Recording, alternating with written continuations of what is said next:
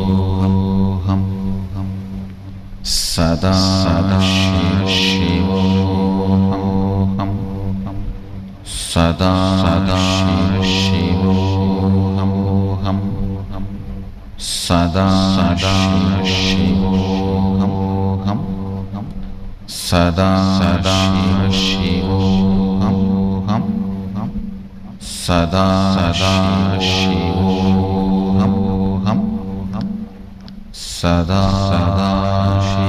Sadashivoham,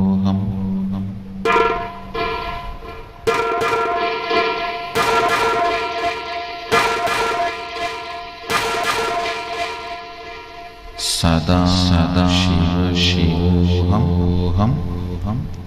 Sadashivoham,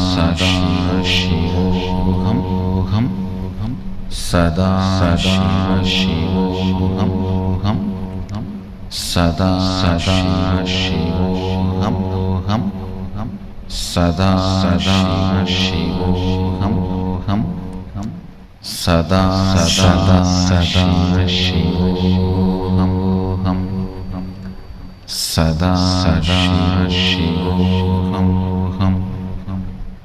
Sadashivoham, Sadashivoham, Sadashivoham, Sadashivoham, Sadashivoham, Sadashivoham.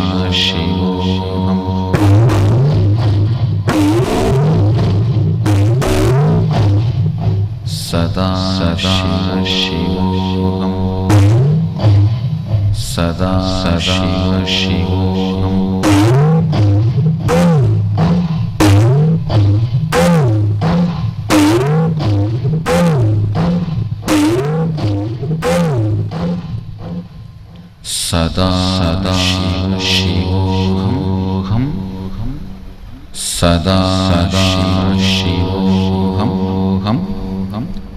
Sadashivoham,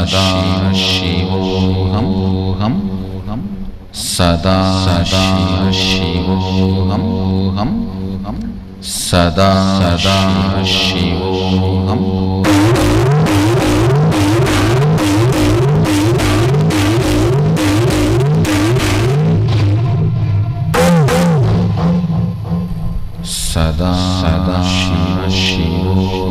Sadashivoham, Sadashivoham, Sadashivoham, Sadashivoham,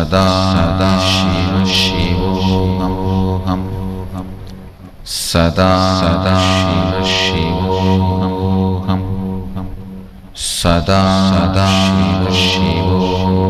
Sadashivoham,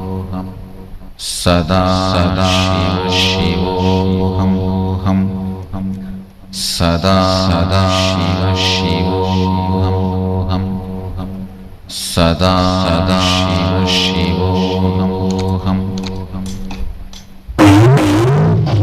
Sadashivoham, Sadashivoham,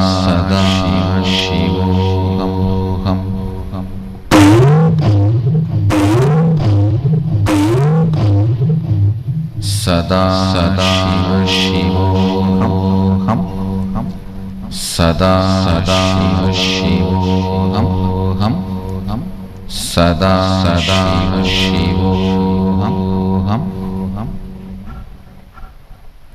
Shivaya Namah, Shivaya Namah.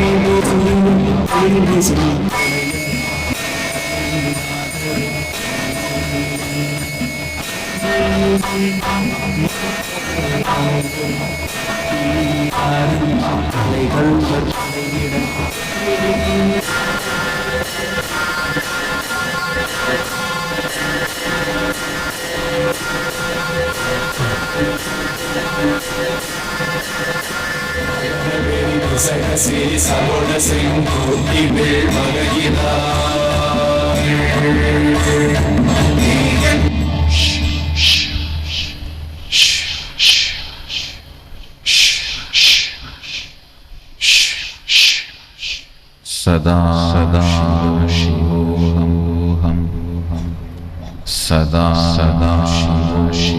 Shivoham Sada Shivoham Sada Shivoham Sada Shivoham Sada Shivoham Sada Shivoham Sada Shivoham Sada Shivoham Sada Shivoham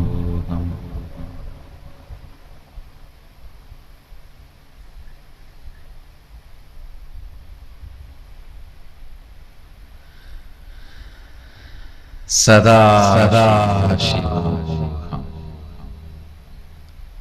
You can open all your three eyes.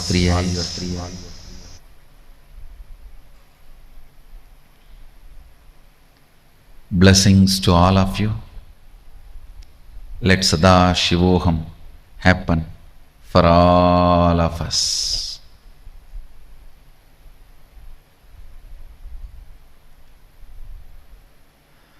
Make a will with will persistence. Use this Sada Shivoham as a password to connect with Sada Shiva. Repeat it morning and evening whenever you remember. Sada Shivoham, Sada Shivoham, Sada Shivoham. Day and night. Chant Sada Shivoham. Morning 1008, evening 1008 time. Means 2016. Sada Shivoham 2016 will happen to you.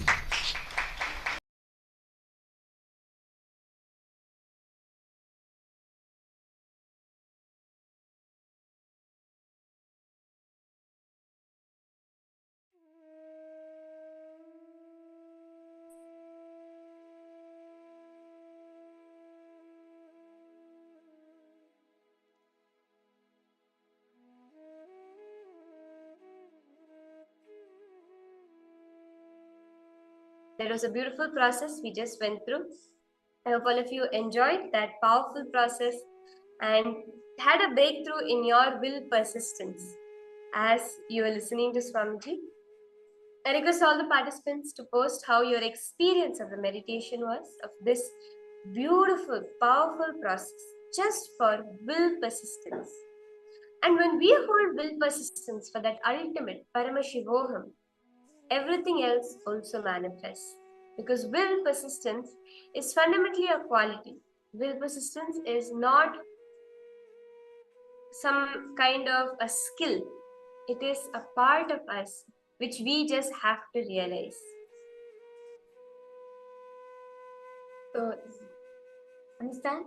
The powerful initiation which all of us just received from Swamiji, it is only to intensify the fire of will persistence within ourselves. So, with that beautiful initiation we got from Swamiji on Paramatma Shakti, let us now enter into the power manifestation. As with the will persistence, you are going to be manifesting this power. How many participants are ready for this? How many of you are deciding, okay, now with the new willpower system which Swamiji is given, with this new software of me, I'm now going to be manifesting the life I want by doing the power manifestation. So, in this round, all the participants will be now playing with the nature power, where you're going to be altering the temperatures in your area. First, you're going to be altering temperature wherever you are, the living place where you are living. Like, for example, you may feel lots of heat, or sometimes it is cool. So I request all the participants for this round of manifestation, go ahead and measure currently what is the temperature in your area. So if you have an in-home temperature monitor, that's great. Or else you can just open up the app. The accuweather.com is the name of the website. Go ahead and see what is the current weather in your area. I request all the participants to go ahead and take a moment to check on what the current weather in your area is. Take a screenshot of that with the time, of course, so that you yourself will be able to see. So you can take a picture of your in-home thermometer, the thermostat of your house, and you can take a picture of this website, accuweather.com, head to your location and take a picture with the weather forecast of what the current temperature is in your place.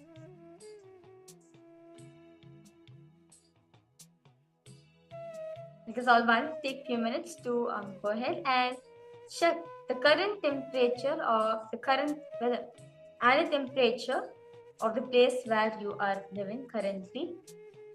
Or if you have a thermometer or like a temperature gun to verify the temperature of the exact location where you're sitting, you can also use that. In this round, each of us are going to connect with Swamiji, and just by chanting the Mahavakya, remember, hold will persistent. You are going to be able to play with the temperature of your place. See, Swamiji actually reveals that this power is not limited just to changing the temperature. You can change it later. Let us start with first changing the temperature. So we will be doing 21 minutes of this power. But this power actually Swamiji has revealed is a process of 42 minutes. So you can keep an eye out for the next 42 minutes after you have started manifesting. For this power will happen within the 42 minutes. So now I request all the participants to get ready. Get settled down as we get into this round of manifestation. Paramashivoham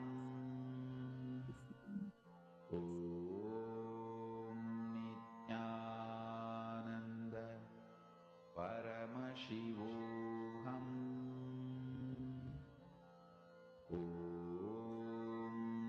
Nityananda Paramashivoham Mashreya Gupta, you've posted. The cognition that you had posted, right?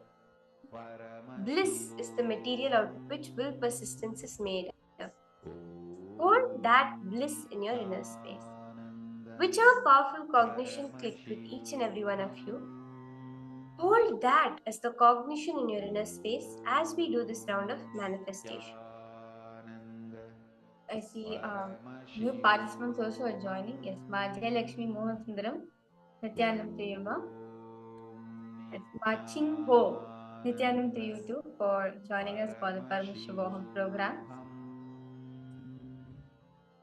Mandarin Portuguese, yes, Nityanam to you too. I request all participants now to please come on camera. We are going to be manifesting the power of altering the temperature of the location where you're in right now. Now request all participants now all of us have gotten the current temperature of the locations where we are in right now. You're going to be with your will persistence, you're going to be commanding the nature. You're going to be commanding the weather to alter the temperature. How? You're going to be connecting to Swamiji in oneness. In that oneness space, very beautifully, like Swamiji has beautifully demonstrated this power of just altering the temperature wherever he is. Like, for example, you may be, like, we take an example of Tiruvannamai. Tiruvannamai is a Agnisthala place. It's really hot. But it just being Swamiji's area, just especially being exactly where the area where Swamiji's died, or the temple where Swamiji, or even the temple where Swamiji, its deity is there, you'll see a lot of coolingness will be there. So, so like how Swamiji did, that space Swamiji has. Understand the Vatavaran, the environment around you is nothing but the reflection of your inner space.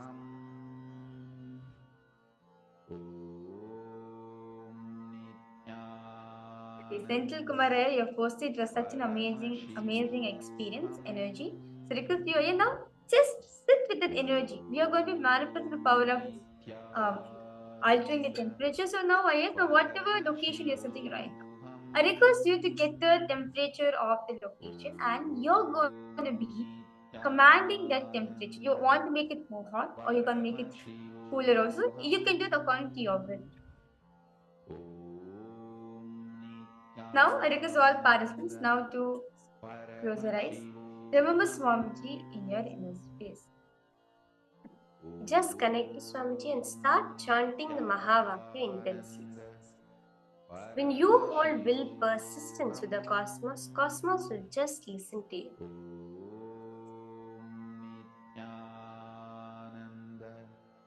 Paramashivoham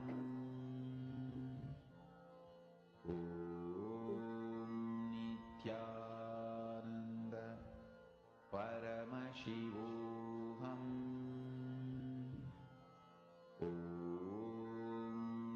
Nityananda Paramashivoham Nityananda Paramashivoham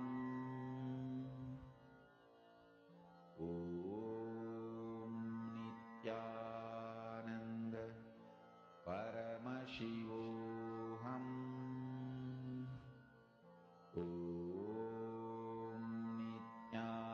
Nityananda Paramashivoham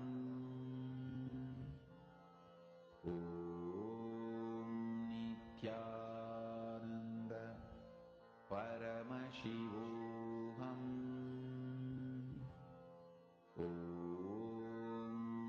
Nityananda Paramashivoham Nityananda Paramashivoham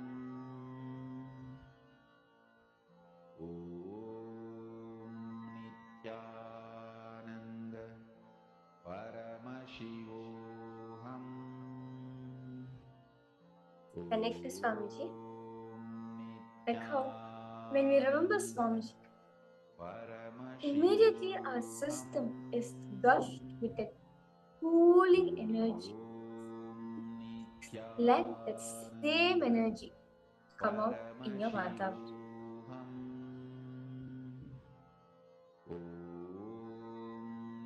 Nityananda Paramashivoham Nityananda Paramashivoham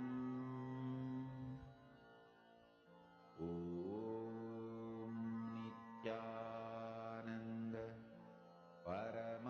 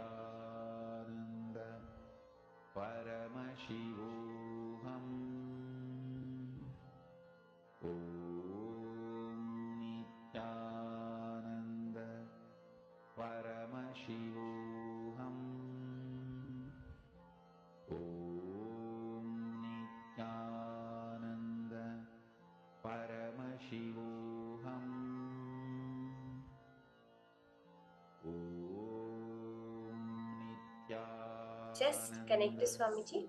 I request all the participants now. Take a moment, now go back and check the temperature that it is now currently. So before this we took one before measurement. Now after your manifestation, I request all of you to go ahead and again check the difference, the change in the temperature. There'll be two levels. One, what you're physically feeling, and one more. If you go back to the weather website, accuweather.com, what is the new temperature saying? What is your thermostat saying now about the temperature in your area currently? I request all participants to post your experience. Did all of you feel some cooliness, some change in your environment? Inspiring. Slowly, very slowly, peacefully rest. Masaroj, Nityanandama, welcome you for the program. Nityanandam. Go ahead and check on the manifestation that has happened.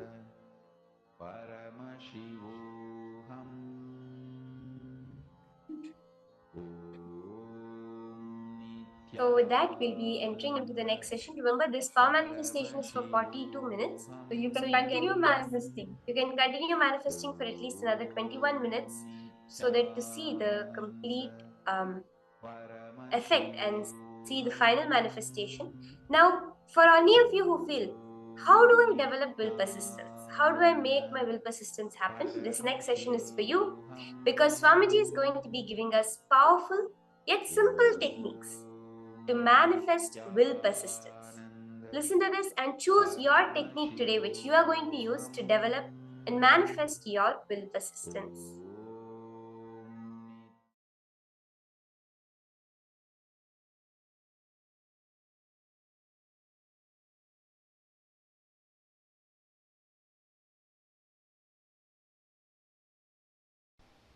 Listen. A restful awareness is the Vatavarana, atmosphere for third eye to flower. Restful awareness is the Vatavarana, atmosphere for third eye to flower. Will grows, expands in the space of restful awareness, never in the space of chaos or tension. Listen, whenever you remember, you will always have certain tension in this area. Only with the tension in the in the muscle, the forehead muscle, you can even remember you.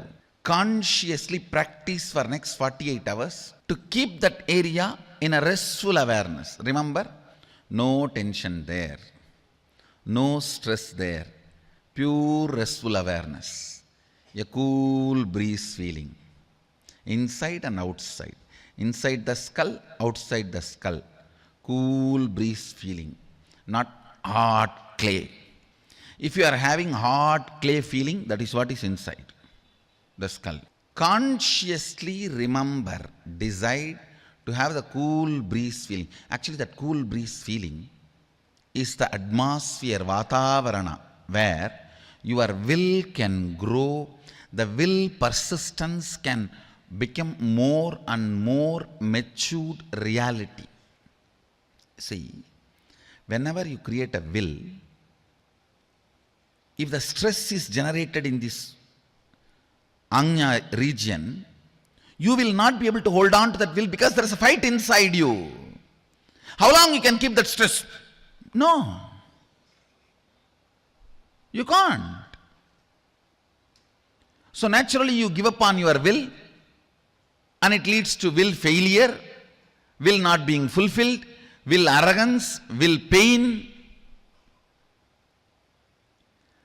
The will persistence happens if this region, the forehead, Anya region, is kept in the restful awareness. If you are in Bangalore Adinam, I can give you a very powerful technique. Just pick up one leaf of the banyan tree which is dropped by banyan tree as a prasadam. Please understand, any leaf dropped by the tree by itself is a prasadam to all of you. But you can't pluck the leaf from the tree. Take any prasadam leaf, put it on your forehead, lie down, which you always do, 24 hours, anyhow. So nothing new about it. Just in your usual posture, just put the banyan leaf prasadam on your forehead. Decide to be in the restful awareness where the ambience, atmosphere, vatavarana in which your will persistence can grow and your third eye can flower. If you are not in Bangalore Adinam, pick up the sacred ash, vibhuti from our temple or given by me, apply that. It is Sadashiva Prasada. Apply that on the forehead. If you are in Bangalore Adinam, pick up the Prasada leaf from the banyan tree and put it on your third eye. If you are anywhere other than the Bangalore Adinam, put the sacred ash, lie down, support your head and tell yourself, O Sadashiva, let the Vatavarana, the atmosphere, ambience for the third eye to flower happen, which is restful awareness. This whole muscle, this forehead muscle, should be completely relaxed. Whether you are awake or asleep, no matter, it doesn't matter. This area need to be relaxed. Whenever you make a will, if there is a restful awareness in this area, that is will persistence, you are going to be successful. I am giving you a physical, measurable scale. So bringing the restful awareness and the stress-free ambience on your forehead, the Anya Chakra, this region, is a very primary practice.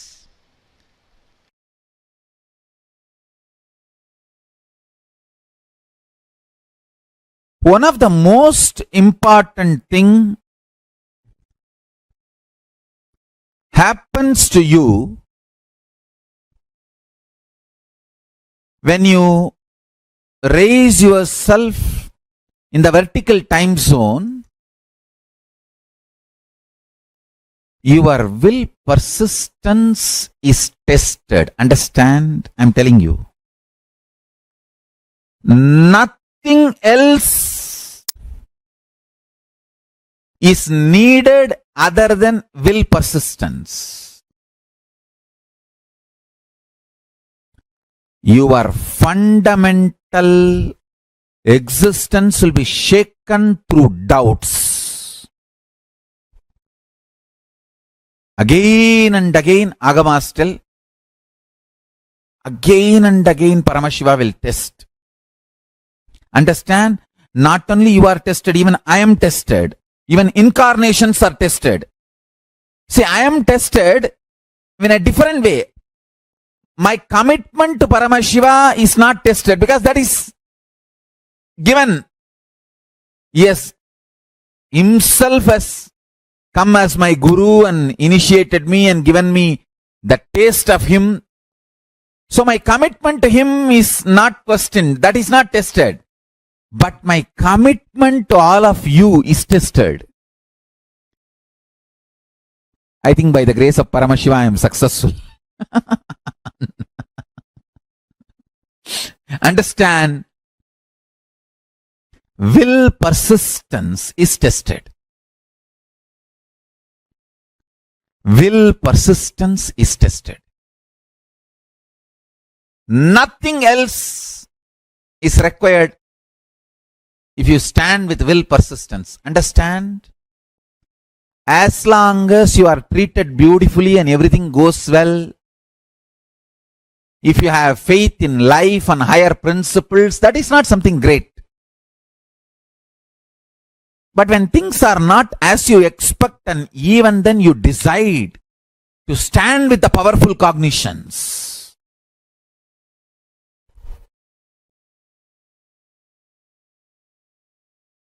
then Paramashiva showers on you. The will persistence is tested. Understand?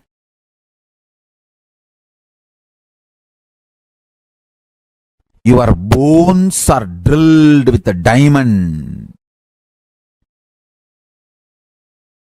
of pure consciousness.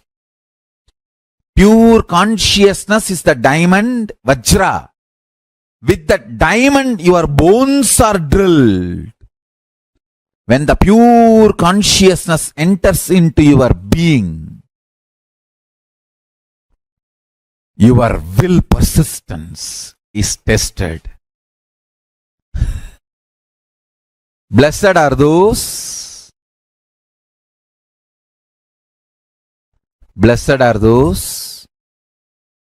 who carry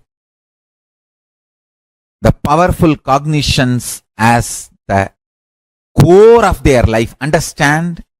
Stand with powerful cognitions not for any benefit, but because it is truth. This is the powerful cognition. Today I want all of you to meditate. Bliss is the material out of which will persistence is made. Be more and more blissful, you will have more and more will persistence. Work on your bliss, you will develop will persistence automatically. Will persistence will be side effect if you work on your bliss. Please listen. Bliss is the source material out of which will persistence is made. The quantity and intensity of the bliss you have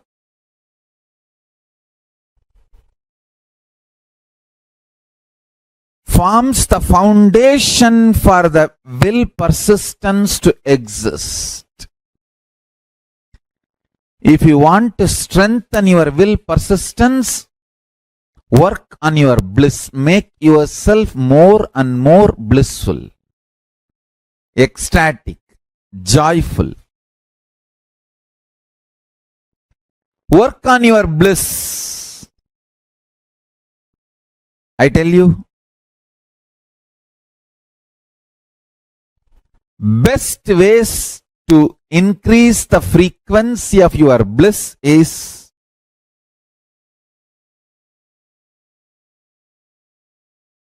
detoxing your body, unclutching, continuously engaging in prayer with your God or Guru. Understand? 24 hours talking to your God internally, your Guru internally. This is one of the most powerful spiritual practice. When you are intensely, continuously talking to God or Guru inside you, you go on awakening powerful cognitions inside you. You cannot stand in front of Paramashiva and talk silly things. You yourself will feel shy. Practicing the presence of Paramashiva inside you by continuous conversation with him will automatically make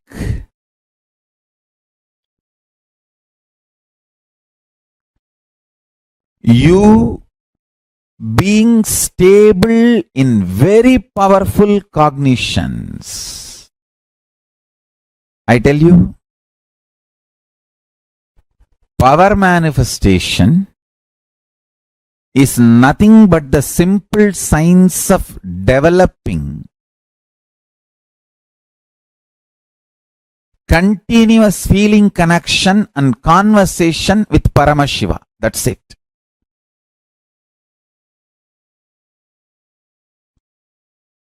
"24 hours continuously having conversation, dialogue with Paramashiva inside you. Continuous 24 hours dialogue with Paramashiva makes you constantly stay in powerful cognitions, and the Sahaja Samadhi becomes your reality. Sahaja Samadhi becomes your reality. Sahaja Samadhi becomes your reality.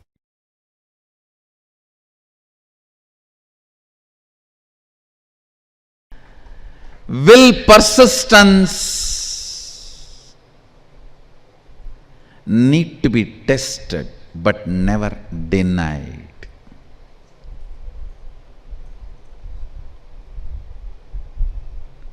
Will persistance need to be strengthened, and after strengthened need to be tested. Understand? A sapling of the banyan tree need to become a banyan tree. The one protects the sapling at that time. But after it becomes tree, the one itself tries to shake and test the strength of the tree, whether it can be trusted or not. The one who protects when it was sapling only tries to shake and test when it has grown into a full-fledged tree.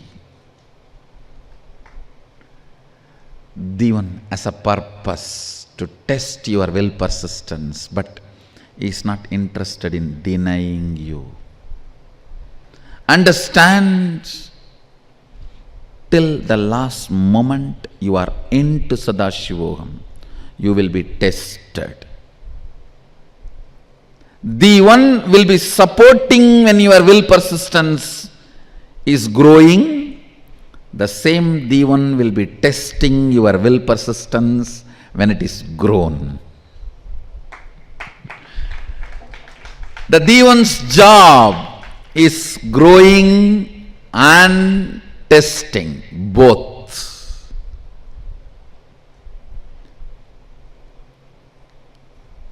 Don't think Devan is cruel when he is testing. He is as compassionate as he was protecting. Protection and testing, both are his responsibility.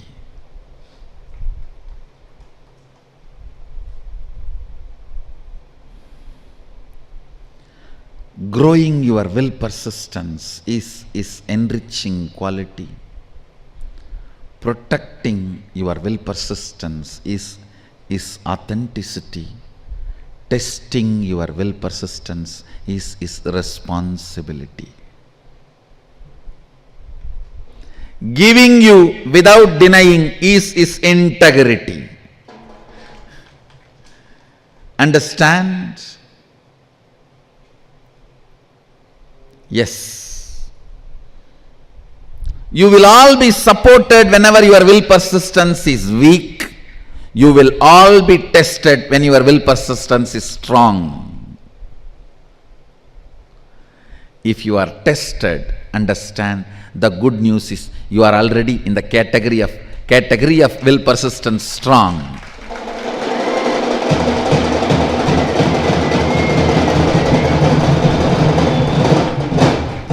The great news is anybody who is tested, even if you qualify for getting tested, you are not denied.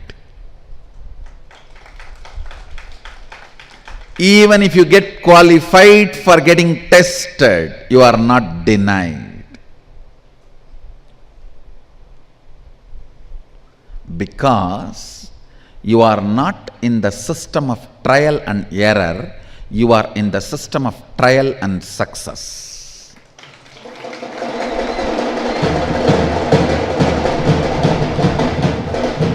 Understand, the system of Sadashiva is not trial and error, it is trial and success. The method with which we function is not trial and error, it is trial and success.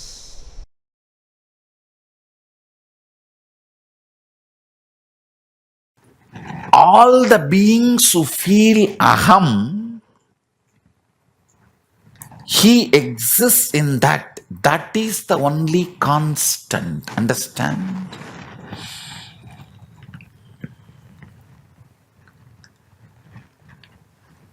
From that starts the will persistence. Manifests the will persistence. Whoever gets back to that source from which he is reflecting, all of them fall into that space called oneness, which is constant.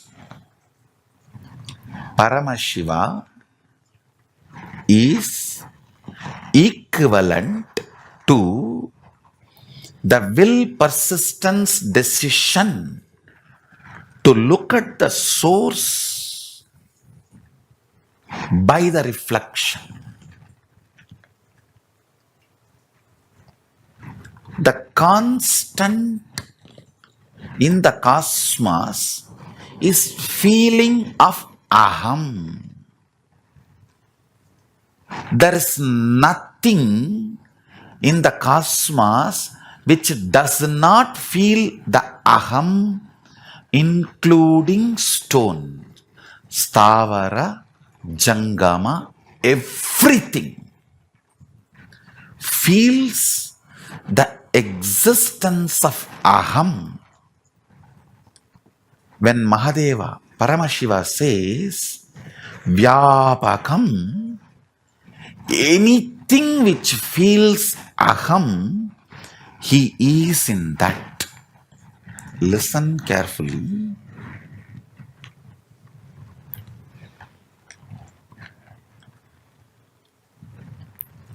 Length, breadth, depth, time, space. The pure consciousness reflects on the space. That reflection is individual consciousness called aham. The frequency of that reflection is constant in everything.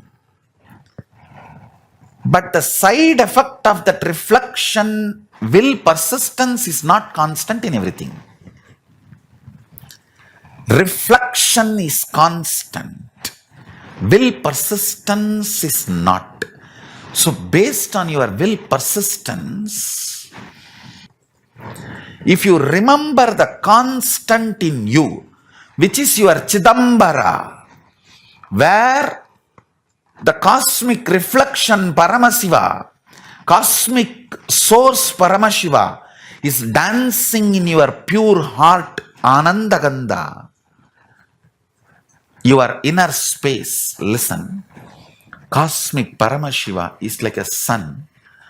Your pure inner space, that space Chidambara, Akasha, Antarakasha, Chitakasha, is like a mirror. That sun reflecting in this reflection is called individual consciousness, Pratyagatma Chaitanyam. That is the constant in all beings. This constant's first side effect is will persistence. That is not constant in all beings. The quality of your will persistence decides whether your life is going to be stuck in time or depth or breadth or length. You remembering which is constant in you and which is not constant in you will not put you in a delusion where you make permanently damaging decisions of your life due to temporary mood swings. Guru is the person constantly resides in the constant and supports your will persistence to get back to your constant.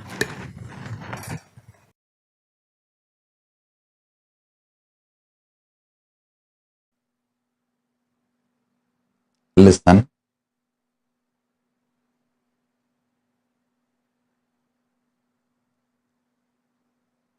In the level of consciousness, anything you declare, consciously decide, willpower is enough tapas. In the outer world, anything you declare as you, responsibility is tapas. Listen carefully. See, in the outer world, if you declare you are a president or a prime minister of some country, responsibility, taking responsibility for that work is tapas. Everyone who enters into politics imagines themselves, literally declares that they are the president or the prime minister or in the top position of their country's politics. Listen. In the outer world, anything you declare, you need to take responsibility for it. That is the tapas. If you declare yourself as a mayor of a city, you need to take the responsibility and fit into that shoes. That is tapas. If you declare you are chief minister or the governor of a state, you need to take the responsibility for that declaration to make that into reality. That is tapas. In the inner world, if you declare yourself as Shakti, as Paramashiva, or as Ganapati, or as Subramanya, you may declare whoever you want as you in the inner world. If you declare yourself as Paramashiva, or Parandama, Parabrahma, Parameshwari, anything in the inner world, Will persistence is the only tapas. See, when you declare you are Paramashiva, naturally all your inside patterns, self-hatred, self-doubt, self-denial will flare up and show so much of obstacles, problems, difficulties externally and internally. But you standing with will persistence, I will see everything as Paramashiva. I will face all these self-doubt, self-hatred, self-denial. Even the doubt whether I am Paramashiva or not, I will face it from the space I am Paramashiva. How Paramashiva will face self-doubt, same way I will face. How he will face? He will just burn it. Tripura Asuras are the self-doubt, self-hatred, self-denial.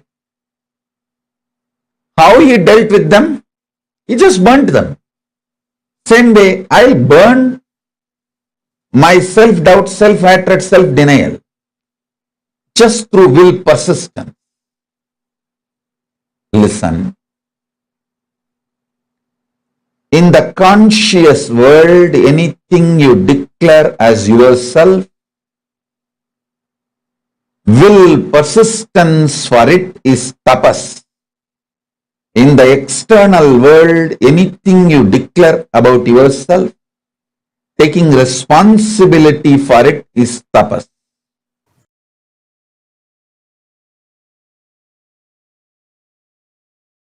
And it is possible for you. Because fortunately, Paramashiva, Mahadeva, has given the will persistence to all of us. Simple technique I will give you. Constantly listen to the satsangs related to integrity. Spend time in Enlighten app. Continuously listen to the thought currents and ideas about integrity from multi-dimensional.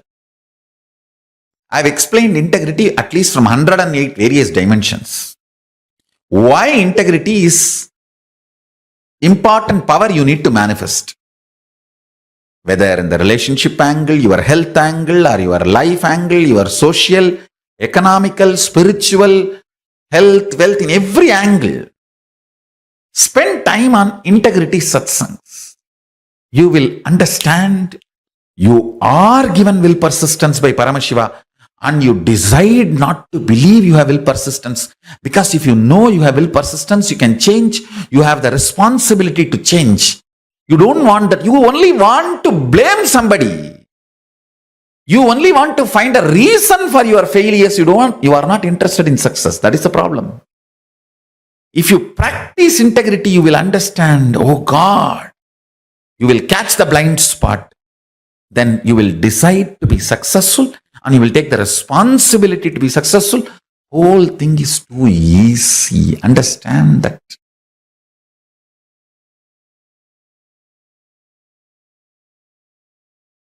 Important sacred truth I wanted to reveal and share it with you all today. Direct download from Paramashiva.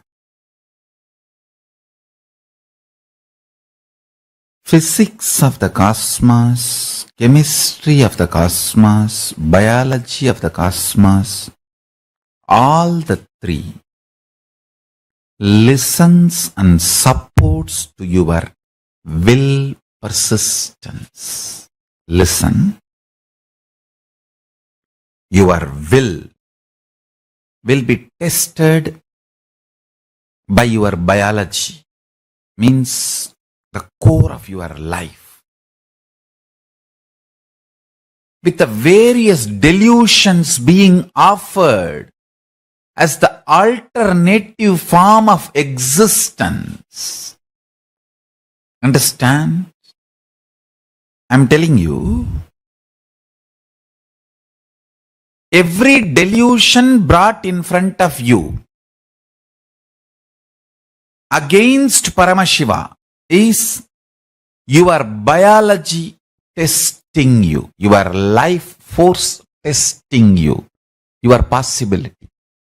Are you ready to stand with your will persistence, or are you interested in delusion, alternative ways to exist?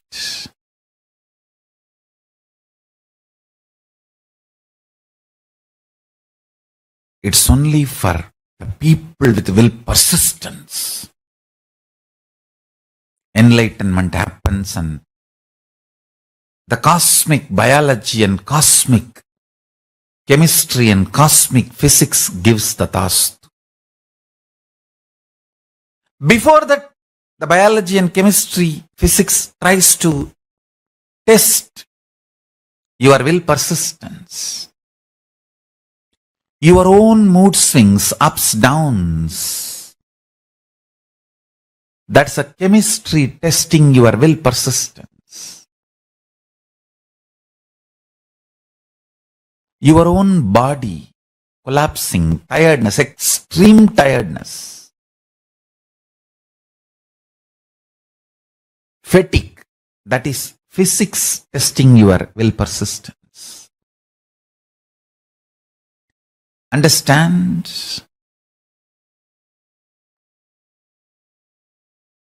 Even for a small delusion, use Brahmastra to destroy it.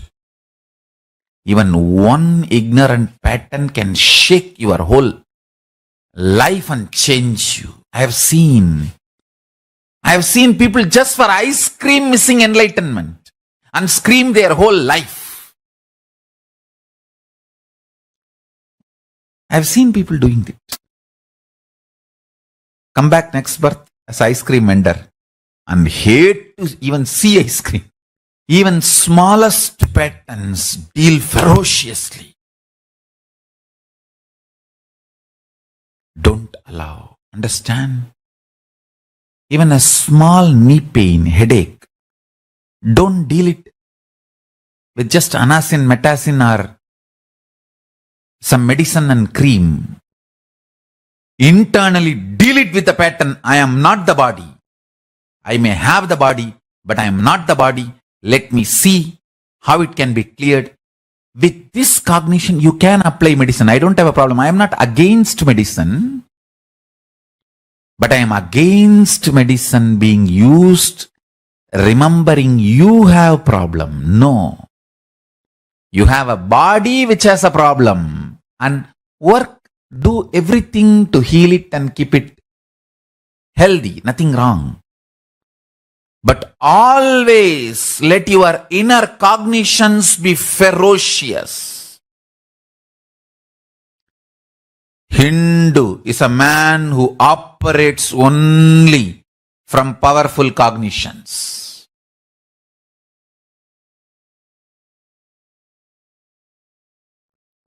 Start developing this will persistence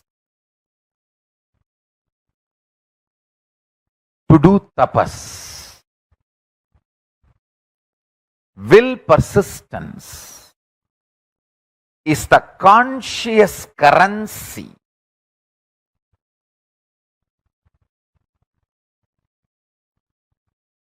every child develops. The conscious currency, will persistence, is a blessing for himself and for the world. It's a blessing for himself and for the world. Understand? It's a blessing for himself and for the world.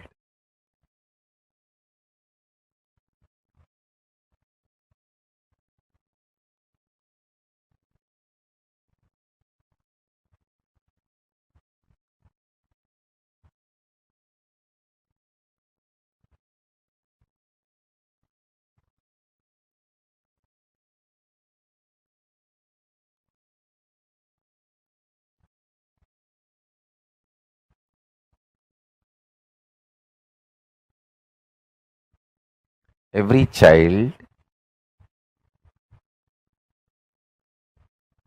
learns to do tapas and unclutching is blessing for himself and herself and for the world.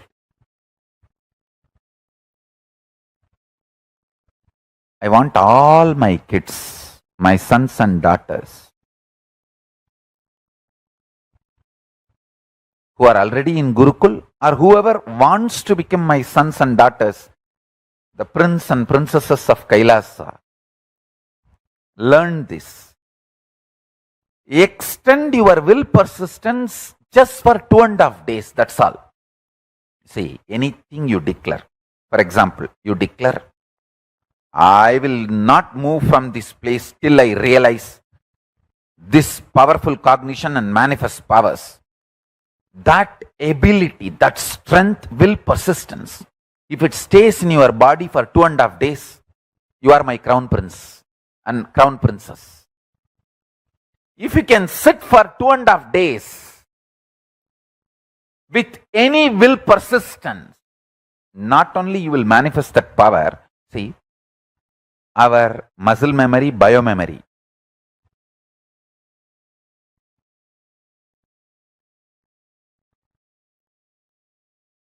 will get purified, detoxed from any powerful pattern within 2.5 days. 2.5 days of will persistence.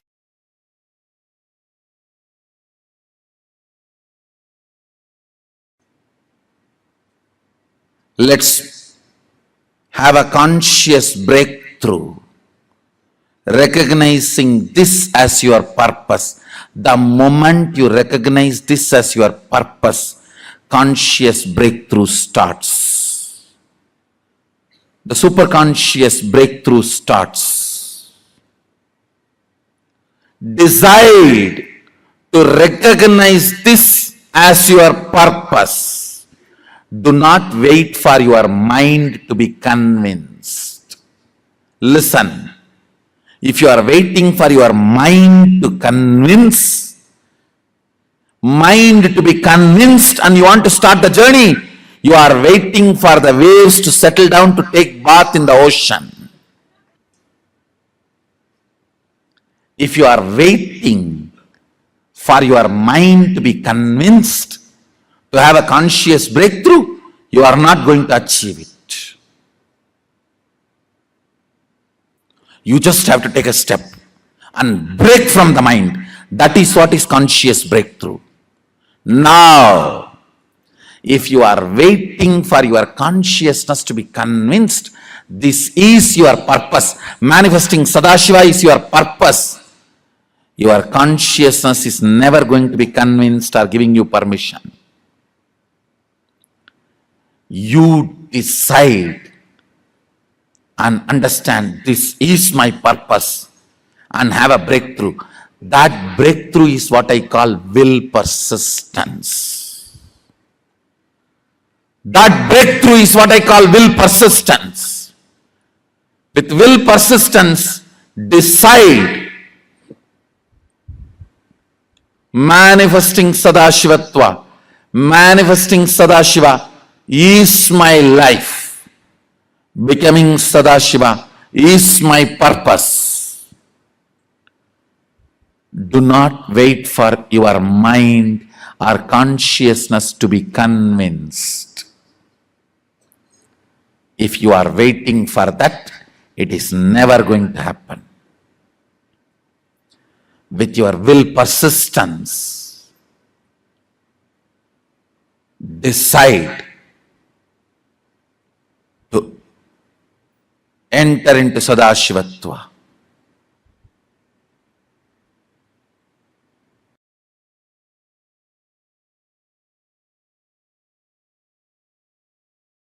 An incarnation happens.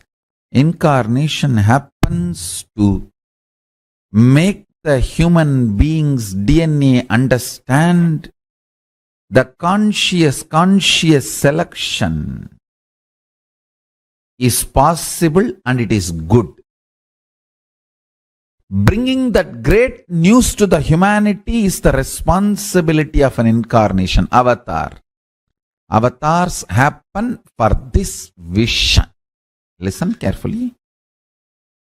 For your DNA to choose consciousness and will persistence as a way for evolution, to do the conscious selection, your DNA need to be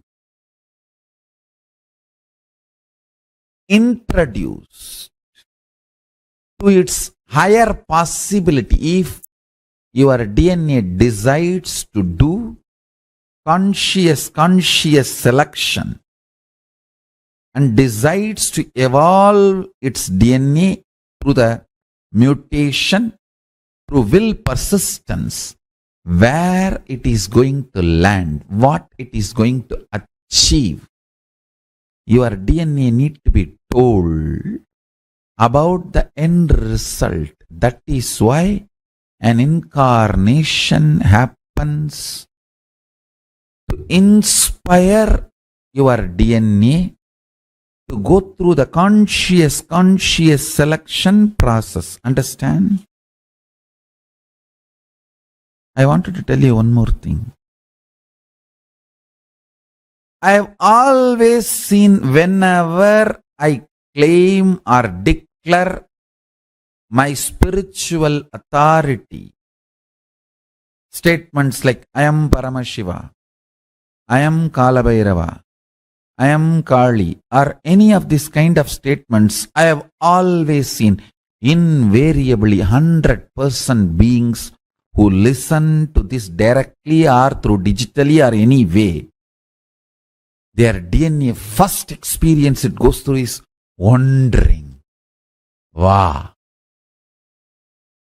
Then, if the DNA decides to go through the conscious selection process with will persistence, convinced about the possibility, it becomes devotion. That wondering becomes devotion.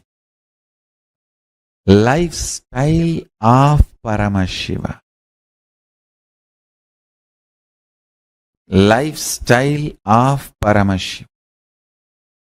Charya Pada of Paramashiva. In Kailasa. Kailasa provides you the right ambience, knowledge, support system. Kailasa is nothing but a beautiful spiritual enlightenment ecosystem, support system for you to have conscious selection as your DNA mutation process and through will persistence achieving superconscious breakthrough. Your body, mind, muscle memory, biomemory, DNA, everything gets integrated to manifest the state, space, powers, being and superconsciousness of Paramashiva.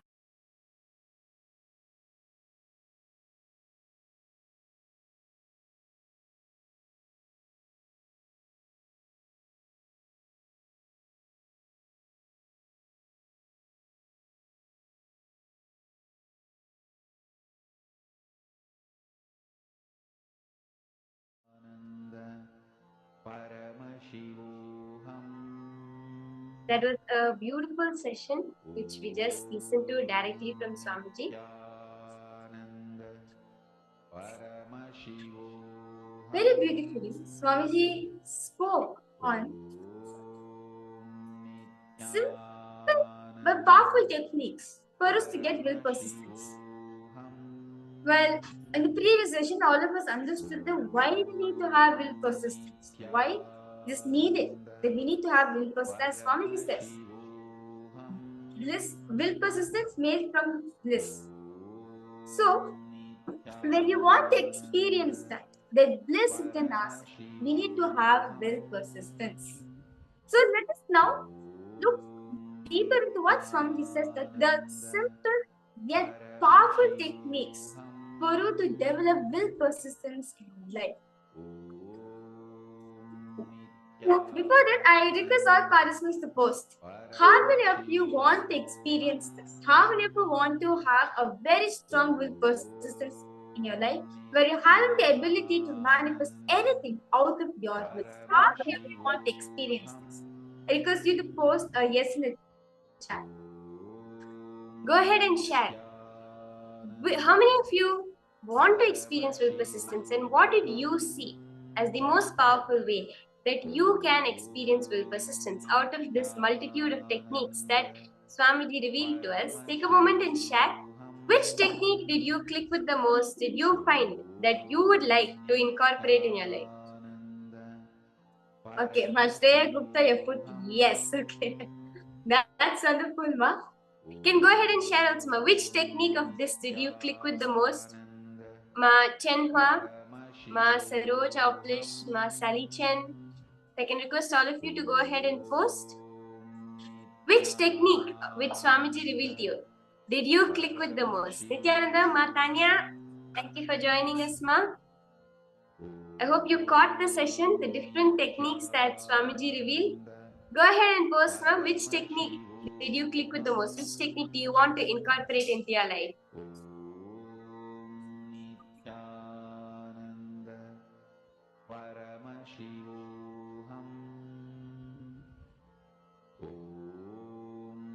Basil, you posted, wow, missing enlightenment just because of craving for ice cream, simple yet profound statement. Yes, Aya.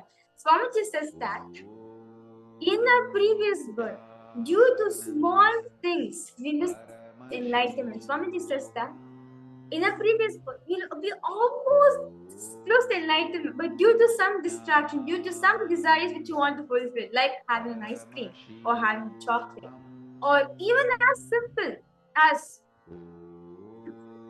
wanting to eat. Swamiji says the desires are unlimited, it can be anything. Just that one desire is enough for us to take away from enlightenment, and that is why we have manifested Guru, so that we can come back and get re-enlightened. See, Swamiji says, because for all the big patterns, big incompletions, we build a defense. We are aware of it. Like whether it can be the pattern of anger, pattern of lust, of jealousy. We are very aware of these things. We say, no, if this pattern comes up, I know I have to use this powerful cognition. But these small patterns, right? These small desires, we never build up a defense against it because we do not see it as a pattern. We do not see it as a fundamental block on our spiritual journey, and that is why we never build a resistance against it. We only see it as a small, simple desire that why it can't be fulfilled. But understand, these simple, small desires lead up to a big pattern.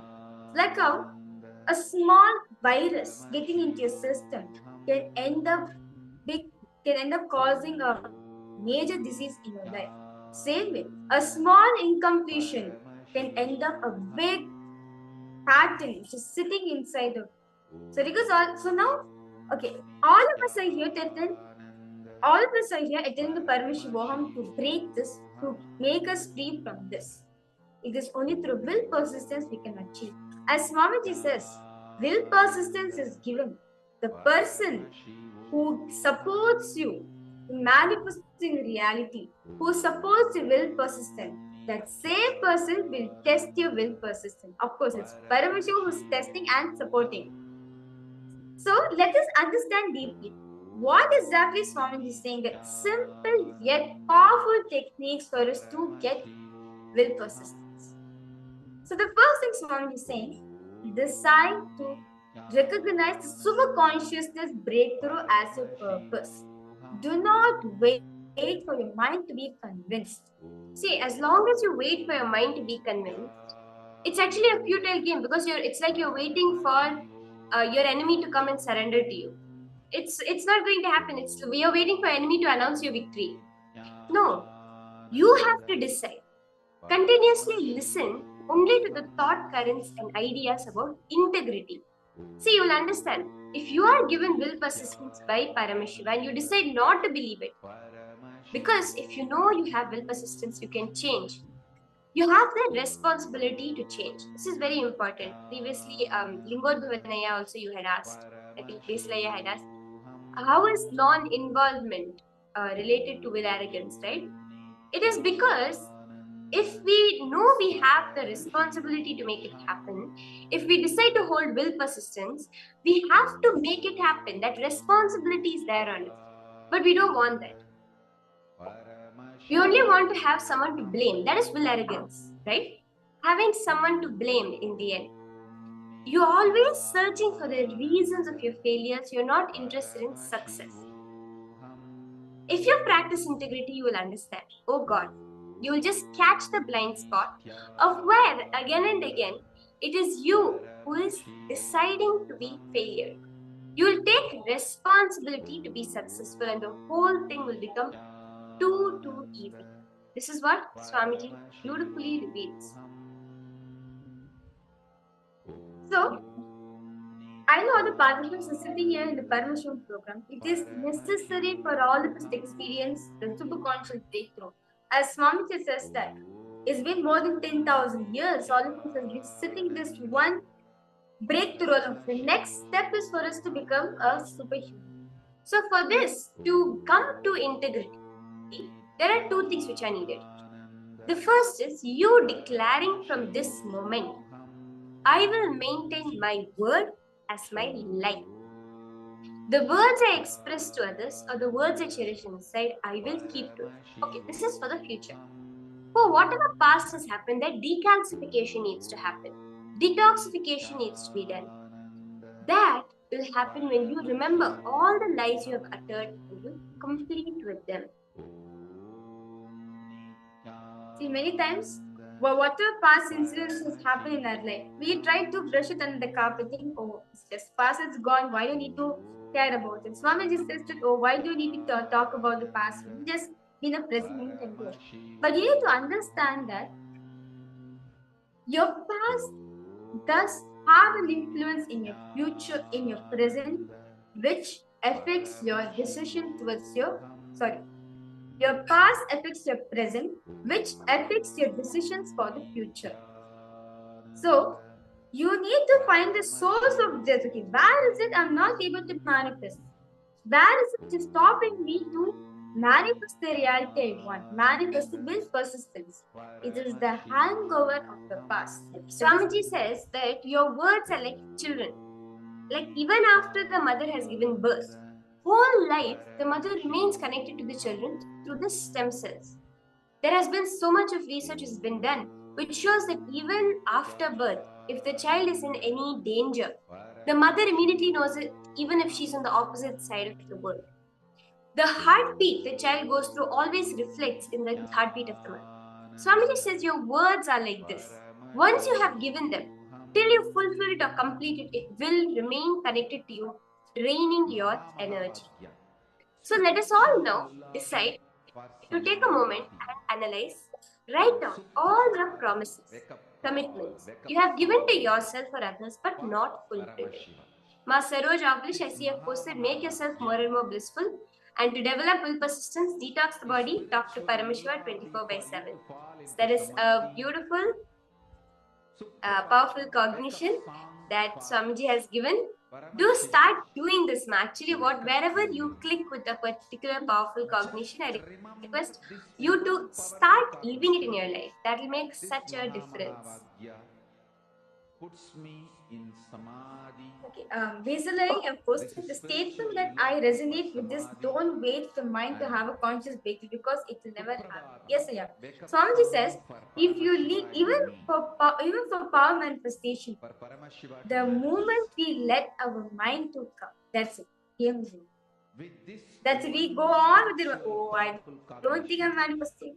I don't think what I'm seeing is Swamiji showing. I don't even think, is it my um, intuition or is this their reality? I'm just making up something in my mind, or we'll go on, go on, go on, go on. By the time you come back to the present moment, next session will come.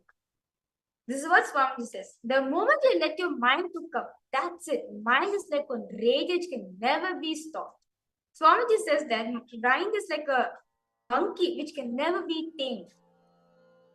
You just have to unclitch from it. No, there's no other way. The only way for you to stop the mind is unclitching from the mind. So, whenever you take any decision, especially Swamiji says, the moment you recognize the need of superconscious breakthrough, just go for it. Do not let your mind to come and think, oh, is this really needed? What is the benefits? No. Do not let, just jump into it. Very beautiful story in the life of Swami Vivekananda and Sri Ramakrishna. Once, Ramakrishna will ask Swami Vivekananda, if at all nectar is there in front of you, what do you do?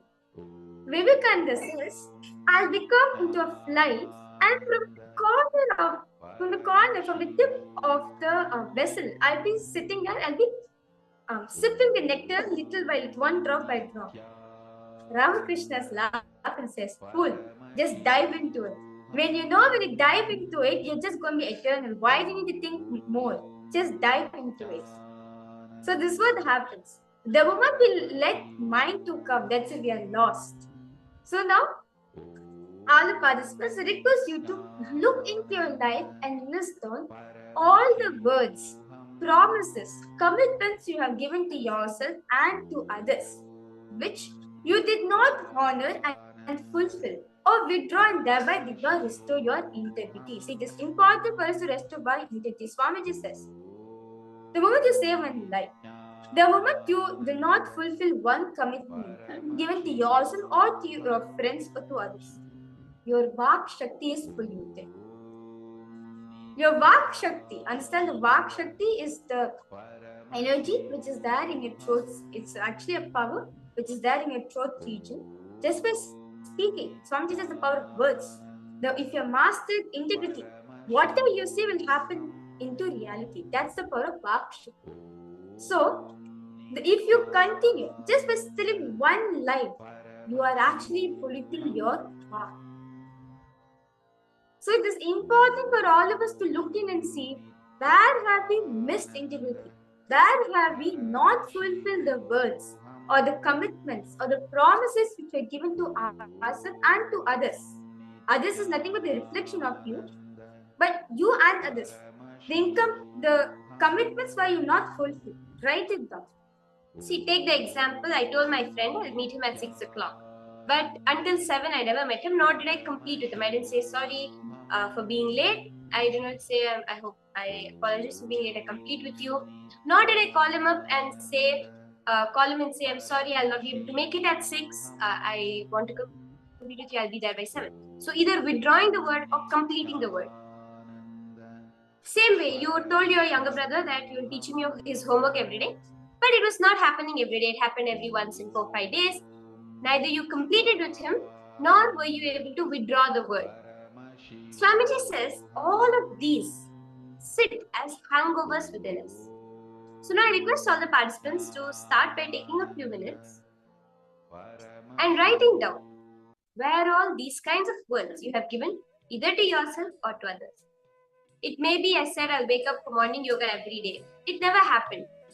Or it happened only a couple of days, but I did not withdraw the word. So one question I always get is, what does it mean to withdraw a word? See, withdrawing the word means nothing but either deciding, completing with yourself. Hey, I know I gave you this word, but this is the reason I don't think I'll be able to fulfill.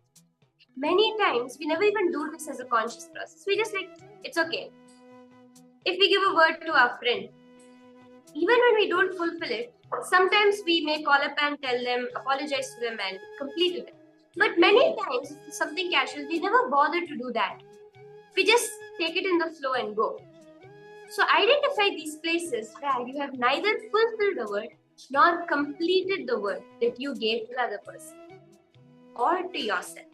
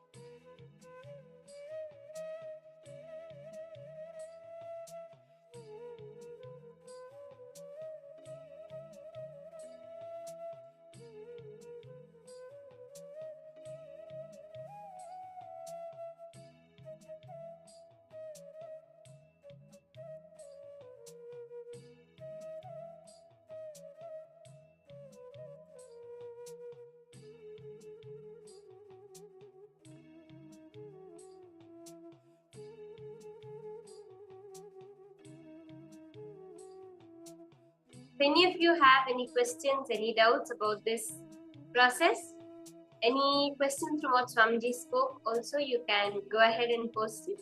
Matanya, you posted Nirahara Samyama is the technique which you would like to go ahead with. That's very beautiful. It's actually a very powerful technique. So all of you are done. See, make a list. You can actually do this process many times and go into much more detail throughout your whole life, and you'll see it will work more and more, and the more effect will be there.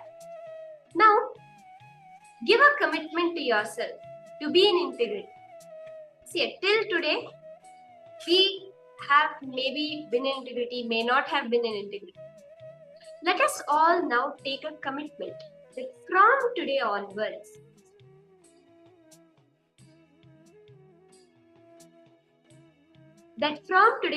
we are going to only maintain the highest integrity. This commitment is enough. It will change. It will really transform the way you look at life. So I request everyone now, all those of the viewers, all those who are participating in this session, to give this as a commitment. You can type it down and post it in the chat also. From today, you're committing to hold on to your word as your life. Whether it's a word you give yourself, a word you give to anybody else, you are going to fulfill it. Give a commitment to yourself to purify your vak. The direct result of this will be Vak Shakti, the power of will, the power that anything you say will just become a reality. Give a commitment to yourself to be in integrity. Complete with your words, promises, commitments you gave to yourself and others which you did not fulfill. Right now, either decide to fulfill those things that you declared or else complete with them for not fulfilling it. It can be something as simple as you told a friend of yours that would pick him up from work, from work the next day, but you got caught up in something else, you forgot about it, and you didn't end up doing it. He took a taxi home. This may have happened 10 years back, but the word you gave, which you did not complete, is still sitting. You have to complete this now.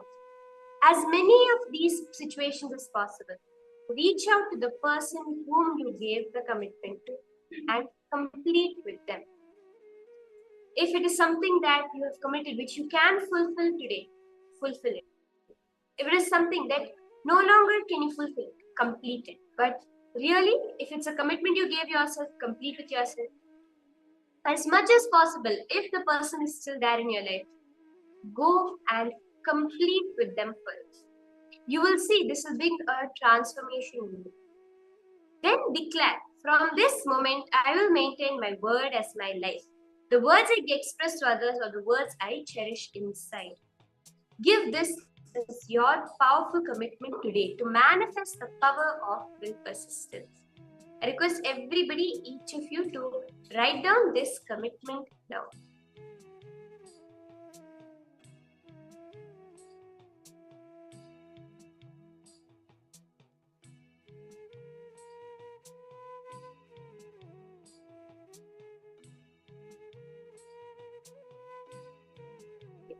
Base layer, you first posted a question. I understand that when I give my word, it is who I am. But what if I give my word to something I'm not able to keep because of something out of my control? Or I give my word to and you realize later something that is unethical. How do I complete with this? What you can do is complete means withdraw the word you have given. So for example, it can be like, just to give an example, you committed to yourself that you'll every morning be there on time to start the Paramashivoham program. But due to something completely out of your control, there was a storm, some machine crashed, you were not able to log in. Whatever reason it is, if for example, if you have given that word to yourself, it is out of your control. Tell yourself, complete with yourself. I know I gave this word. Many times we just forget about it. So what Swamiji is saying is complete with yourself. I know I gave the word that we will be there on time at this time every day. This is the situation I complete, and we'll be there only at this time today. And I'll ensure that we can start back tomorrow. If it is something you gave to another person, you told another person that I'll help you out in the work you have tomorrow, but due to some unavoidable reasons, you were unable to reach them the next day, and there was some issues and never got around to helping them in the work. They eventually completed it on their own. What you can do is, the minute you know, okay, I will not be able to make it there, immediately call them up, tell them, hey, I know I gave you this word, I want to complete with you, I want to withdraw the word, I would not be able to fulfill it due to this reason. But bringing a closure to the word that you gave. If you realize something is unethical, whoever you gave the word to yourself or the others, tell them, I did not know that this is what it was. Now I know that this is not something I want to encourage, and therefore I cannot fulfill the word I gave you. But going back and completing, closing the conversation, that is what is the completion Swamiji is telling. I hope this answers your question, Aya. If you have further questions, do go ahead and post them. I request all of you now to take this as a very strong commitment that you are going to keep your word.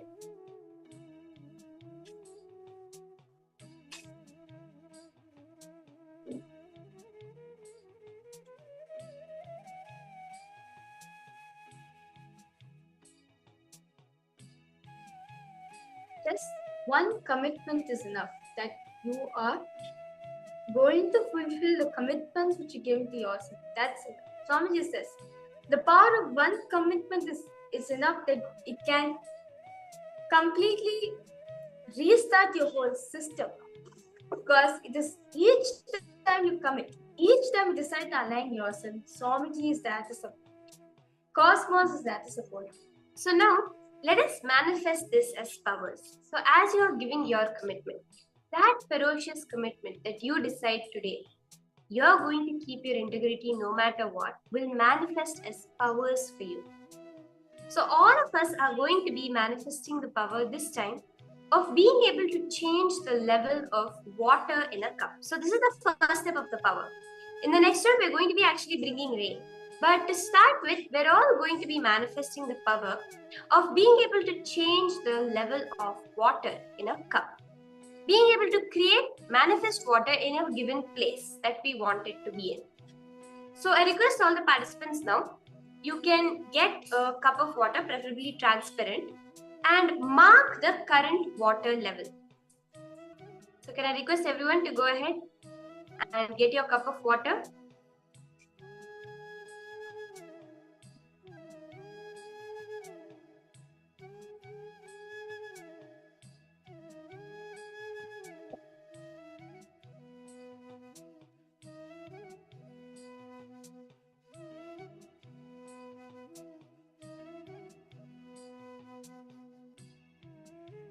Can keep a certain amount of water in it and measure the current level of the water. So this power is going to be you increasing the level of water, where you're going to be able to manifest water in a cup.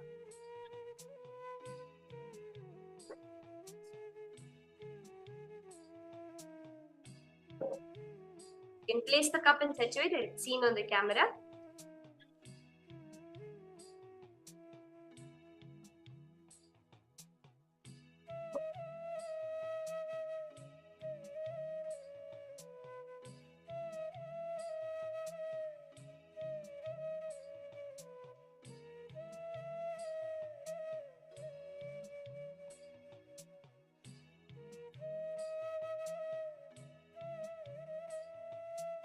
Nivasaya, Yanamaya, I request you to come on camera. Sandil Kumaraya, all of you can come, settle down with a cup of water for this round of manifestation.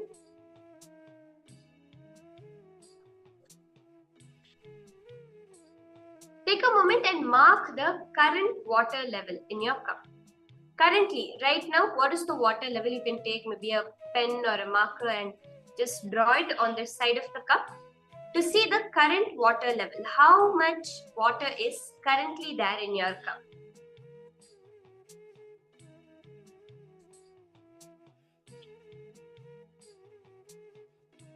So once all the participants, all of you done with that.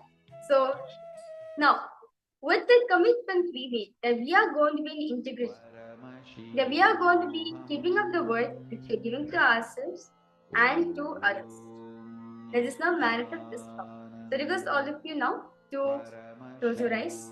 Visualize Swamiji in your inner face.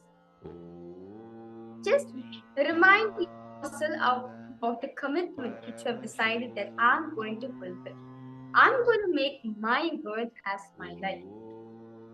That I'm going to fulfill. I'm going to keep integrity in the words which I'm giving to myself, either in the level of thoughts, words, or in action. Whether I'm giving to myself or even to others, I'm going to fulfill it.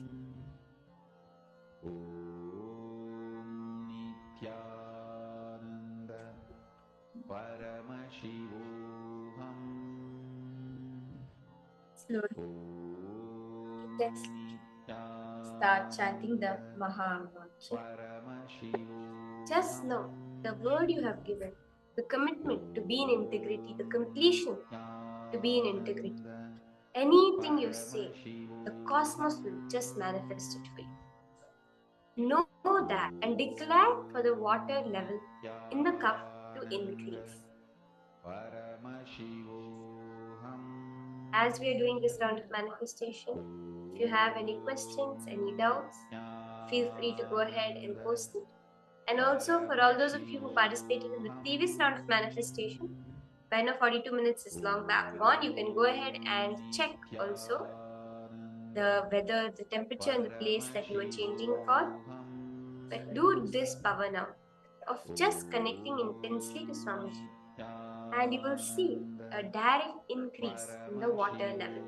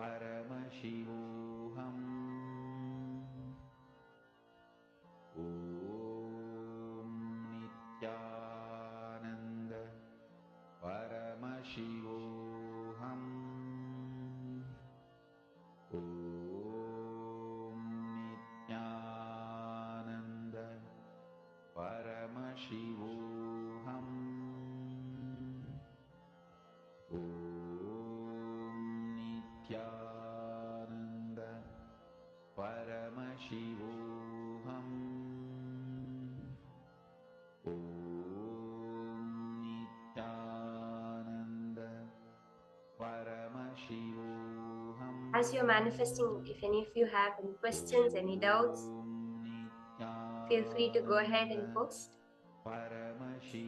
Just when you remember again and again, your word, the integrity you hold, nature will move the world will move to fulfill. There is the incident in the life of Abhirami Bhattar. When the king asked him on a no moon day the phase of the moon, he says it's a full moon day because he was having the darshan of Devi Abhirami, who was so bright.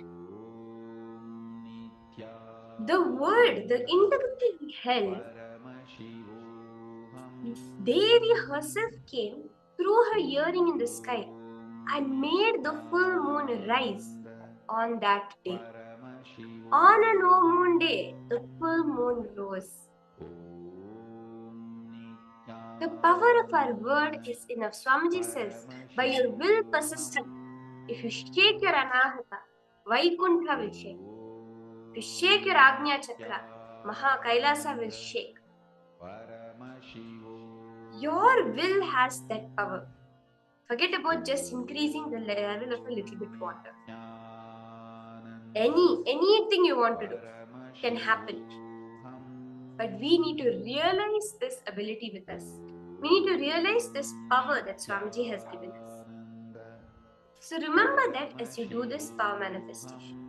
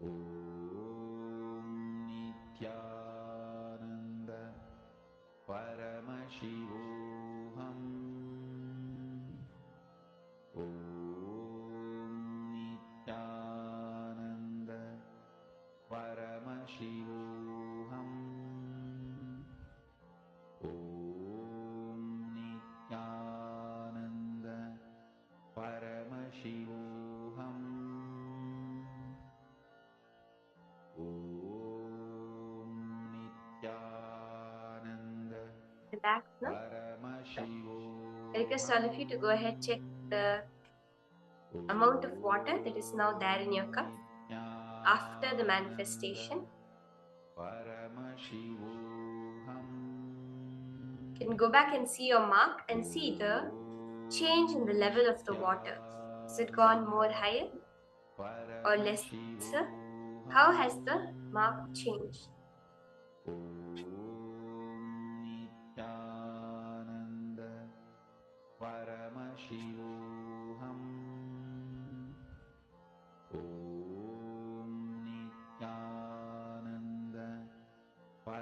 You can all go ahead and check the change of the water level in your cup. See, understand, the more and more you sit, as we enter into this next section also, you can continue to manifest. Beautifully witness how Paramashiva, how Swamiji is manifesting through you. The next session we're going to have is a very, very beautiful session. So I have a question for all of you first. How many of you believe that your life is predestined? That there is the what we call as the Vidhata, the one who has written down our life. This is the way it's going to go, and this is how it's going to end up. How many of you believe that the whole life is a free will? I decide and therefore it happens? Or do you believe in the understanding of karma? I took a certain decision and therefore the future will only go in a certain way based on the decisions I have. But I have the the freedom to take new decisions now to change my future. Or do you believe in God's will? How the way God wants it, everything happens like that. Which one do you personally believe in? I request all of you to post. Deslaya, Lingodbhavanaya. The Vasila you have posted, I don't believe it. Okay.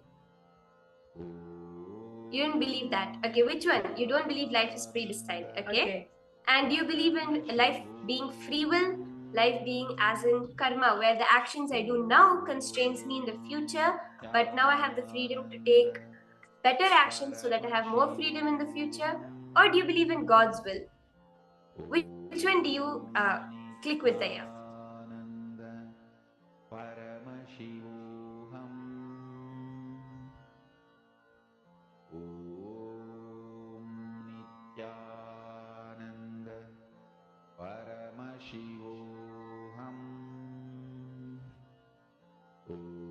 In karma and karmic ties. Okay.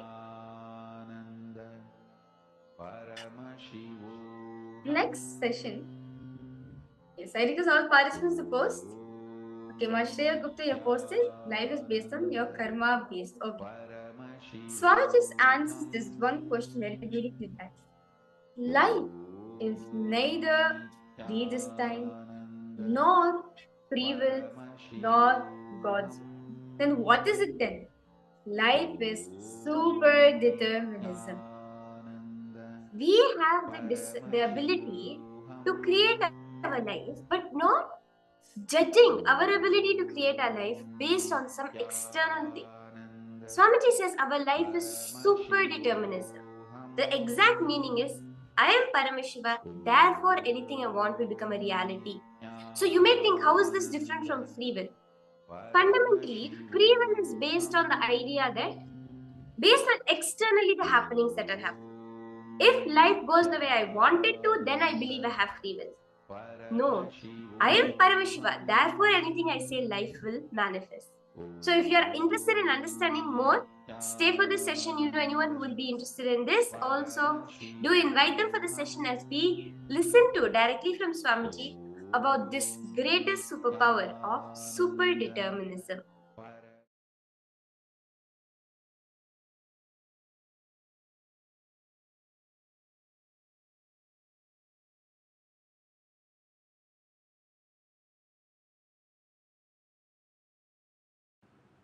I'll give you a simple understanding about life. Continuously, all over the world, in almost all religions, all philosophies, this one question, is everything happening, is predestined, or everything happening is out of free will? This question, all philosophies try to analyze this question, whether it is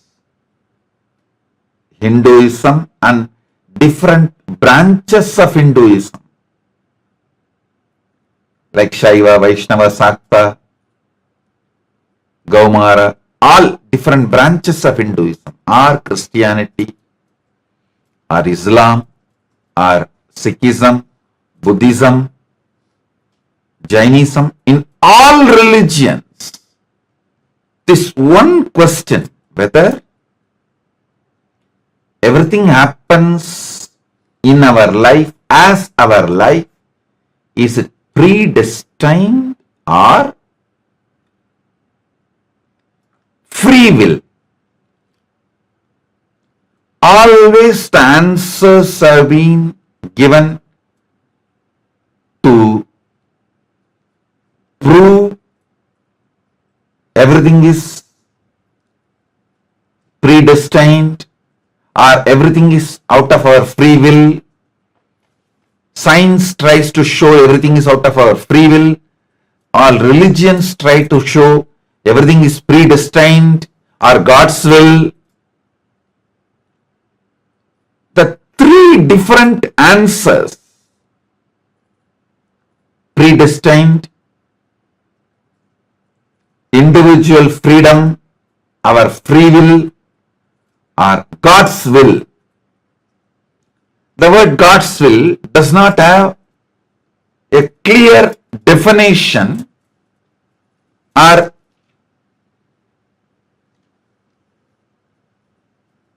ability to establish that there is a clear God's will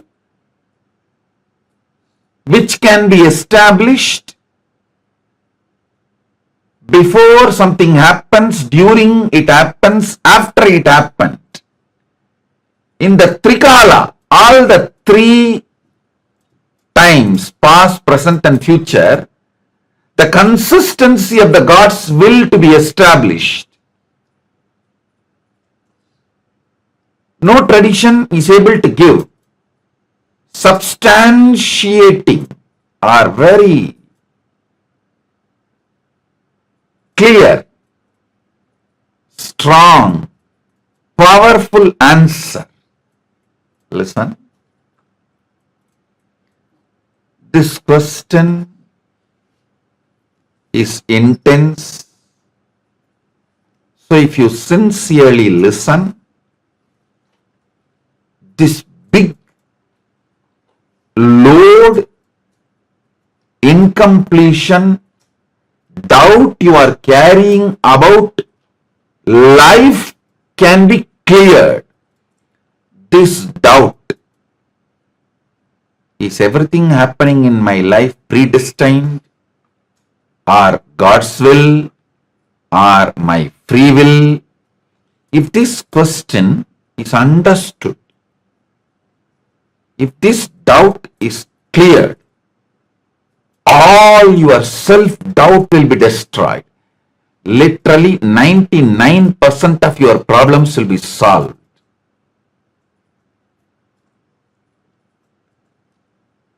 Not only Paramashiva, to ultimate moksha, you can achieve anything you want in the outer world, inner world and the higher worlds. All three levels. So understand the exact truth, ultimate truth I am revealing. Your life, what is happening inside you, outside you, for you, by you, all this is neither predestined nor free will, nor your free will or God's will. Please understand, it is not predestined. It is not your free will. It is not God's will. Let me make it very clear. There is something called super-determinism. Influence now. Influence the present moment. Be powerful over the present moment. Understand? Live in the present moment is not a complete truth. Have power over the present moment is the complete truth. The power of now is having power over now. Listen. Understand how you feel about you now and how you feel about the world now. Make that too powerful. If you understand and make yourself powerful, that you are Paramashiva, you will understand world is so auspicious and you are the power. Whatever you think, perceive, even as bad, was never bad, is never bad, will never be bad. It is your wrong perception is the problem. Delusion is the problem. Everything is happening properly. You just need to add more life positivity, more understanding.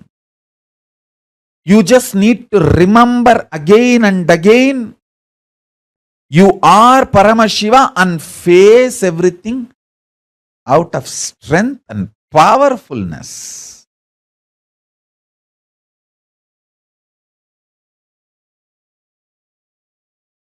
Now, the next truth. Listen.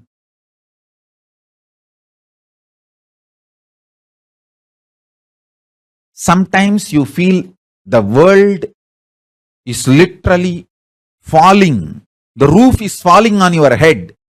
You are crushed. You are collapsed.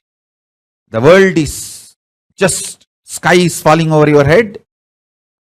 That is what is reality, and you perceive that as a reality about world, and that reality, that perception about the reality collapses your perception about yourself, and you collapse. That is what you call everything is determined, fate, nothing can be done.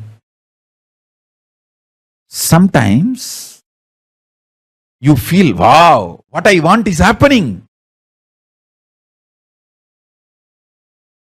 So your perception about the world is what I want is happening. And the reality, what I want is happening. Oh, then everything is free will. We have full freedom. Listen, both are of understanding. Determination or free will, both are of understanding. Sometimes when things happen as you want, you feel, oh, life is free will.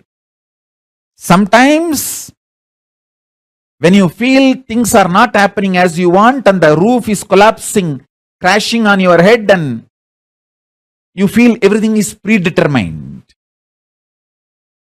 Now understand this truth. I'll give you one more example. If you are standing with both the legs, that's the way you experience reality. You raise one leg, that is your freedom. After that, you cannot raise the other leg also. That is determination. So understand, the choices you already made are binding your future freedom possibilities. The choices you already made are binding your future possibilities. This is when you feel whether life is free will or predetermined. When you perceive the happenings of your life is against your will and collapse inside you, the way you perceive the world very negatively, and collapse your own identity about you and lose trust on you. When this happens,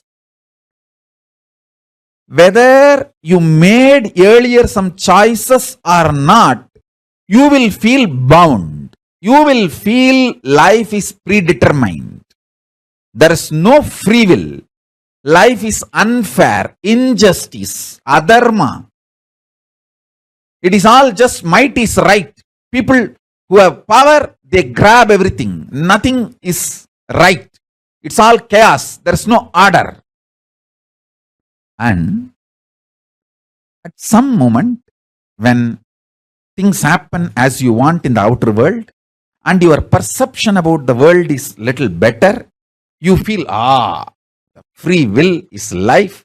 There is a possibility. I can recreate, rebuild. Life has some hope. But please understand, both are of truth. Why even the idea of free will is of truth? Because you feel relieved, hope because of outer world happening. But the real truth is, if you decide to cognize the truth, you are Paramashiva, Paramatma, ultimate powerfulness, subjectively about you. From that subjective truth, if you understand your perception about the world and impact the world, that is called super-determinism. Understand? Whether life is predetermined or free will, the super-determinism is the truth. Answer for the question whether life is free will or predetermined is life is super-determinism. Neither predetermined nor free will. It is super-determinism. Understand? Empowering yourself with the truth, reality. You are Paramashiva. You are the ultimate Paramatma. And from that truth, reality, making your perception about life, and with that strength of your subjective truth about yourself and your subjective experience about the world, impacting the world, the reality is super-determinism. This is the real way of existing. This is what I call freedom. Freedom is not choices. Freedom is manifesting the reality you want to manifest. Listen.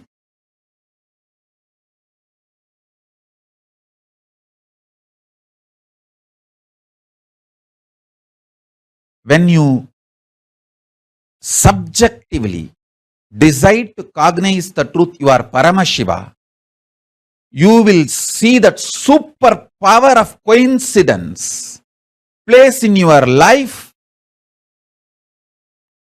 I give you two methods for you to achieve the super determinism. One, deciding to cognize you are Paramashiva, because that is the truth. That's the truth.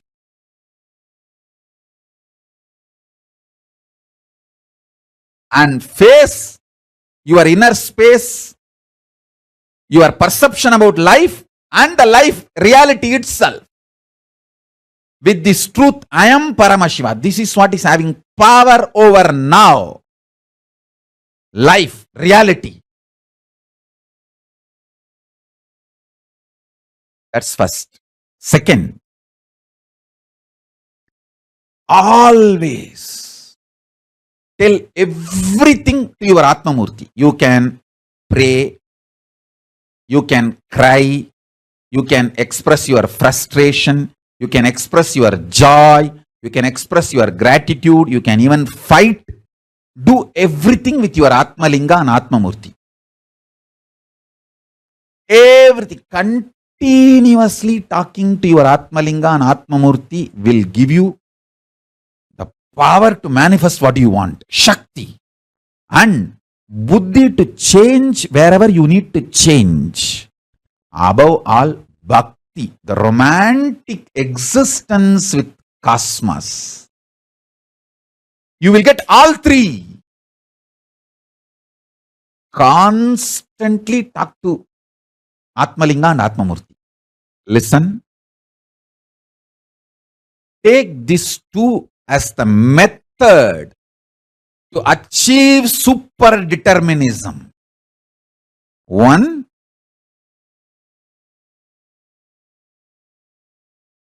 decide to come to the powerful conclusion you are Paramashiva because that is the truth.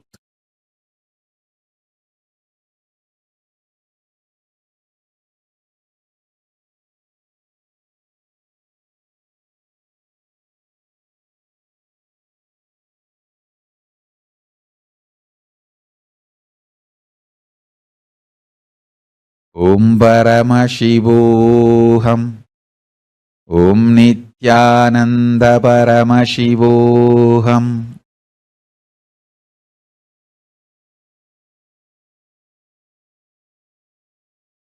Second, continuously talk to Atmalinga or Atmamurti. You can offer your prayers. You can talk even casual things. You can express your love, gratitude, even anger. You can fight. You can express your frustration. You can do anything you want.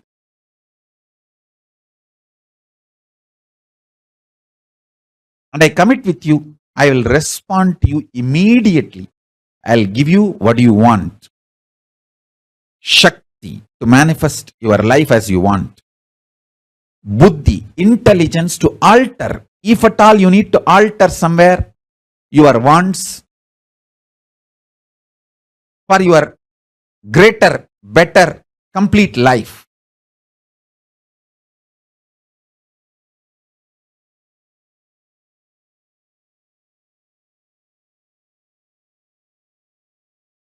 And above all, bhakti, a life positive, joyful connection with life, reality, cosmos, with everything, with yourself, with world, with God, everything. And yukti, method to live enlightenment. And mukti, enlightenment itself. I'll give you the example of Ganga Avataranam, the Gangadhara Murti's story. See, Ganga coming to planet Earth and washing away the sins of Bhagirath's ancestors. Is it predestined? Is it His will? Is it God's will? If you analyze, the answer is no. It is neither predestined nor God's will, nor the free will of Bhagiratha. It is super-determinism of Bhagiratha. Even after Paramashiva received Ganga and released Ganga, even after Paramashiva released Ganga, it was not happening. Jannu Maharshi just swallowed the whole Ganga, because when she was flowing, it seems she disturbed Jannu Maharshi's tapas. He just swallowed the whole Ganga. Is it individual will of Bhagiratha? No. Because he needed to do tapas to Brahma and receive his blessings to release Ganga. Then he needed to do tapas towards Paramashiva to hold Ganga on his head. Then he need to again do tapas to Paramashiva to release Ganga in a controlled way. The first dam built for a river is Shiva Jata. Shiva Jata is the first dam for river.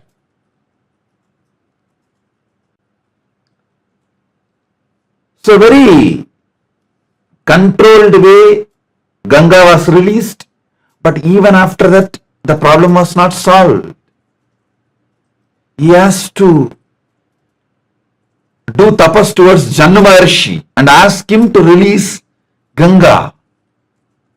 So understand, life is super-determinism.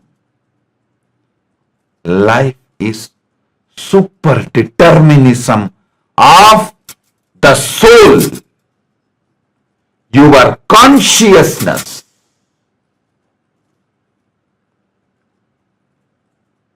Life is super-determinism of your consciousness.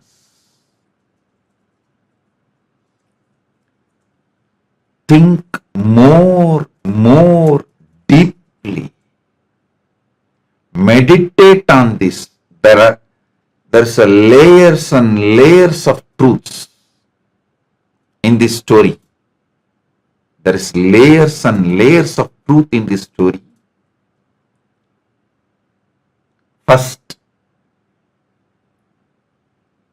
Bhagirath decides to bring Ganga to liberate his forefathers from their karmas, sins, and give them moksha. Then, he doing tapas towards Brahma, Brahma releasing Ganga. Even after Ganga was released, she was rushing with such high energy and speed. All the vertical zones on her way from Brahmaloka. When she was coming, she was literally destroying all the vertical zones. So all the gods got terrorized. That whole Samasta Srishti, the whole creation may be destroyed. The Mahapralaya may happen if Ganga lands from Satyaloka through all the vertical time zones, from Satyaloka to Tapoloka and all the vertical time zones. The frightened, terrorized Bhagiratha again starts tapas towards Paramashiva. And Paramashiva says, okay, all right. He receives the Ganga on his jata. That's a Gangadhara Murti. But then Ganga is stuck in his jata. Bhagirath needs Ganga to come to planet Earth so the ancestors of Bhagirath are liberated.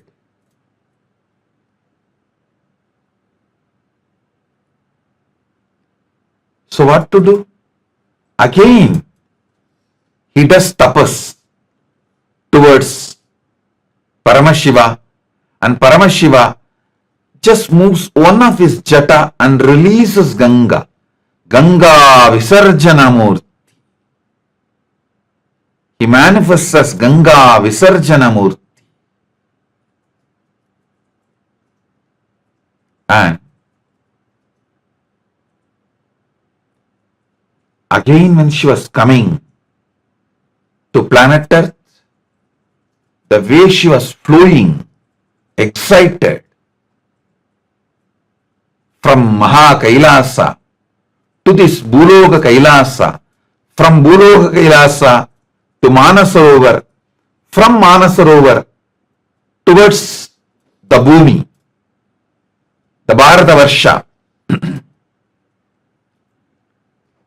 On the way, she knowingly or unknowingly disturbed the Jannu Maharishi's tapas So Janna Maharshi just swallowed her, drank the whole thing.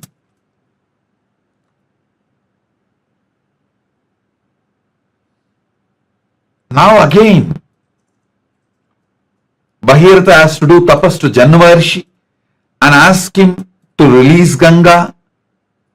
He releases Ganga through his ears. That is why she is called Jannavi.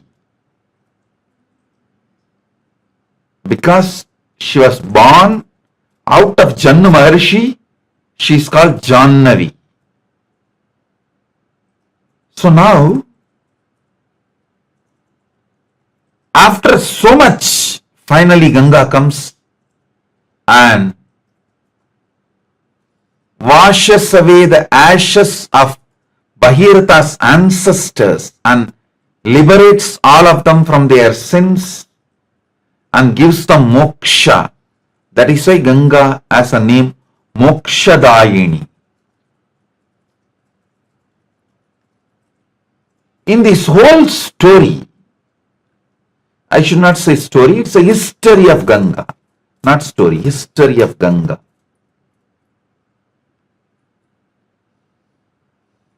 The truth, the reality of Ganga is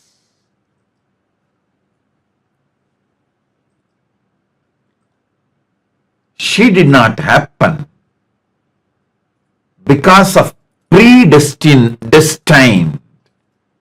the predestination. No, she did not happen because of God's will. No. Brahma sent her. Brahma sent her from his Kamantalu. But that's not enough. She did not happen out of free will of Bhagiratha. No. She happened out of super-determinism of Bhagiratha.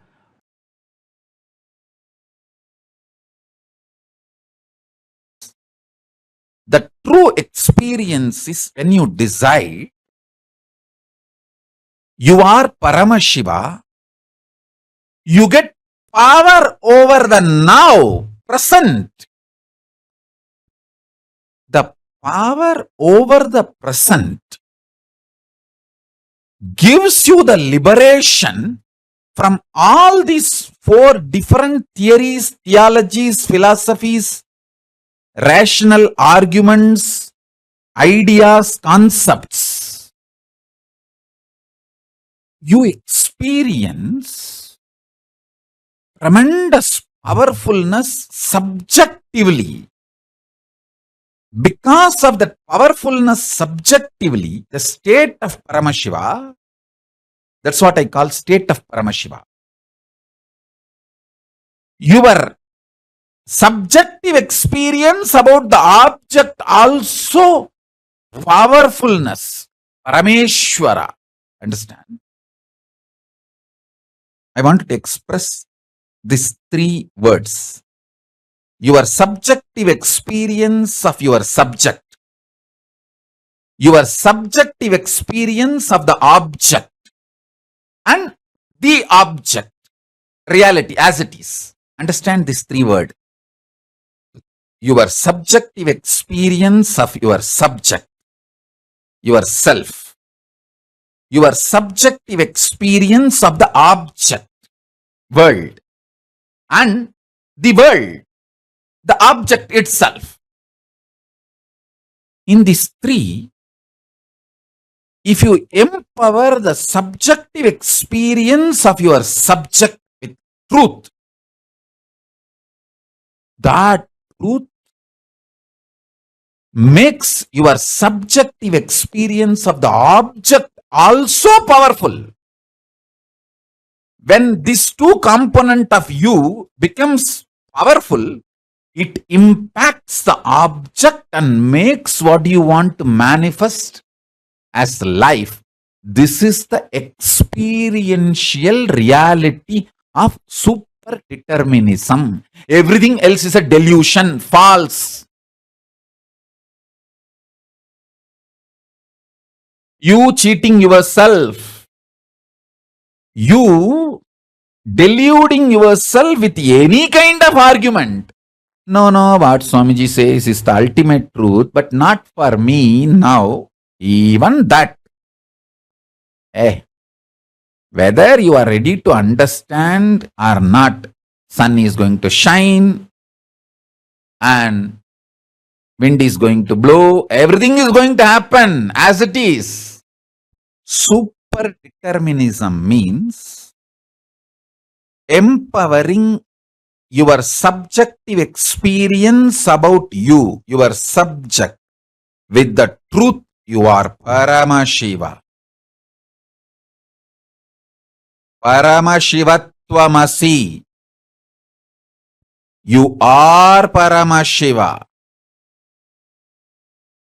Empower your innermost subjective experience about yourself consciously. You are Paramashiva because that is the truth. And from that powerfulness, analyzing your subjective experience about the object, world,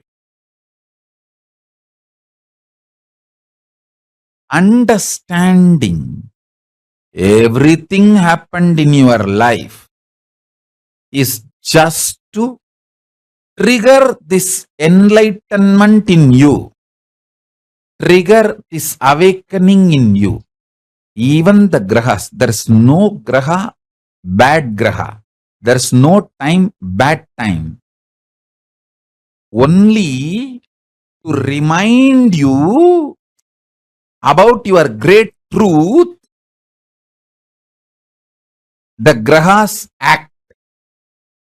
When you don't want to be reminded to live the higher reality,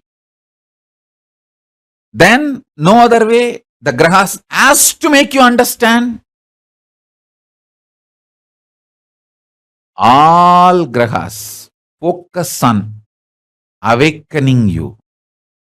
They are all working sincerely for your inner awakening. Understand? Listen. Now listen to the next truth. See, whenever the objective reality impacts your subjective experience about the object and damages your subjective experience about the object, that damage, when it gets overloaded, impacts your subjective experience about the subject itself. That is what I call you gaslighting yourself. Nobody gaslights us. Understand? Nobody can gaslight unless we allow the gaslighting.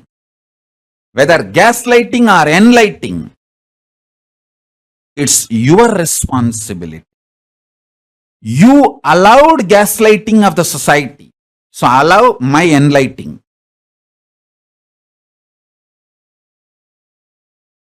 Stop allowing the society's gaslighting, allow my enlightening. So listen carefully.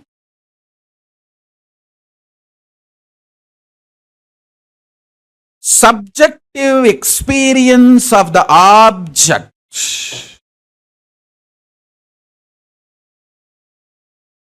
should be impacted, impressed by the truth of the subjective experience you are Paramashiva, not by the objective reality so-called this world and your equations with this world.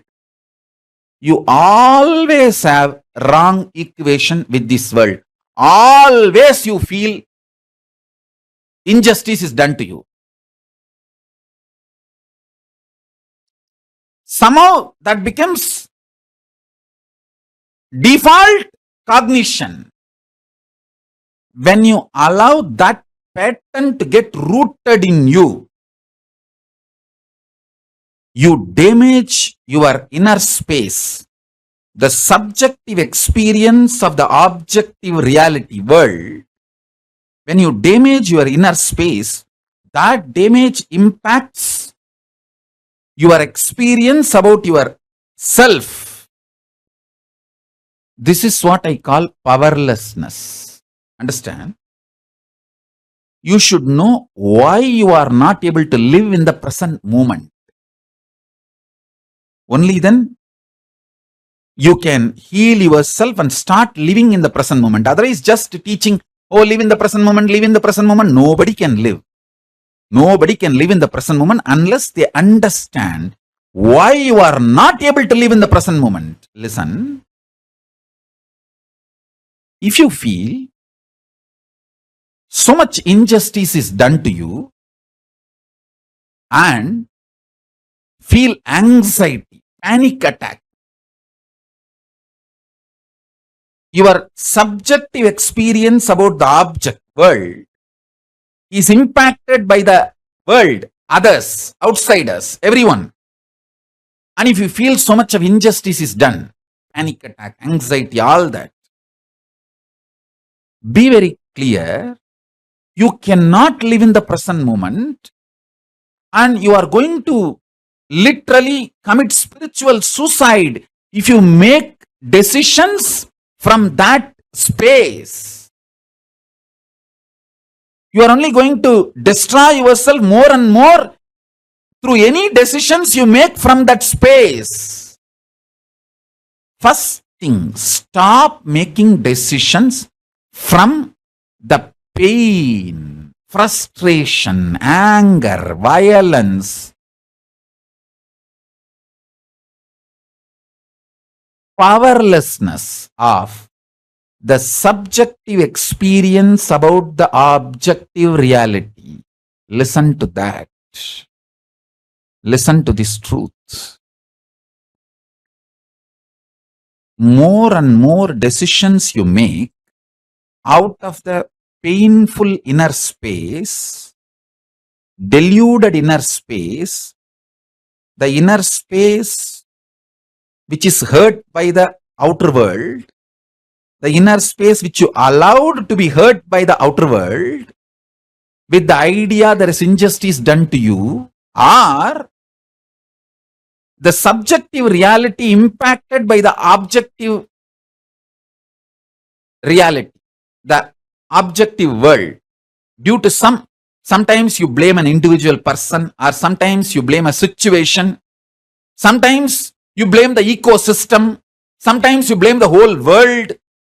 Whoever you may find, blame or not blame, sometimes you will even blame yourself. Even that is wrong. Blaming yourself is not something cute. No.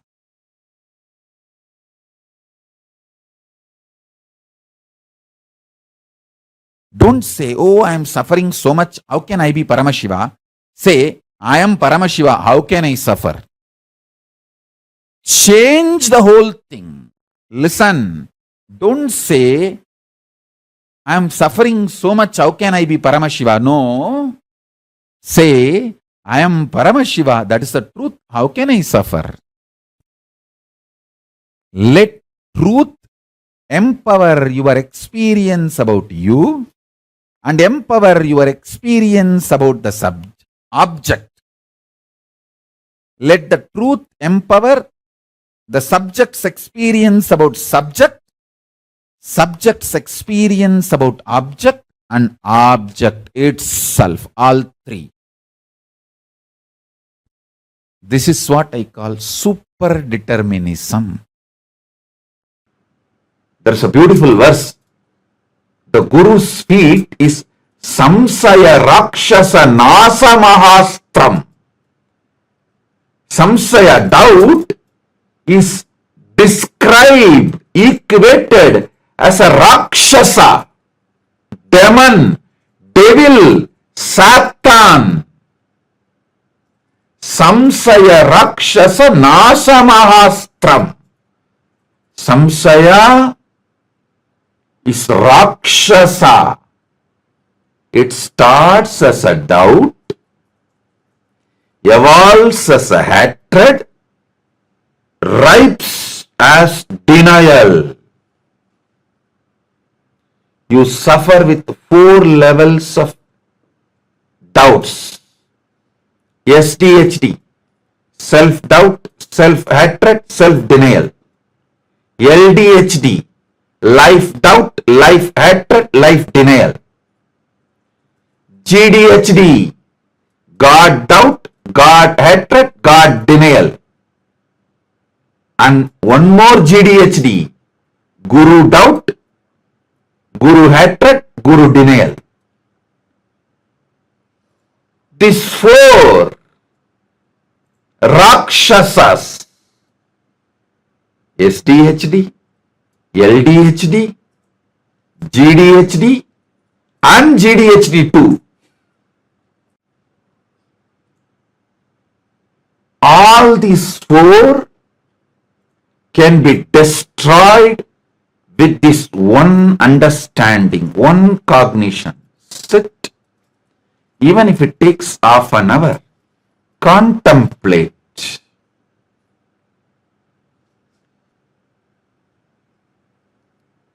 This ultimate truth, which Guru gives you as an initiation.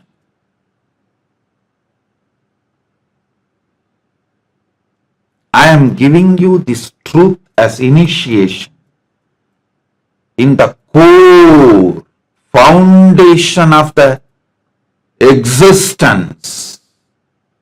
You, your free will, individual soul, Jiva, God, the Ishvara, Shiva Sankalpa,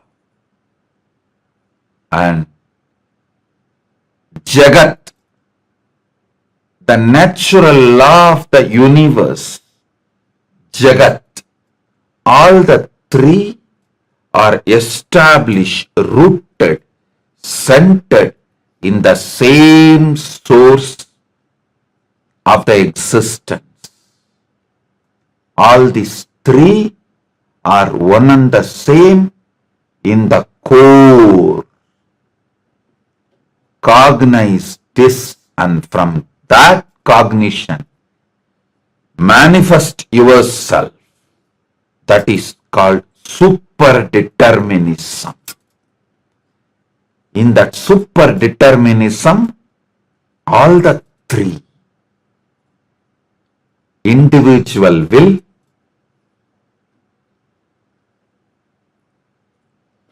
predestined, natural law of the universe, Shiva Sankalpa, Ishvara Shakti, all 3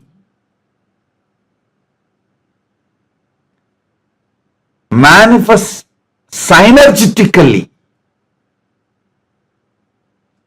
when you decide to manifest super-determinism, Paramatma Shakti, all 3 manifest synergetically. That synergy manifests your life, your success. If you are going for a business meeting, sit and cognize the Paramadvaita Satya. Jiva, Ishvara, Jagat, all 3 are one and the same and established in the same source of existence. I am that. I am that Paramashiva. I am that cosmos. I am that universe in which all the 3 are established. From this, I make the super-determinism. From this, I manifest what I want to manifest. You will see the synergy of Jiveshwara Jagat, Jiva, Ishvara and Jagat manifesting in you and making your life. Every time you manifest super-determinism, you will see success. Every time you see success, your SDHD, self-doubt, self-hatred, self-denial, LDHD, life-doubt, life-hatred, life-denial, GDHD, God-doubt, God-hatred, God-denial, another GDHD, Guru-doubt, Guru-hatred, Guru-denial. All these four gets burnt away. All these four loses its power over you, its grip over you. Samsaya Rakshasa gets destroyed. Samsaya Rakshasa loses its grip over you. Again and again and again, bring the super-determinism. Listen, Bhagirath did not manifest super-determinism in the first effort of his tapas towards Brahma itself. He tried, he manifested one level. Then he tried with Shiva, he manifested next level. Then again he tried towards Shiva and manifested next level. Then again he tried with Janu Maharshi and manifested next level. Even Bhagirath tried again and again and manifested the super-determinism. You also decide you will be like Bhagirath and manifest super-determinism.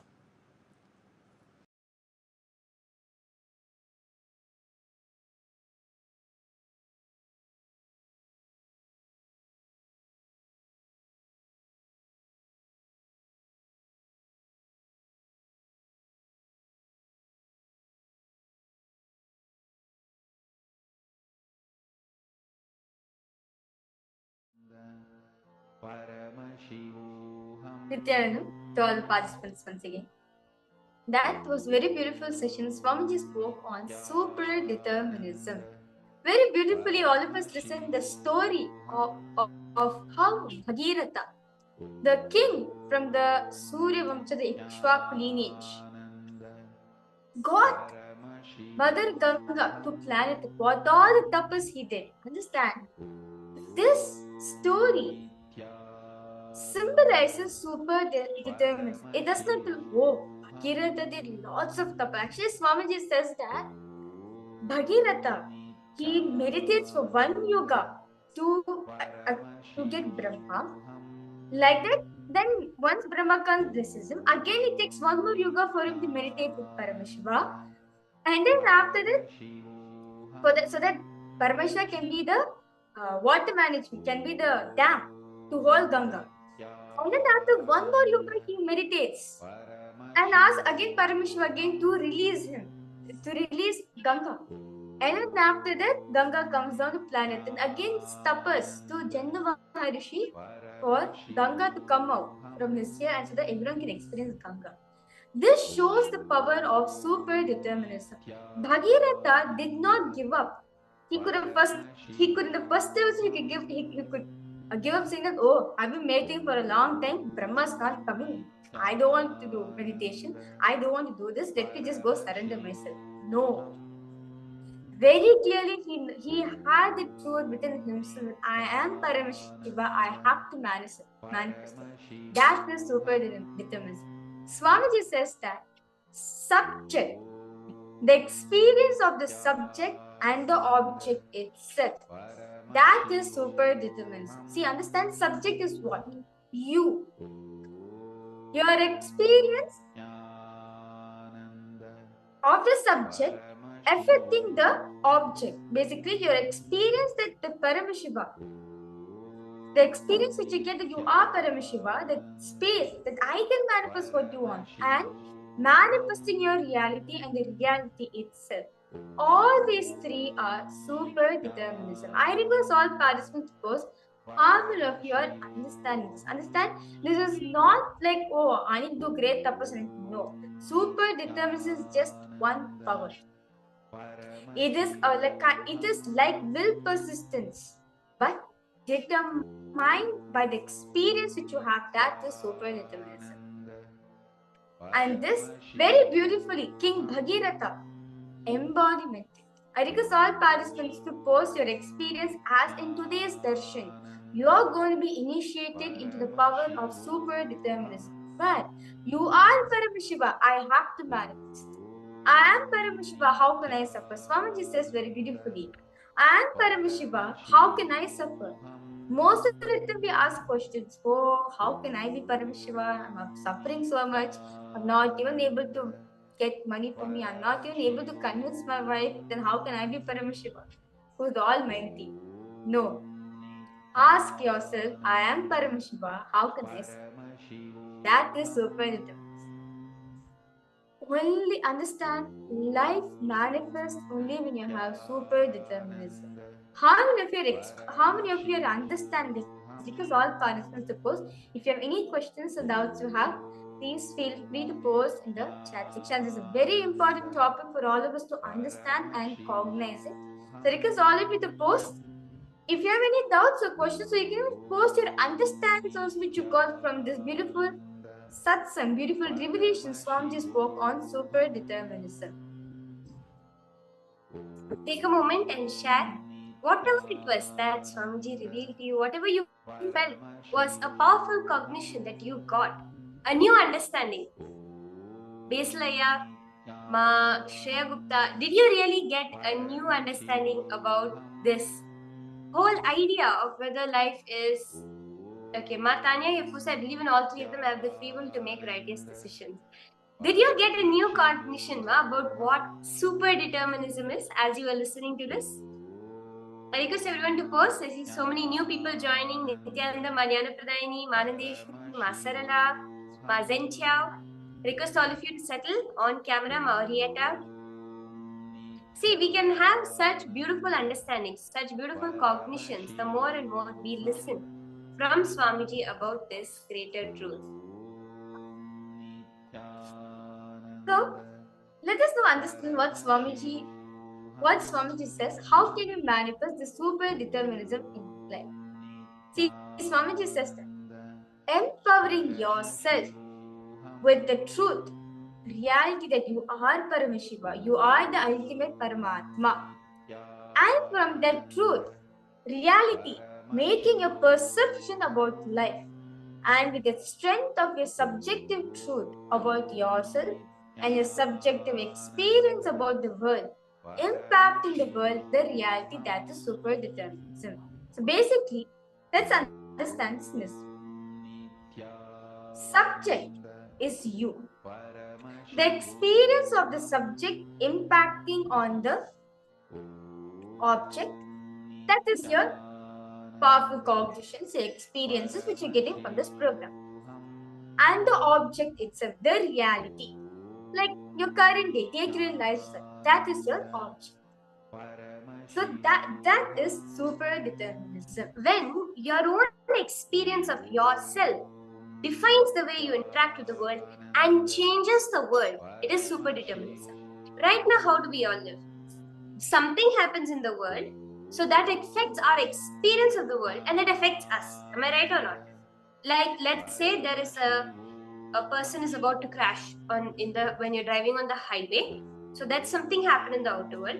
It affects your experience of the world. You start feeling fear, and that affects you personally. That, oh my God, I should be more careful on the road. I should not drive on this road. It's difficult. It's very dangerous.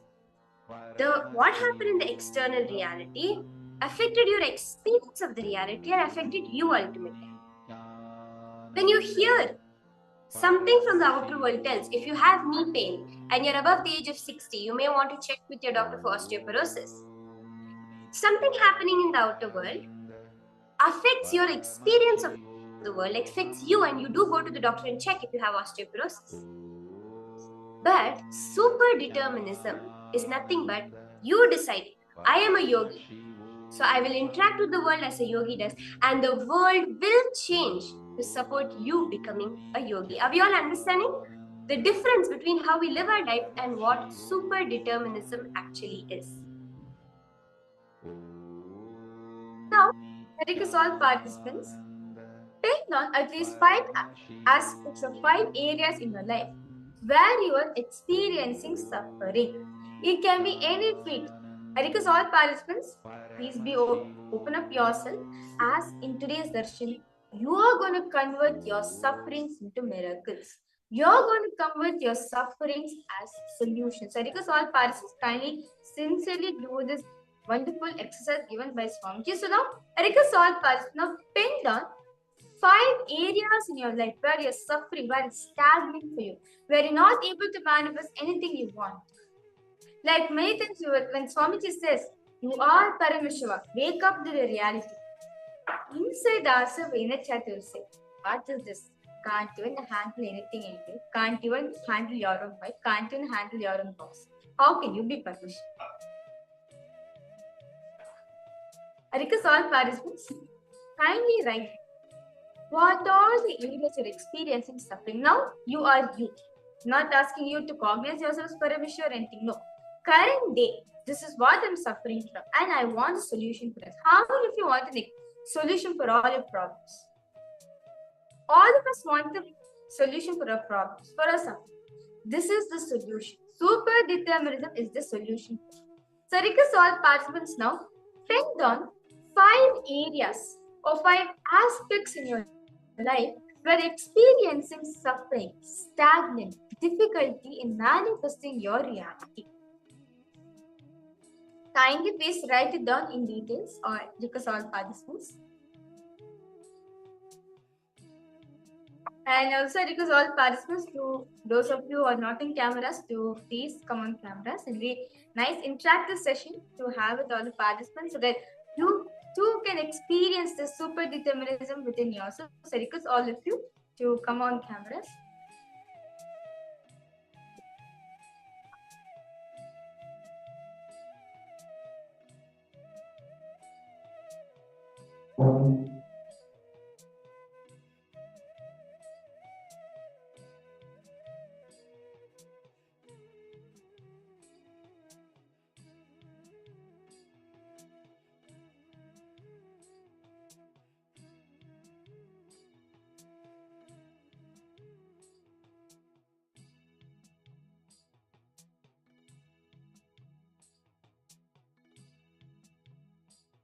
That's all the participants.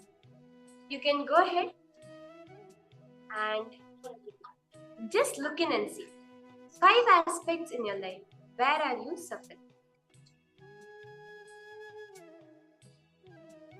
Just look in, really look in and see. Any 5 aspects of your own life, wherever you are seeing suffering in your life. Request all participants to please detailedly write it down. Just 5 aspects. It doesn't have to be all the 100,000 different ways. Okay, baseline, you have posted, I got this, the understanding I got. Super determinism is the truth because you realize that you are Paramashiva.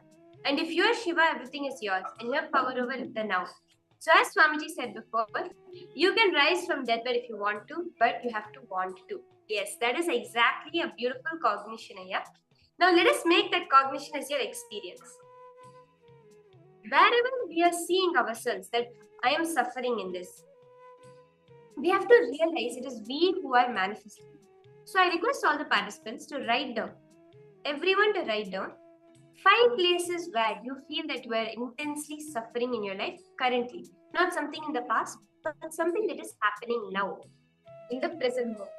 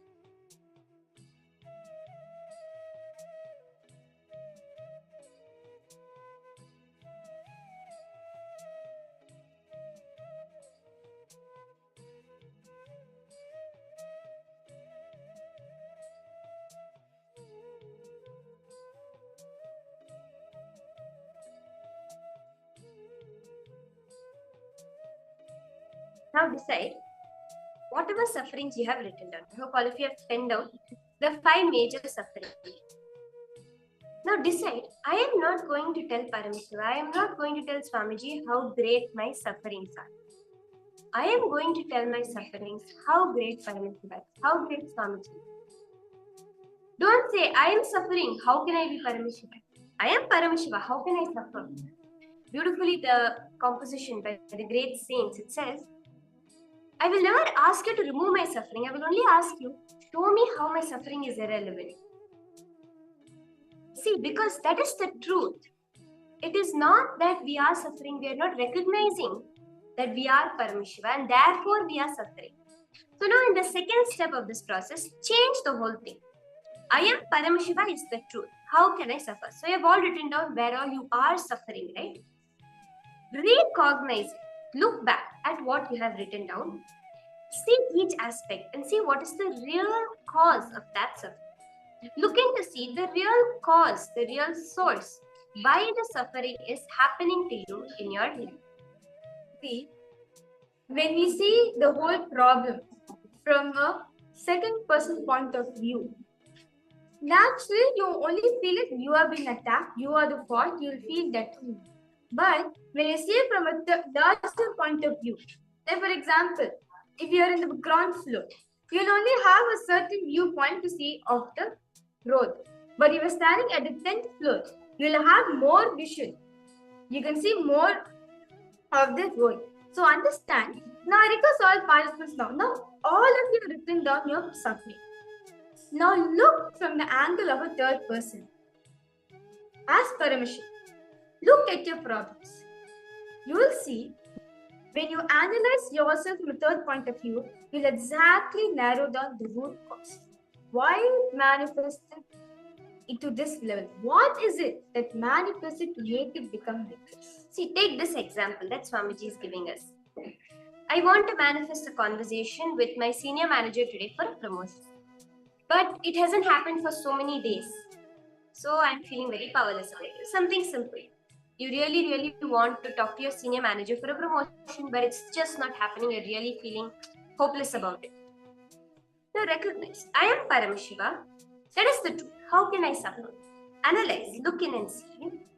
When you look at the suffering from the truth that I am Paramashiva, you will see the real cause of the suffering is the strange conclusions you're coming to. See, it is not the fact that the interview has been delayed that is causing you suffering. It is a weird conclusion, a strange conclusion. Maybe my senior doesn't think I am ready for it. Maybe I disturbed him at an odd season of the year. Maybe I haven't really thought through, is this what I really want? Actually, I'm suffering. Or am I suffering more because my senior manager didn't call me for the conversation? See, look at it like this. Are you suffering because you're not able to get the time of the senior manager? Or are you suffering because he didn't call you? Are you suffering because you are worried about what the result may be? Look in and see. For each of the sufferings you have penned down. When you look at it, I am Paramashiva. How can this suffering disturb me? How can this external happenings disturb me? You will start to see that the suffering is not because of something external. It is because of the conclusions you have come to. Can you all just take a few minutes and do this? Look into each of these sufferings. Look at how is that disturbing you.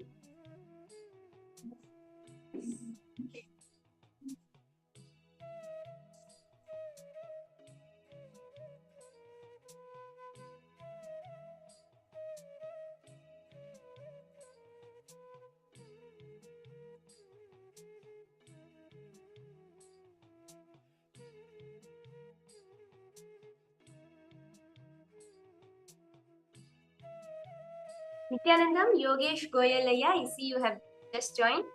I can request you to come on camera and settle down, Aya, for this session where we are internalizing our super-determinism, our ability to manifest our reality. So can I request you to settle down, come on camera, and do participate actively in this session. You will get a breakthrough. You will have such beautiful cognitions manifesting through you, Aya. Basil, I request you to post if any further questions or doubts you have. Please feel free to post in the chat section. I request all participants, yes, ma Anand Premini, ma Saroj Aplush, ma Indra Sidambaranathan, ma Madeline Portuguese, ma Chen, I request all of you to please come on camera. Ma Shurini Durga, ma Yolanda Catherine. Yes. Ma Chenhua? Yes, see, Ma Orietta De Ferrari, you too, Ma, if you can come on camera.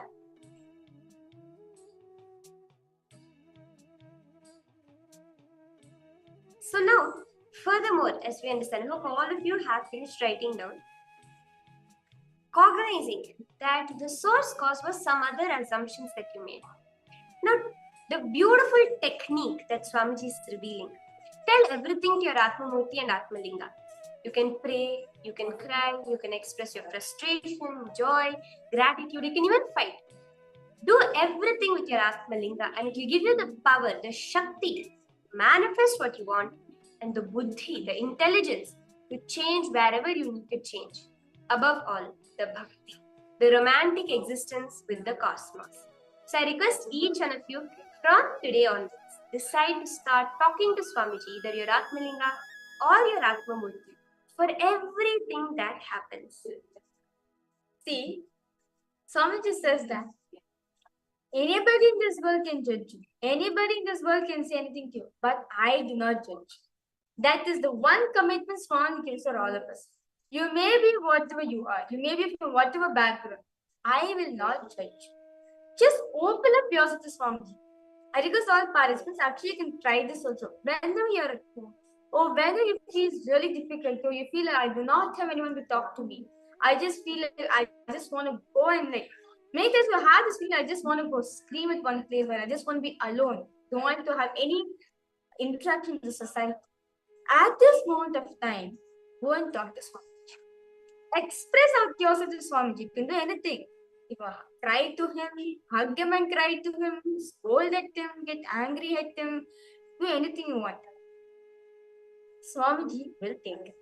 I request all of you, how many of you are going to start doing this from today? Can I see a thumbs up? How many of you are going to start at every moment talking to Swamiji? Talking to your Atmalinga or Atmamurti. If there's anyone of you who are already doing it, you can show me double thumbs up. Okay. That's wonderful, Ma Saroj. Yes, Manadeshwari. Yes, that's wonderful, Ma. Yeah, okay, Ma Saroj is doing 2 thumbs up. Okay, she's already talking to Swami. That's wonderful, Ma. Yes. So with that now, let us enter into the next session that we're going to be entering into a powerful and beautiful power manifestation session. So I request all of you to get ready as we enter into this power manifestation. We're going to be manifesting an exciting power, one that will change your life forever. It can change the whole world. It's a very beautiful power. So I request all of you to come, settle down and get ready for the power manifestation.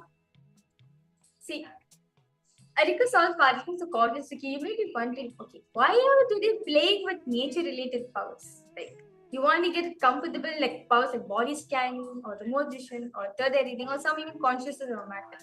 But why is it we are starting playing with nature with power? See, very beautifully, Swamiji shares that nature is actually part of it. Nature responds to your feelings. Very beautifully, it is even it's scientifically it's also proven that the water which you have within your system responds to your thoughts. Like it's a very beautiful research done by Dr. Emoto, where he shares that the words which you utter creates a certain crystals done in water. Like for example, say anger. The crystal which is formed by saying the word anger is like you yourself feel disgusted. And if you just say the word happy, joy, blissful, the crystal which is formed in water also will be really amazing. So understand, nature is a reflection of you. We are part of nature. See, if water can have that effect, right? So if we can have that effect on water, Understand, the planet Earth is made of 70% water, and your body is made of 70% water. So, based on the feelings, the emotions, the way you relate with water, you can change the constitution of your body. Today, the power in this session, which we're all going to be playing with, is the power of bringing rain. Actually, Swamiji has demonstrated this power on numerous occasions, where on World Environment Day, we have manifested, Swamiji has manifested rain in over 112 countries, which did not have rain prediction. So, Swamiji was very specific to choose only the 108 countries which did not have a prediction for rain. And the whole Kailasa sat, created the space, did the power manifestation for manifesting rain. And in every single one of the 108, actually in more than the 108, just the 108 countries, rain was manifesting. So you understand? Okay. How did Swamiji do this? Like manifest, like sitting at the time? Understand? Swamiji was sitting in India, the Bangalore area, and Swamiji was doing this.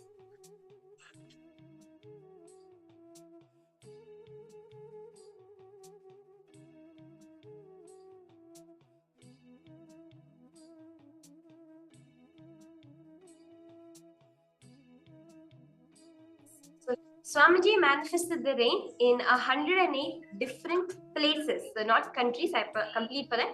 In 108 different places that did not have a prediction for rain. So understand, this power is very powerful that you can manifest too.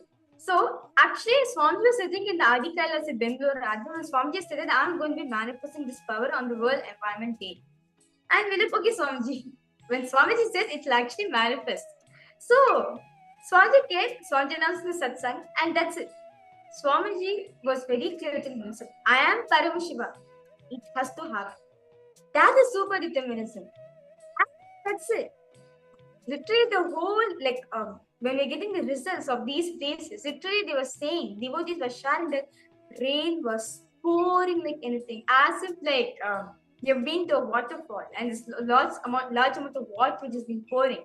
Exactly like that, it was having so much of water got showered on that day. And this is places which did not have a rain prediction. It was the places that did not have rain in their weather prediction.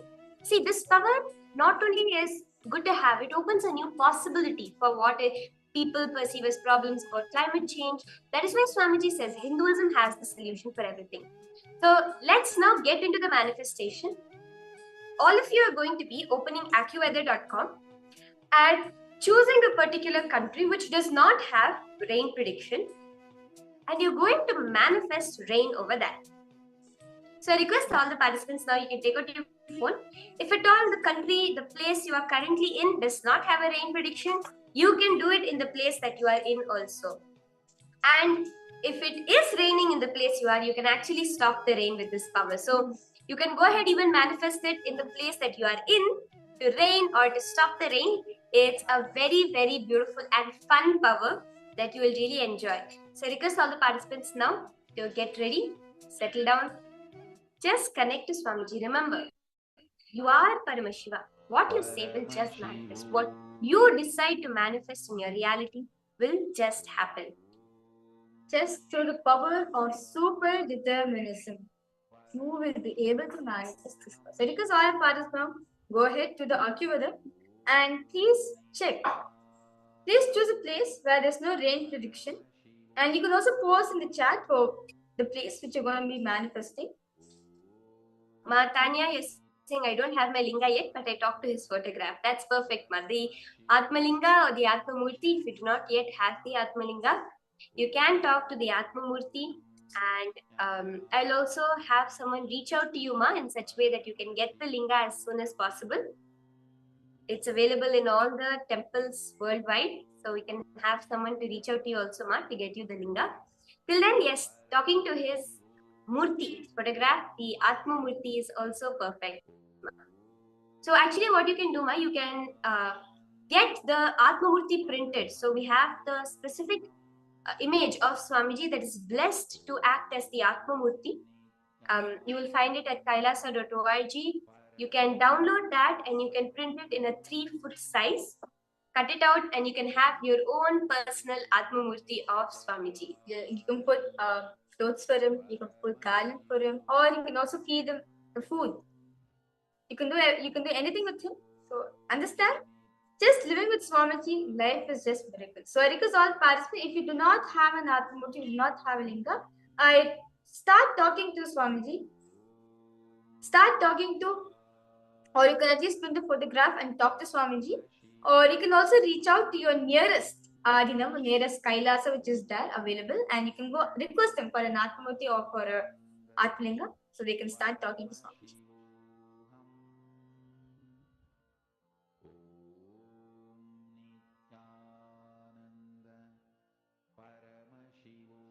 So let's continue with the power manifestation. I request all of you now to sit straight once you have chosen your place to manifest with. Connect to Swamiji. Start chanting the Mahavakya Om Nityananda Paramashivoham intensely in your inner space. See, forget about what is happening externally. You get absorbed in that space. I am Paramashiva. I am Paramashiva. Look in and see the source of the being. Who is that subject? Not the subjective experience of the subject, not the object, but it is the subject. Who are you really?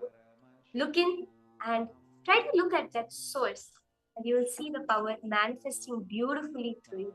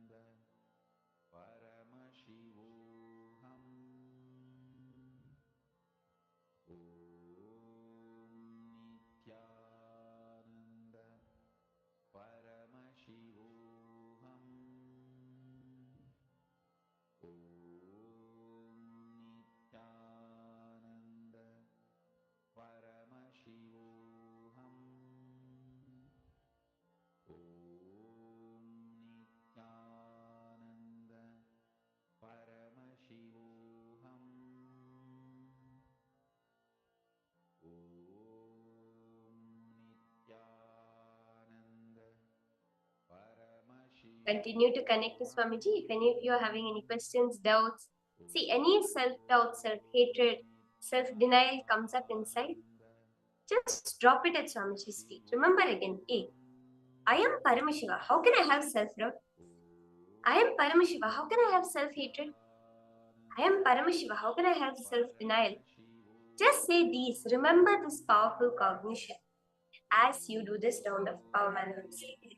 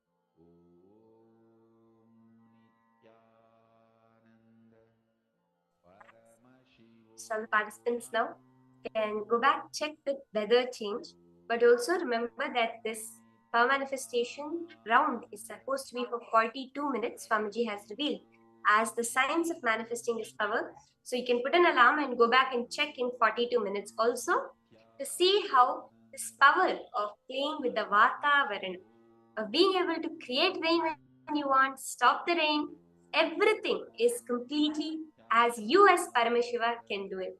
Yes, Nityananda, Ma Shukrendra, Ma Shalini Durga, I see you both joining. We're just about to enter into the next session, where we are going to be understanding one of the very, very fundamental truths that Swamiji has revealed about intensity versus continuity. The brain that is programmed by modern physics, we can understand something that is intense, but the minute we say intense, it is short. But if we say something that's continuous, it is dull. And that is why Swamiji reveals that modern day electricity cannot be transmitted at a super high voltage without losing its consistency, or can it not be consistently transferred at a super high voltage? The inability to store electricity is because of this flaw in our understanding. Swamiji is going to redefine the very understanding we have of Einstein's theory of E equals mc squared, the special relativity, and it's a very, very beautiful and exciting session. Let us now listen to directly from Swamiji about the revelations on intensity versus continuity.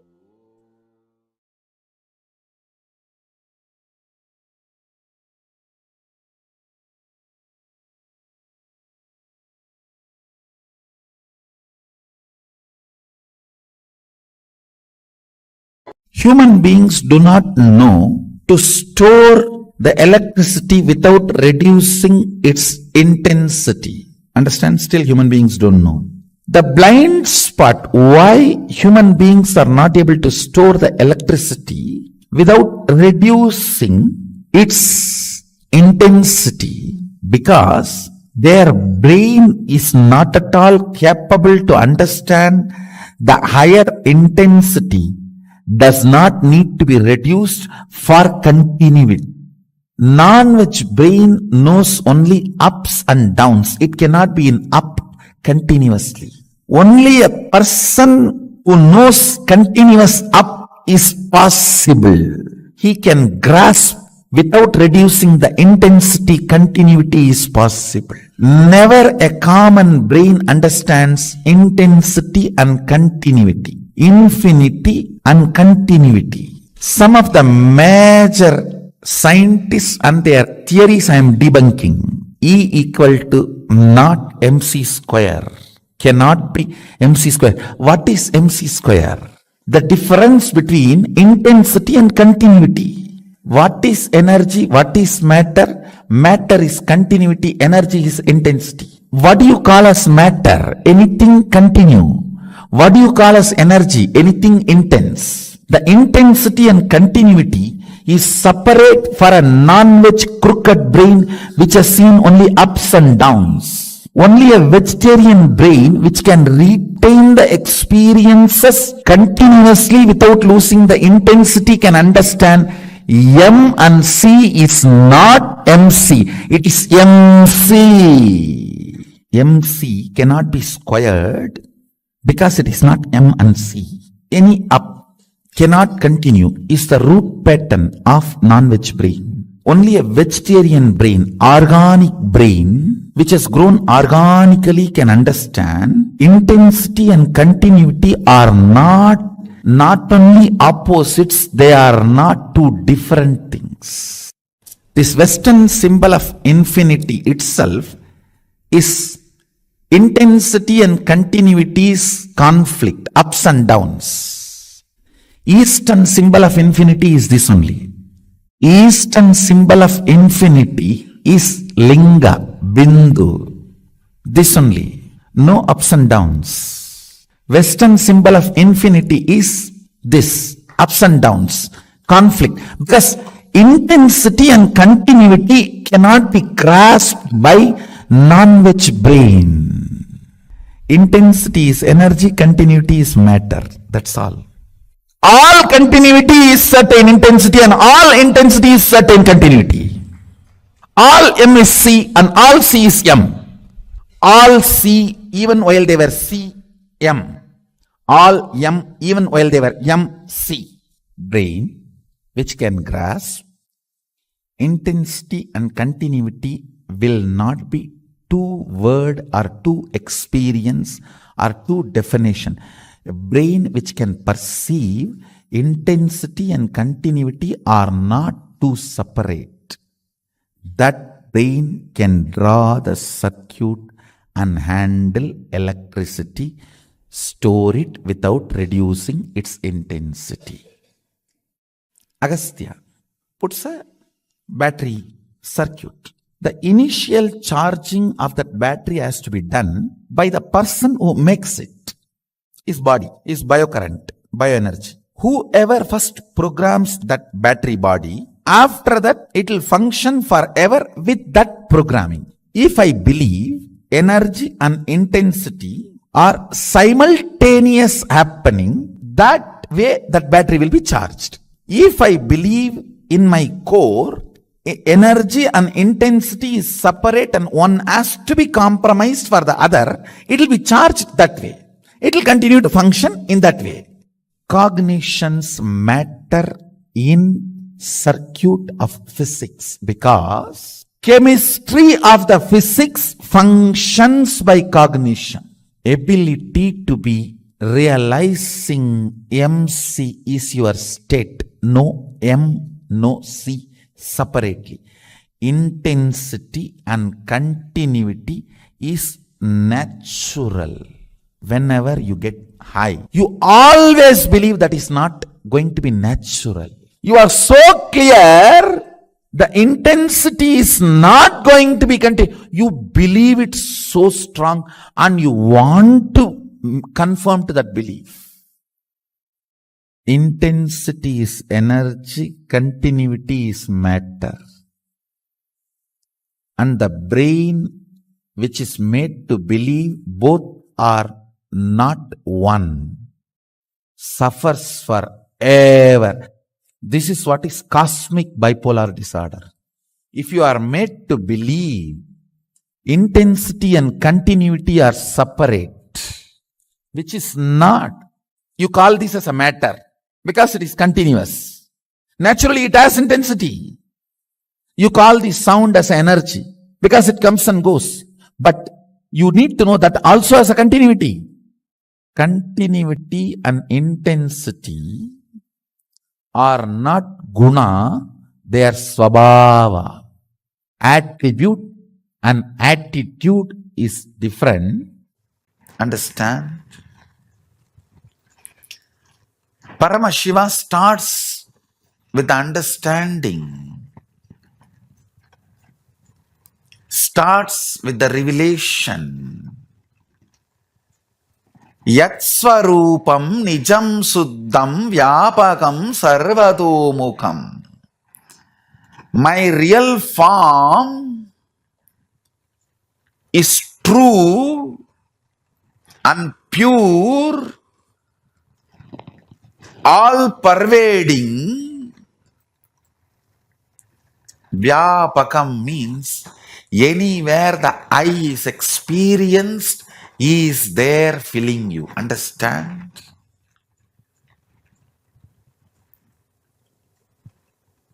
In E equal to mc square, Einstein is trying to maintain the speed of the light as a constant. Listen carefully. Speed of the light or time is not constant. I'll tell you what is exactly constant. Consciousness reflecting on the space, the fifth dimension of the universe. Consciousness reflecting is constant. In all our consciousness, Paramashiva is reflecting in all our inner space. Paramashiva is reflecting, that is constant. Understand? These 5 elements and 5 dimensions are related.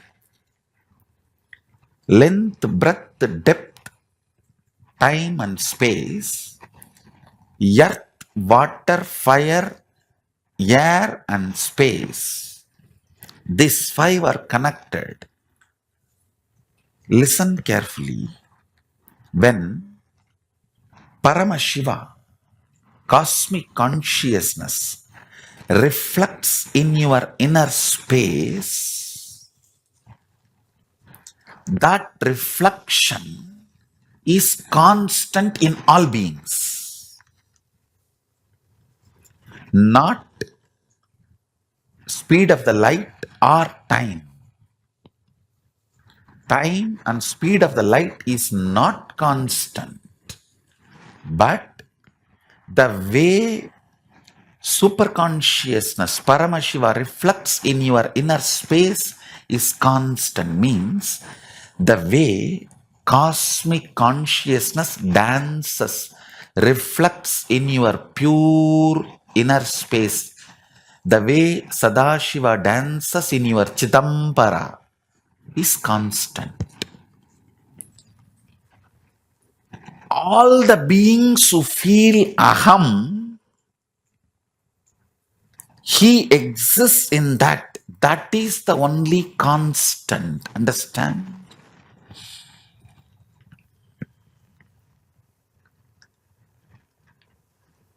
From that starts the will persistence. Manifests the will persistence. Whoever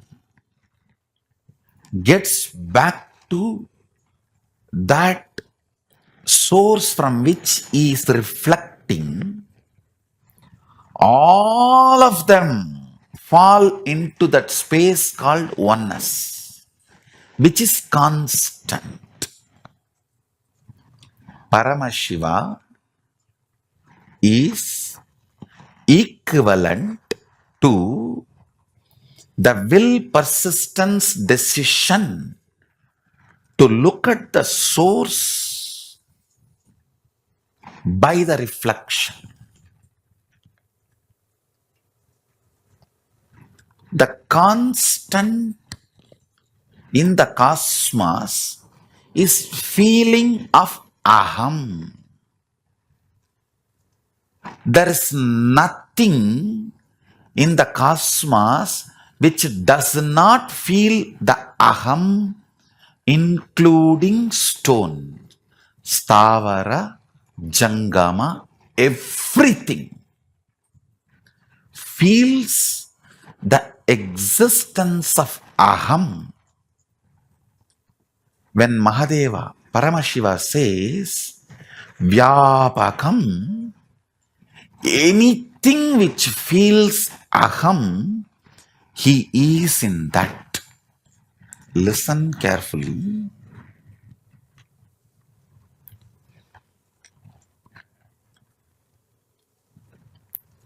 Length, breadth, depth, time, space.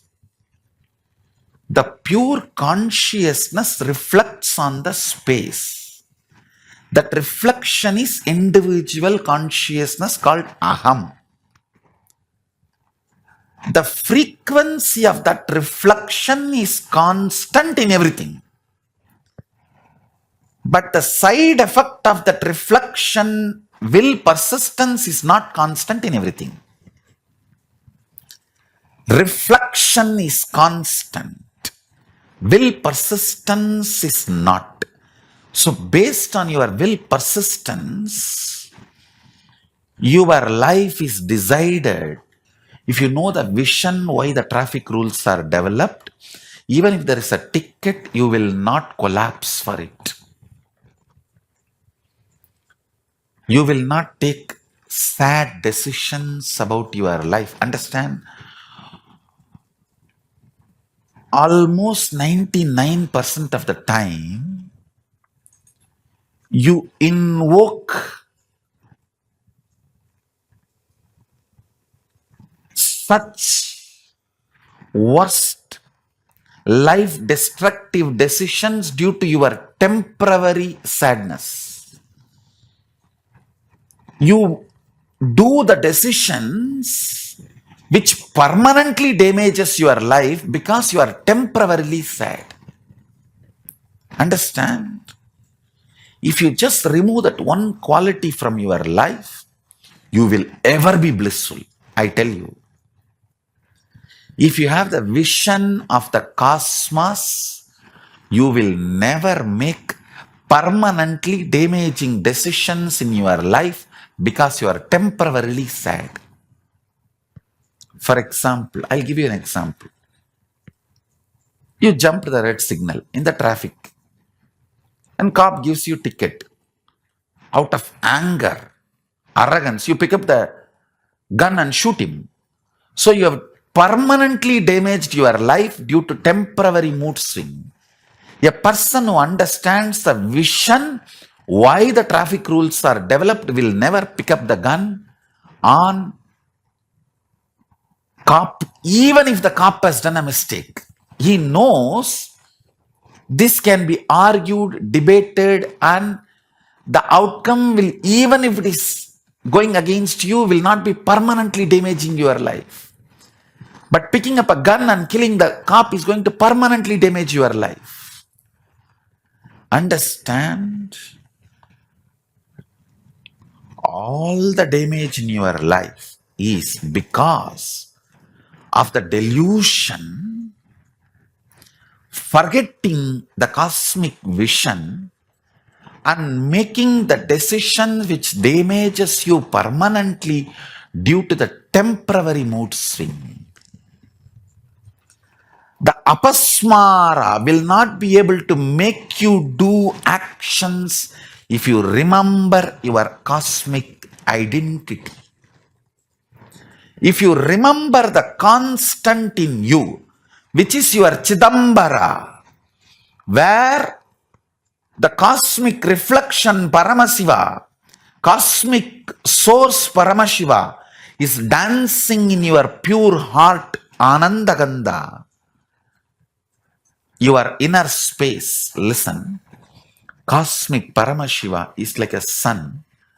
Your pure inner space, that space Chidambara, Akasha, Antarakasha, Chitakasha, is like a mirror.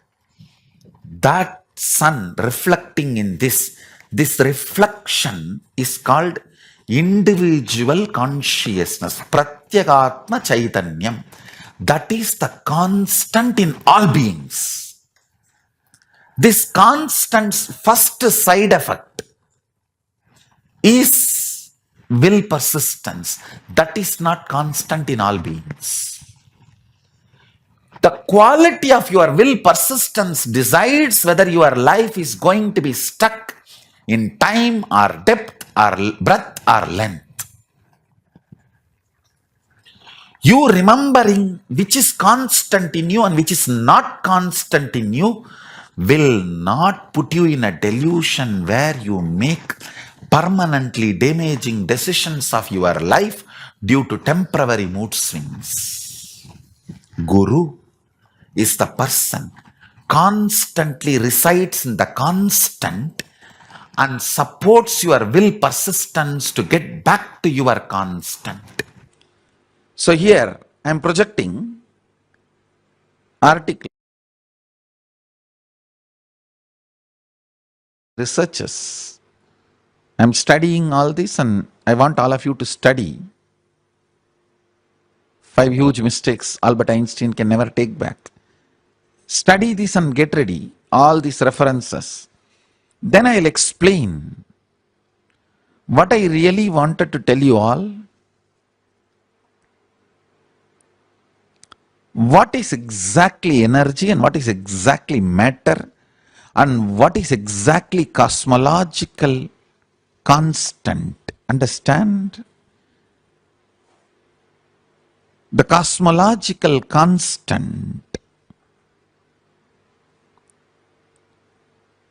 Nothing is constant is the truth. The very word Shivam is causeless, auspicious, expansion, eternally. There's no constant. Even time is not constant. Understand? The space from Big Bang to black hole is time, but it is not constant. The moment it comes out, Satya Yuga is more intense. If you see the time nearer to Big Bang is more intense.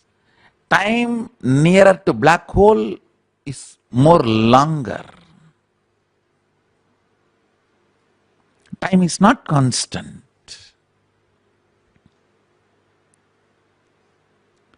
That is why 1 year for us is considered as 1 day for Devatas who live in Satya Yuga. Understand, time is also combination of matter and energy. When there is an intensity component is more than continuity.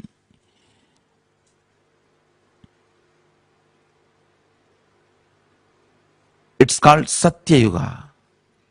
When the continuity component is more than intensity, it is Kali Yuga.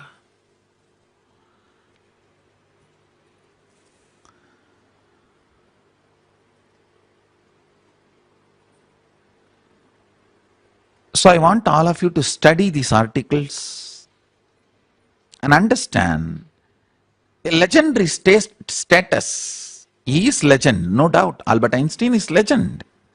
Legendary status does not mean infallible. All of you analyze, understand these articles.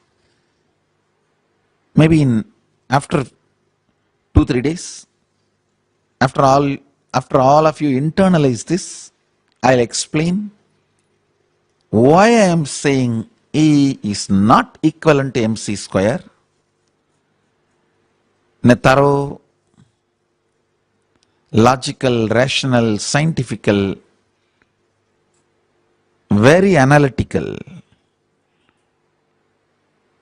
research work which I have downloaded from Vedas and Agamas. Understand,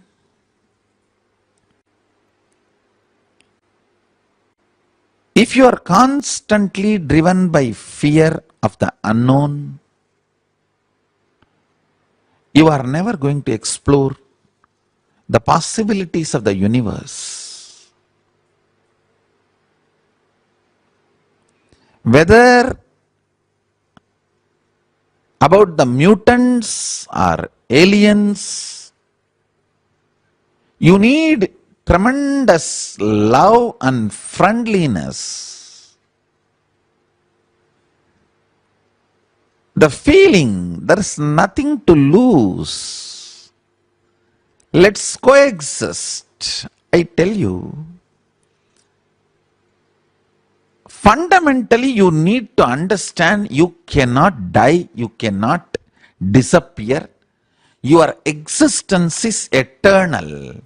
You may change the form, like Krishna says in the Gita beautifully. Just like changing the clothes, we change the form, but we exist eternally. See the intensity component in you. If it is powerful, you will naturally realize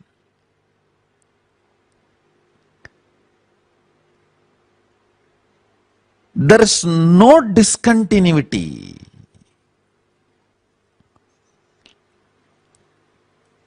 Listen.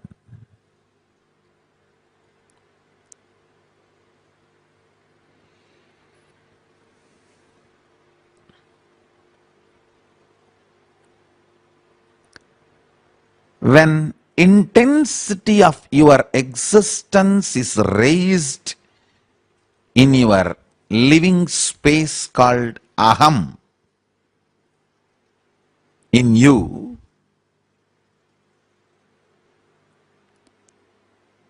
your every cell, gene, DNA, everything goes through such powerful upgradation,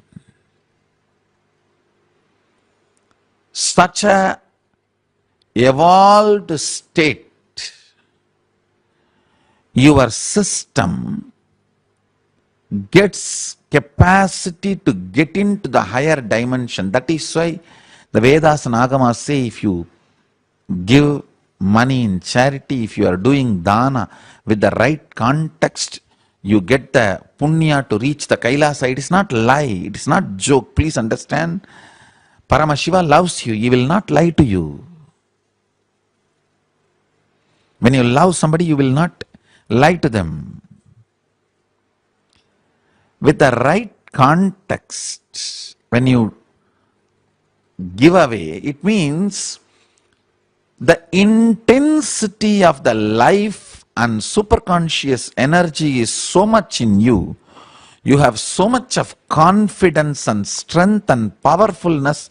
Your powerfulness is not dependent on some so-called wealth or bargaining negotiation factors. Understand? Intensity is continuity.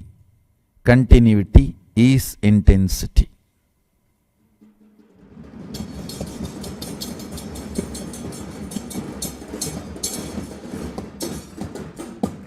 If you woke up one day for yoga, you can wake up every day.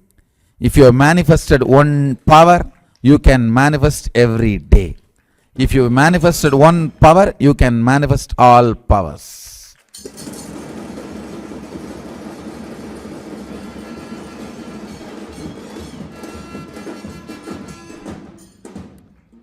Your confusions does not matter.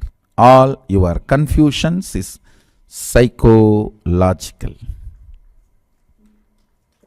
They do not matter because they are matter.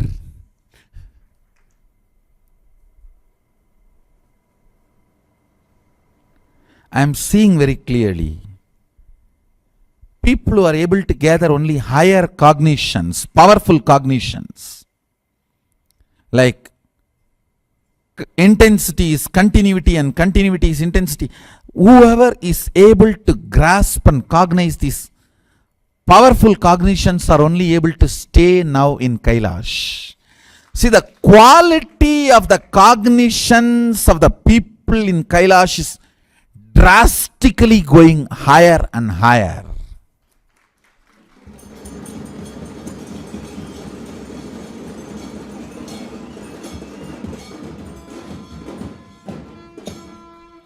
I am seeing the quality.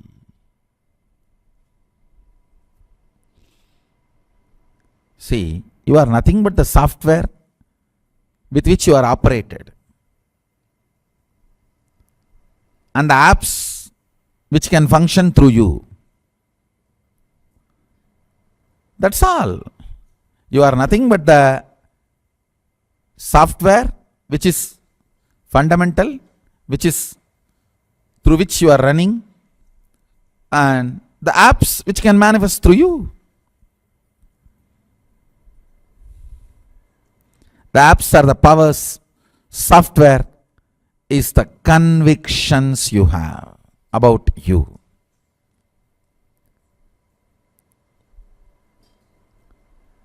Day-to-day conclusions cannot change your convictions. You putting like or love or tears face or wow face or angry face cannot change the software of the Facebook. Understand? Your like, love, wow, tears and angry is conclusions, but software of the Facebook is conviction.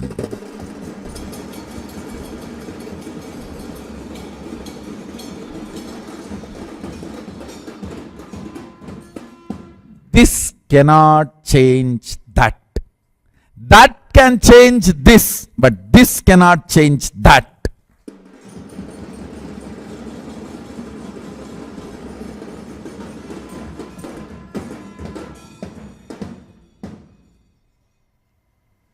So remember this. Your everyday conclusions cannot change your convictions.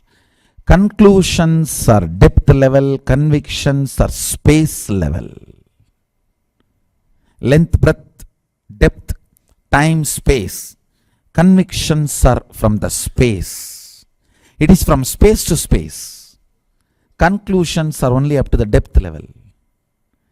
Anything which can go up to only depth level cannot go to the space. Anything from space can come to depth. So, your like, love, wow, tears, anger. These 5 phases, 5 actions or reactions cannot change your convictions. It can change your conclusions. Conclusions cannot change your convictions.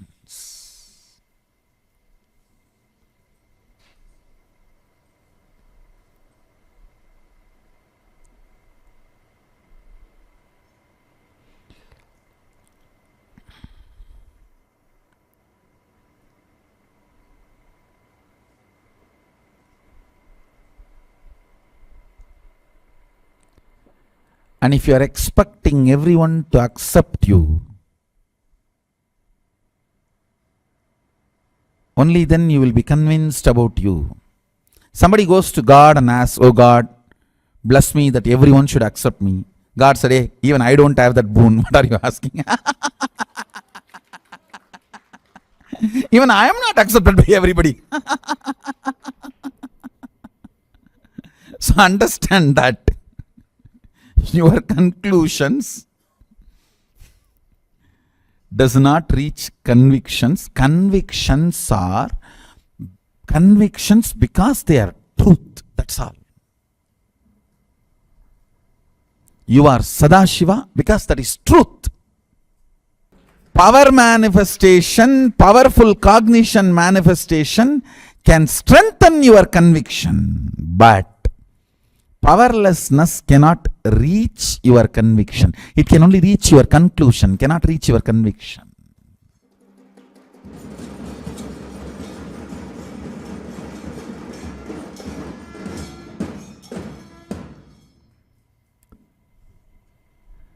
That is why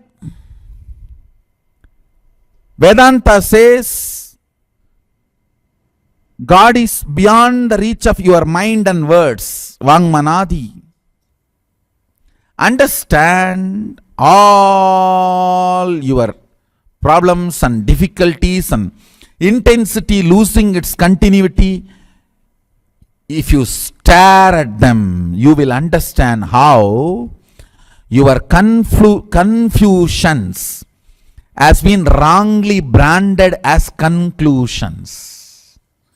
Your confusions are wrongly accepted by you as a fact or the truth.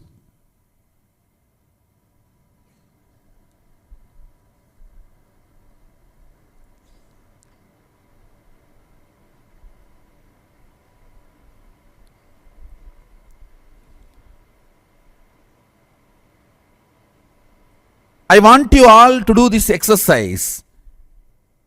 If you feel your intense, sit and dig out all the reasons. You will see your confusions have been wrongly coronated as conclusions and truths and fact.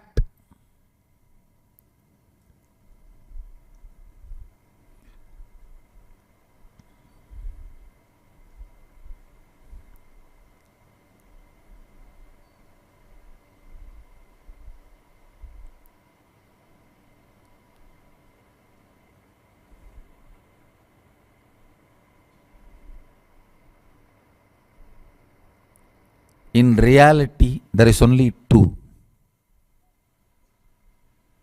body and consciousness.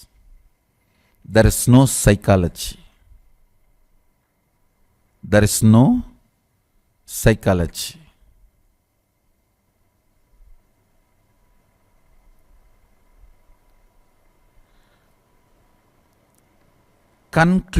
Understand, confusions given legitimacy and accepted as a fact forms the foundation of psychology. Understand the truth.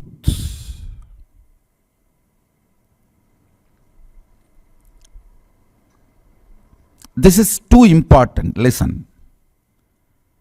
In day to day, whether you are successful or failure, you manifest power or you manifest powerlessness, these are all conclusions you arrive that cannot affect your conviction you are Sadashiva. Understand? The conviction Sadashiva cannot be shaken. You are the para, the ultimate, what I call the Mahasadashiva.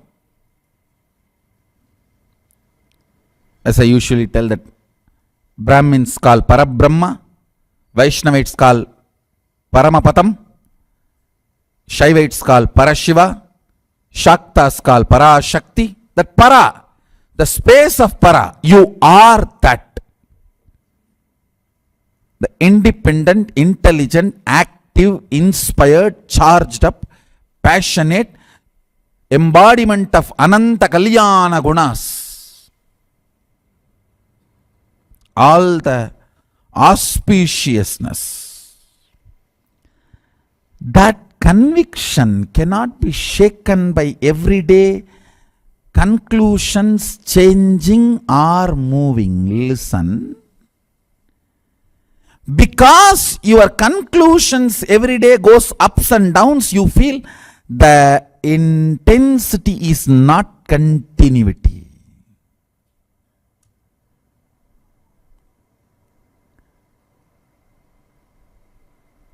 Your day to day, see, you always gauge the productivity of your life and how you feel, what you are, about the day to day mood swing.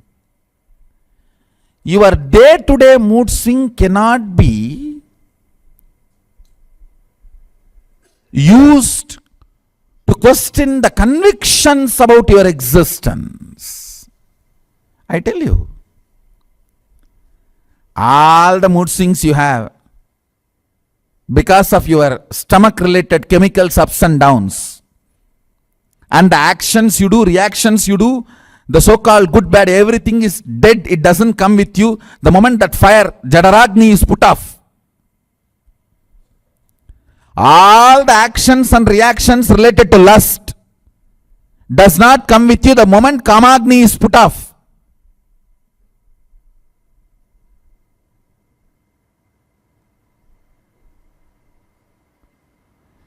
So every point you have to come to certain conclusions about you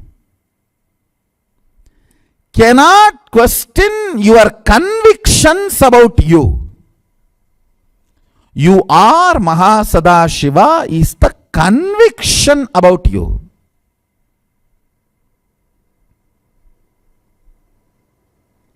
It's not conclusion.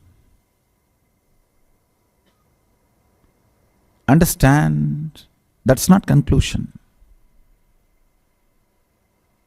That cannot be conclusion.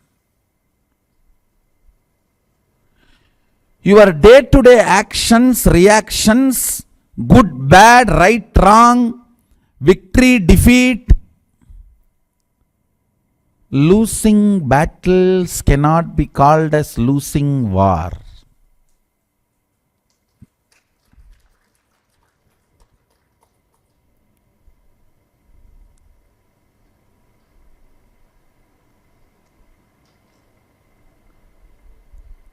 If you stop, conclusions shaking your conviction, your intensity will become continuity.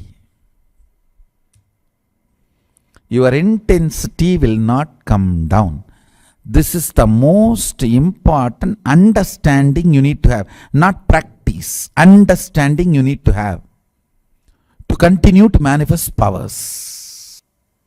Understand.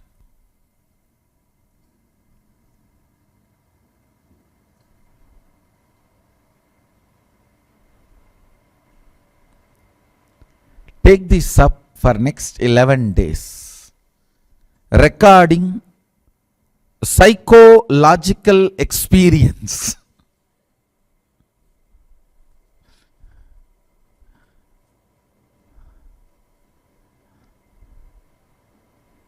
of you from the time you wake up to the time you go to bed. Every half an hour, just record what you are doing and how your mood is.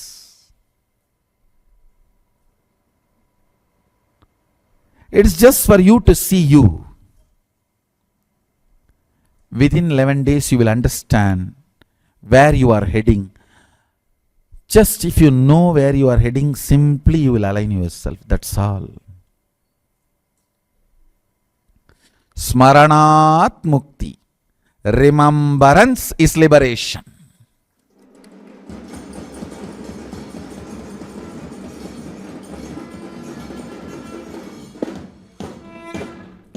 Nothing else, just remembrance is liberation. Smaranat Mukti.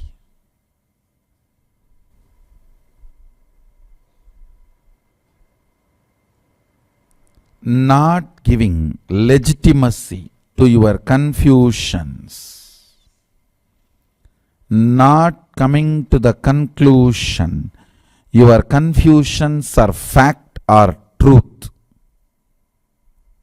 will take care your intensity is continuing. You manifest all the powers. If there is a problem, intensity is not continuity and continuity is not intensity, you need to attend to only one component of you. Your confusions are being given the wrong label as truth or fact. They are misunderstood as conclusions.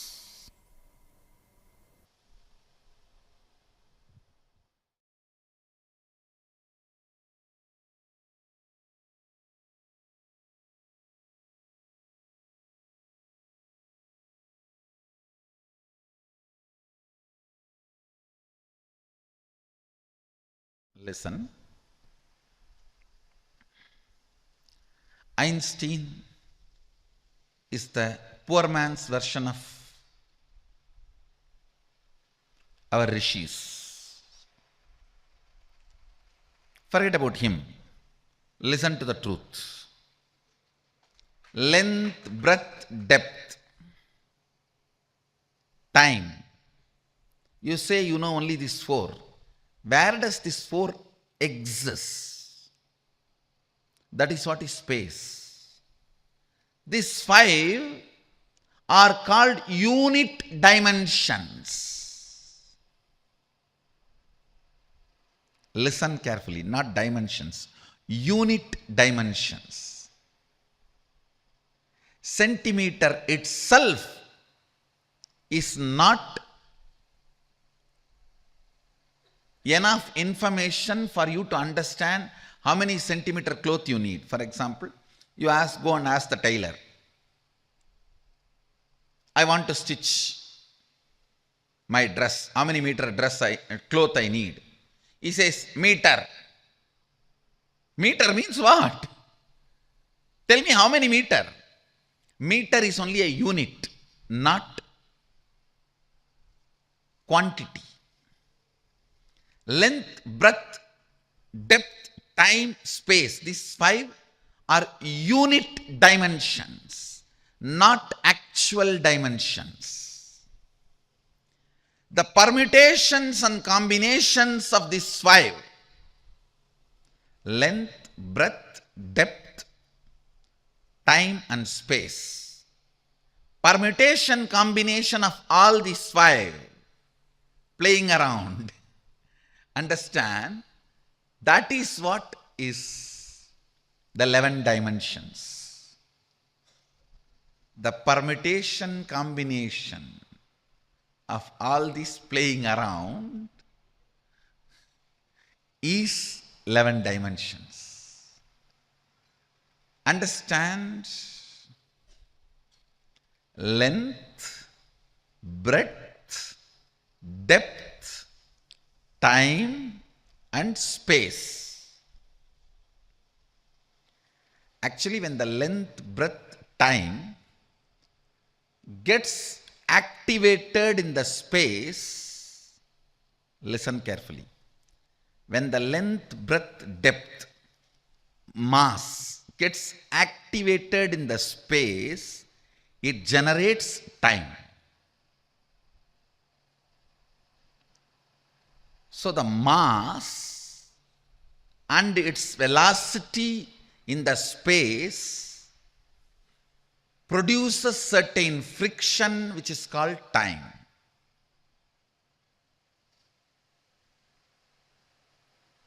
Mass, when it produces certain velocity in the space, the friction generated is called time.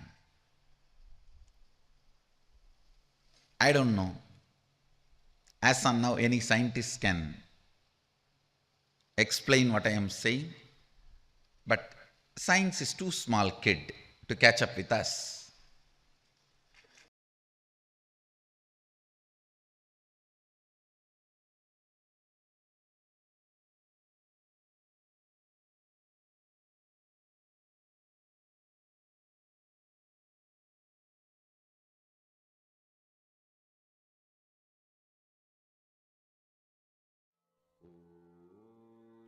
Nityanandam, to all the participants, all those of you who are joined with us for this beautiful session where we understood the logic, the greater logic of life, of understanding how intensity and continuity are not separate.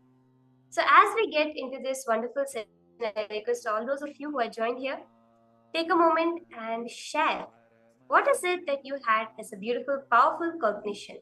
How did it change your way of understanding reality as you were listening to this beautiful session on intensity and continuity? Very beautifully, Swamiji spoke about that when there is no intensity, there is no continuity. And when there's no continuity, there is no intensity. Both are related to each other, both go hand in hand in each other. I request all participants to post your your understanding on beautiful revelation Swamiji spoke on. You can go ahead and share whatever it was clicked with you the most as you were listening to this beautiful session from Swamiji himself.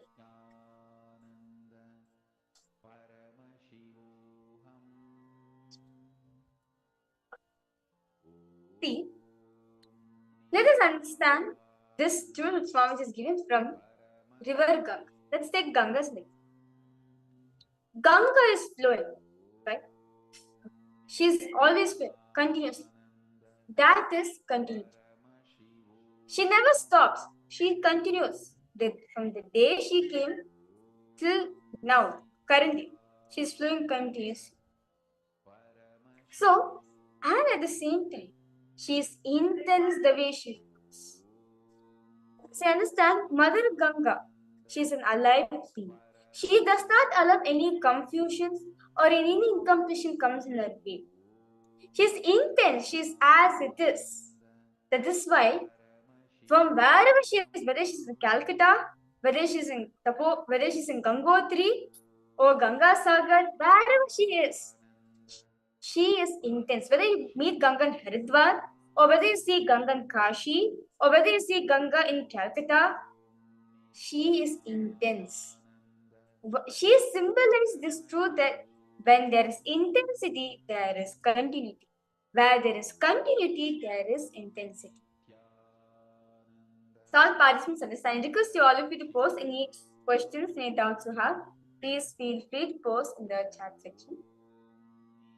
Whatever it is that you understood, you cognized as you were listening to the sacred truths on intensity and continuity, I request all of you to go ahead and post those understandings in the chat. Each one of you logged in. I see so many new participants logging in. I request all of you, each one of you can go ahead and share. As you were listening to Swamiji, what was the click, the powerful cognition breakthrough that each of you had?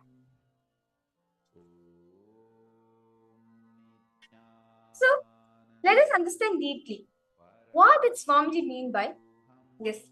How can you have life as continuity and intensity? See, as very good. See, Einstein says that E is equal to mc square. Something others like the either continuity should not be there or either intensity is not there. But Swamiji says both has to be there. Energy is continuous and is intense. So all participants understand. Because if any time during session, if it is little you're not understanding, I request all the participants to post. So understand. So now I request all participants now look in and see where and all in your life that intensity was not. See, you may be intense. First few days, you always experience the first few days you will be intense. But after 1 week, you see the continuity will not be there. Or you may be daily coming. You may be continuous. For example, you join a new job. First few days will be very intense. But after that, the intensity slowly goes down. Goes down. Goes down. Goes down. There's no continuity. First 3 days will be very intense. After you yourself start coming for a job. Or just because you have to work and earn some salary, you go to job. I'm sitting, okay, I'm coming and showing. But in your work, there will be no intensity. How many of you have experienced this in your life? I request all participants to post. How many of you have experienced this? Where when you work, sometimes the intensity is not there. But you have to show up. There's no other choice. So you do. Or first few days will be very intense. But after something you feel like, okay, let me just take a rest. Ma Tanya, I see you're saying you're understanding. Ma, I see so many new participants. Ma Dahana, Ma Pasadena Uldas, Ma Nyana Surupini, Ma Tanya Devane. Can I request all of you to come on camera? Ma Yoganandrupini, Ma Madeline, Ma Orieta, Ma Chenhua. Each of you can come on camera. You can post, share your understandings, your experiences. And I request each of you to go ahead and share what it is that you understood from this session as you were listening to it.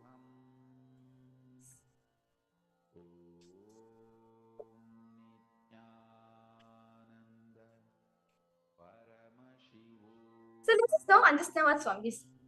In the equation which Einstein has given, E is equal to mc square. The speed of light denotes as c is assumed as a constant. In higher dimensions, it is the consciousness that is reflecting on the space. Understand, the fifth dimension is constant and continuous.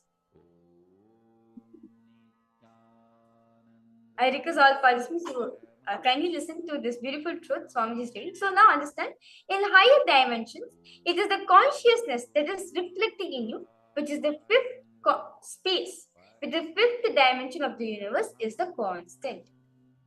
Now, time and speed of light is not constant, but the way super consciousness Paramashiva reflects in your inner space is constant. Means the way cosmic consciousness dances reflects in your pure inner space.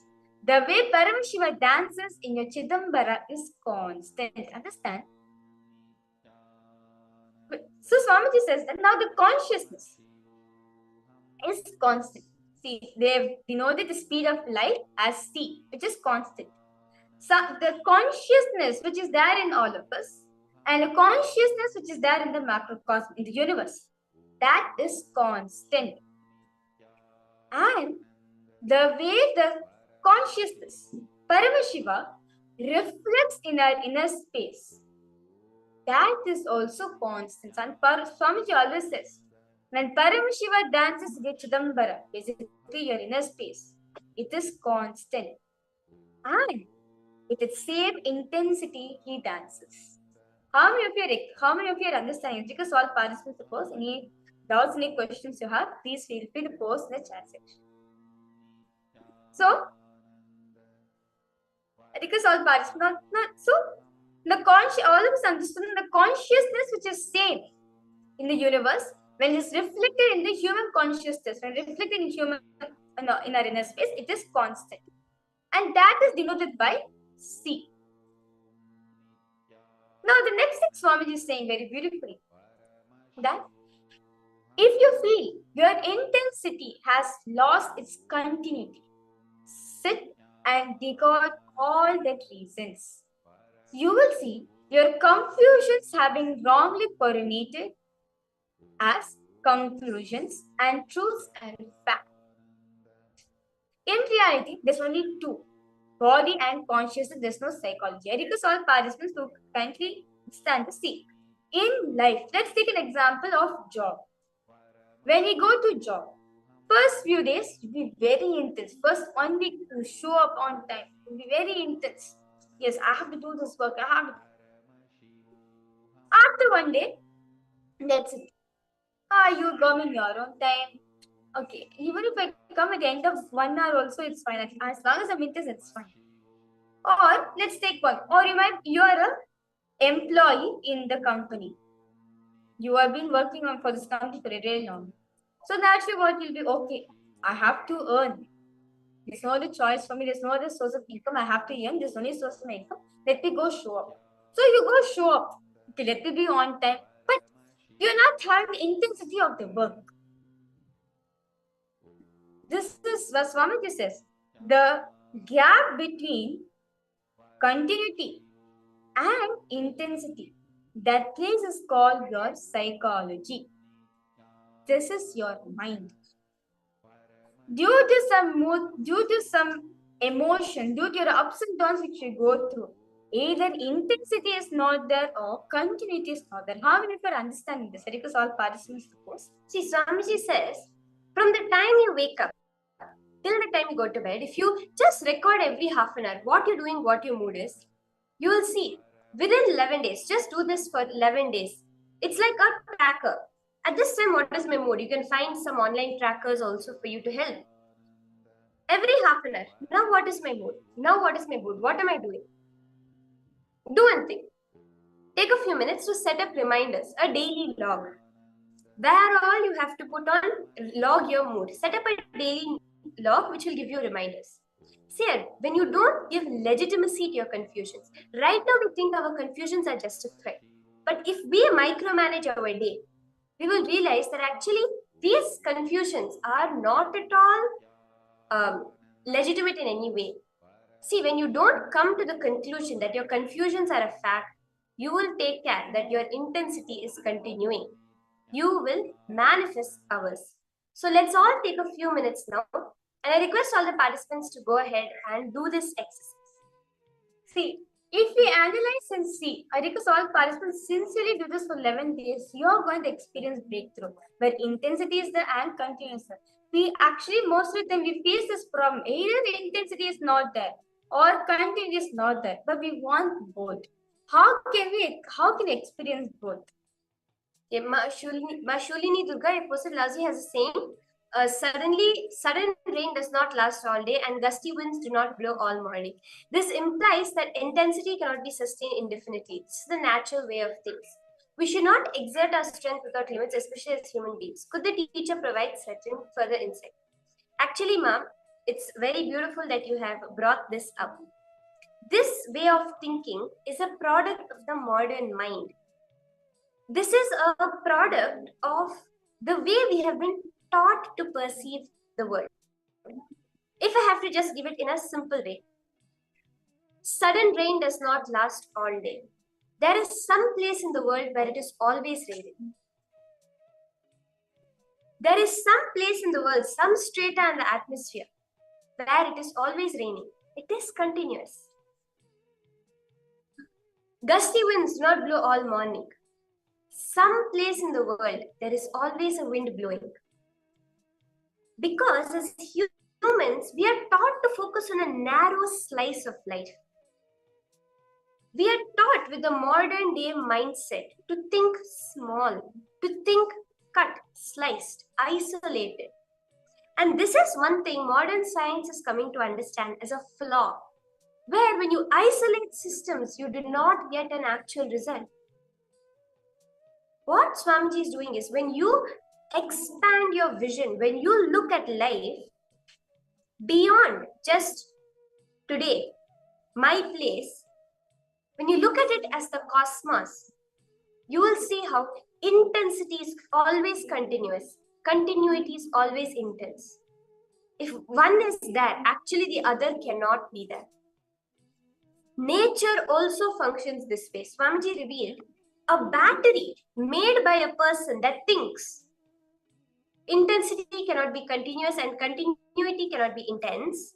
The battery will last only for 12 years. The battery from ancient Hinduism, the Agastya's battery.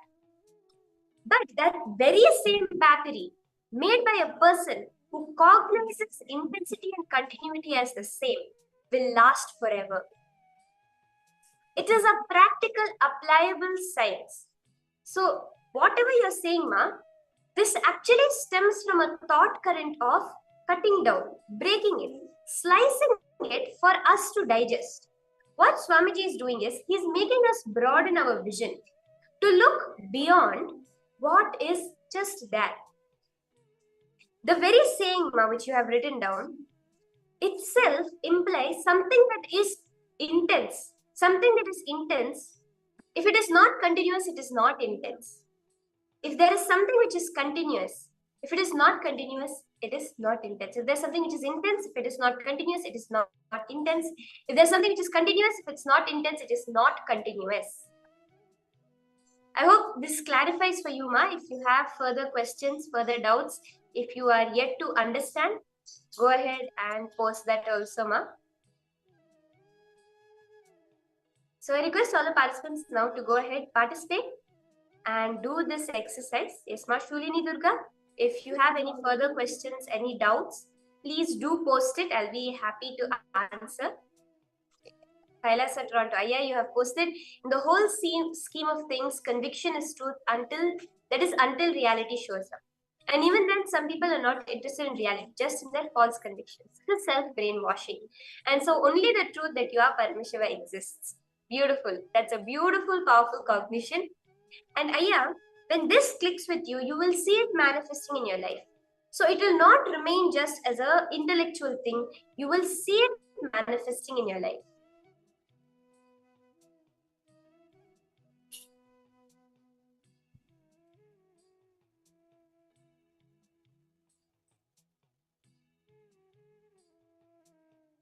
So now, let us, with that beautiful process, I hope all of you have completed the process, cognizing, reminding yourself to look at every moment of your day. With that, we'll be entering into the power manifestation session, where we're all going to be manifesting the beautiful, powerful powers of Paramashiva. So I request all of you to settle down, get ready. We're going to be again continuing to play. You can, in this round of manifestation, you can manifest the power of playing with nature, of changing the atmosphere from sunny to cloudy or cloudy to sunny. So this is going to be very fun. So I request all participants. So now I request all of you to take a place which you want to manifest this power. You can go to accuweather.com and you can ask. Check the weather, the area which you're living right now, what's the current weather is. Cloudy or is it sunny or what it is. And you can change according to your weather. So request all participants now to choose a place where you one way manifesting this power. So you can actually even do this in the place where you are in now. Take a moment, go outside, head outside, and click a picture of the sky. So I request all of you, you can actually do this. It will be you will really see it in front of your eyes. Take a moment. If you have a window, go to the window, or else head out and take a picture of the sky right now. I request all the participants to just take a moment, get up, take a picture of the sky in the place where you are in right now. Myrene Lemos, Maurieta, Ma Saroj, Ma Mahasala Shivpriya, Ma Nandeshwari, Ma Jnanapradayini, Ma Jayarani, Ma Tanya. Go ahead, go and take a picture of the window. How is it outside your house? How does the sky look right now outside the house? It's dark night. Okay. Then if it's night, you can go to the app, the weather app, and see what is the current status. Is it cloudy or is it sunny? And if there is a moon, you will actually be able to see if it's cloudy or sunny. So today is anyways the full moon day. So you can go ahead and take a picture and see if it is sunny or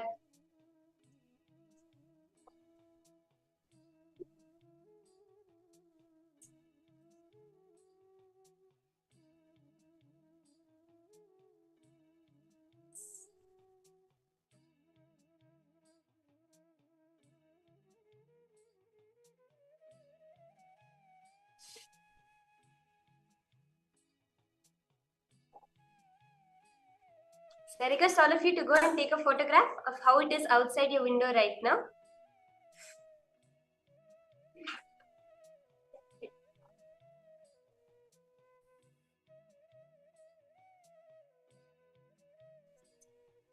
Sorry, I think I said that it was the full moon day. It's actually the no moon day, but definitely from street lights, from stars, there'll be some light which is coming. You can go ahead and take a photograph.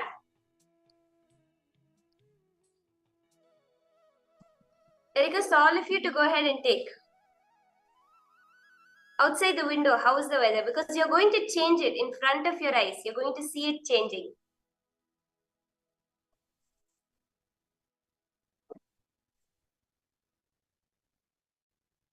So once you have taken the image, you can settle down. Paramashivoham.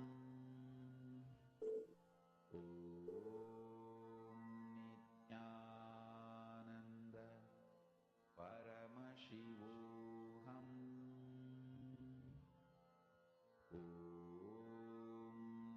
Nityananda. Paramashivoham.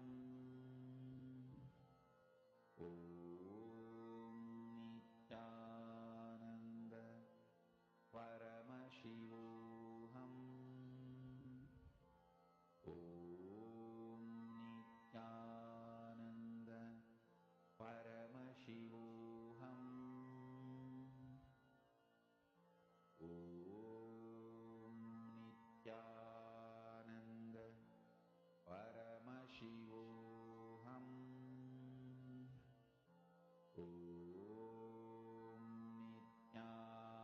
Nityananda. Paramashivoham.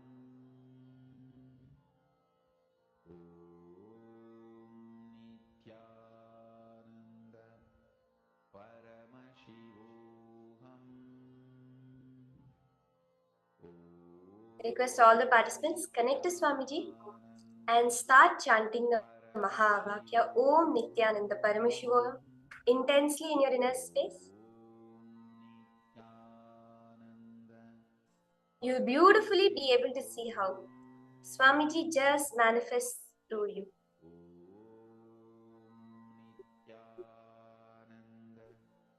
This is actually a 42-minute power manifestation process that Swamiji has revealed. So even after the power manifestation completes, you can go ahead and also continue manifesting and check within 42 minutes. For those of you who participated in the previous round, do check now because you would see a difference in the place you had chosen to bring rain in.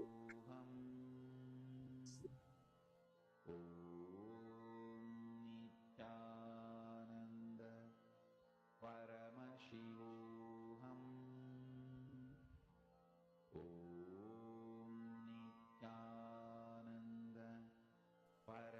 Okay, Ma Pradhani is saying it's nice to have a lot of stars in the sky. Ma Tanya, you say I manifested. I did already make the exercise earlier and it's raining now. Wow.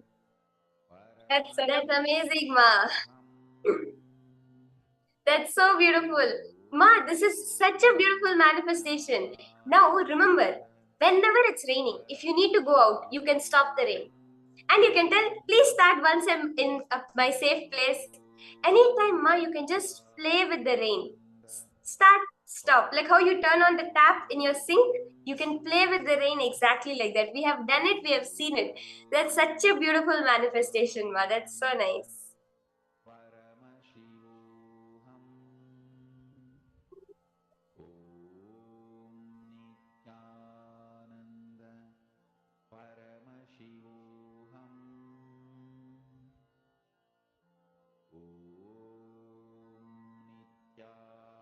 We understand all the participants. This is actually all of you can manifest. See, a participant like you has manifest this power. So understand that you also have the ability to manifest. So request all participants to continue manifesting this power. As now, we'll be entering into a very important segment. As today, we are going to be receiving the darshan of Bhagavan Gangadhara Murti and Gangadhara Visarjana Murti, who symbolizes the power of super-determinism which Bhagirath carried to manifest Mother Ganga on planet Earth. Now, we are going to be listening a beautiful session by Swamiji, where Swamiji speaks about the story how Mother Ganga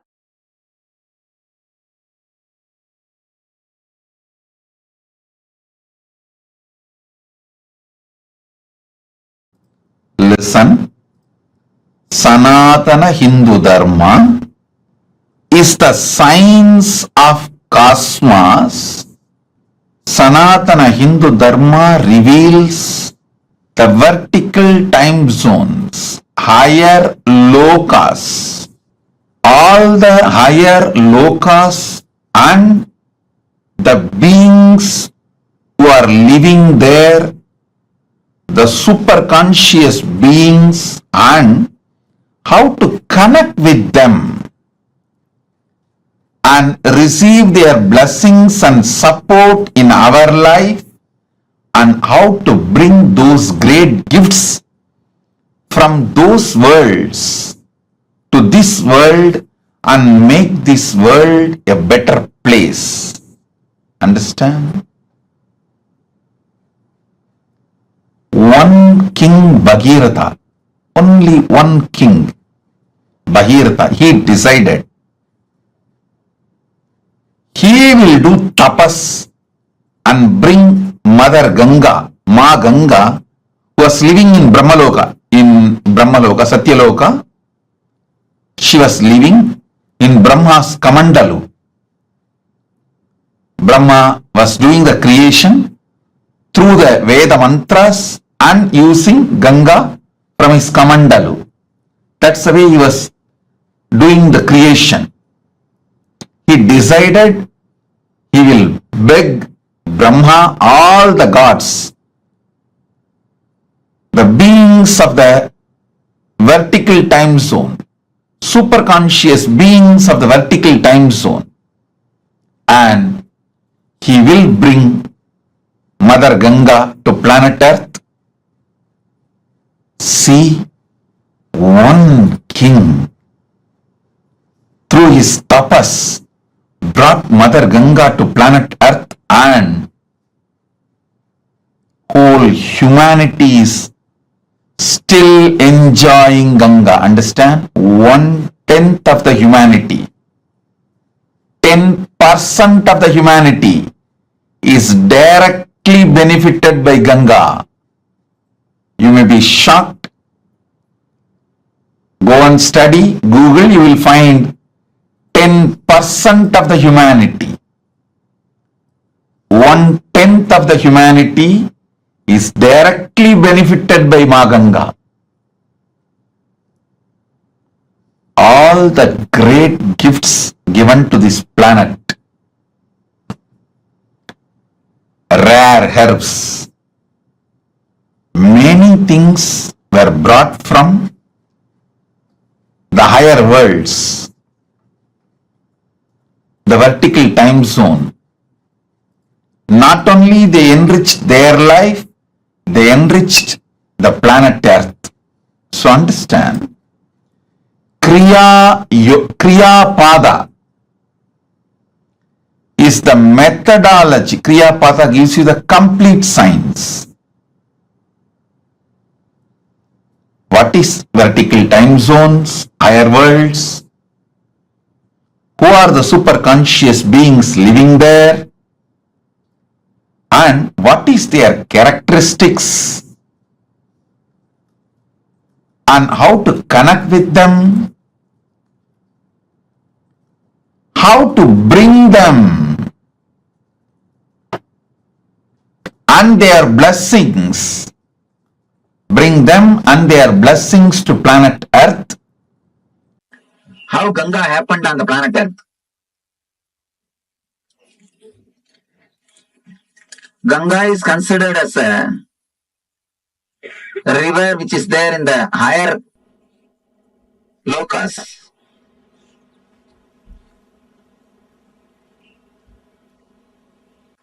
It was there with the Kamandalu of Brahma.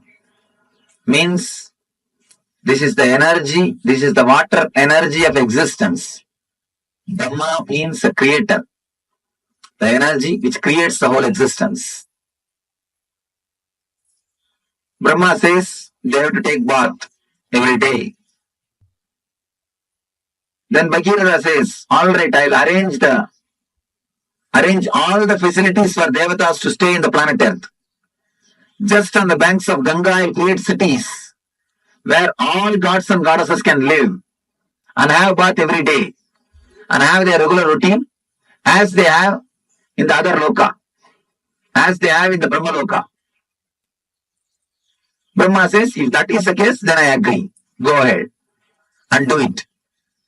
Then he comes and does tapasya towards Himachala, the Hima hills, Hema Parvata, the Himaraj, who is the father-in-law of Shiva. He does tapasya towards the Himaraja. Himaraja appears and asks, what do you want? I want you to be the host for Mother Ganga. I want you to be the host for Mother Ganga. And you are the person in whom I can create a city for all the devatas. And only from you, the Ganga can flow. You are the only person who can be base.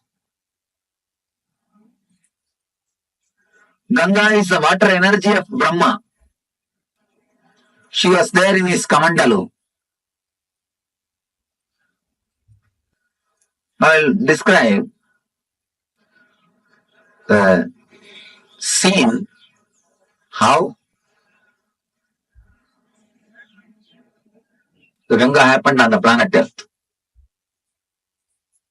First I will tell the story, then we will see the deeper meaning of that metaphysical story. There was a king called Bhagiratha.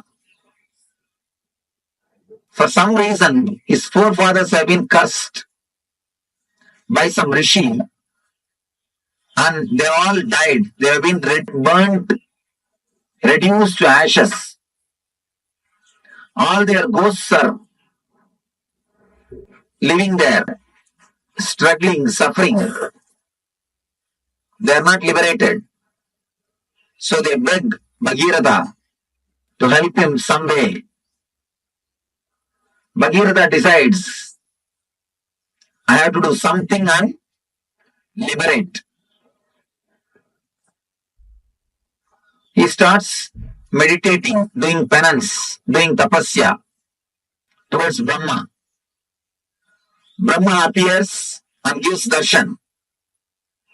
And he says, yes, I can send the Ganga to the planet Earth, no problem. But be very clear, can planet Earth hold the Ganga's speed? Can planet Earth sustain the force of Ganga? First, do something for that. Arrange for it. Then I will send the Ganga. Then again he starts doing penance, doing tapasya. After the tapasya, Shiva appears. Shiva asks, what do you want?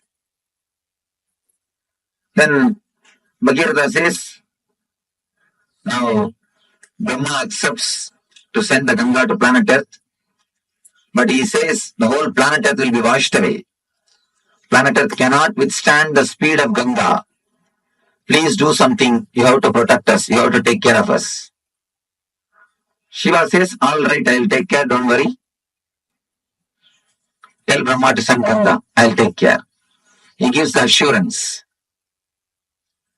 Then again he meditates towards the Brahma.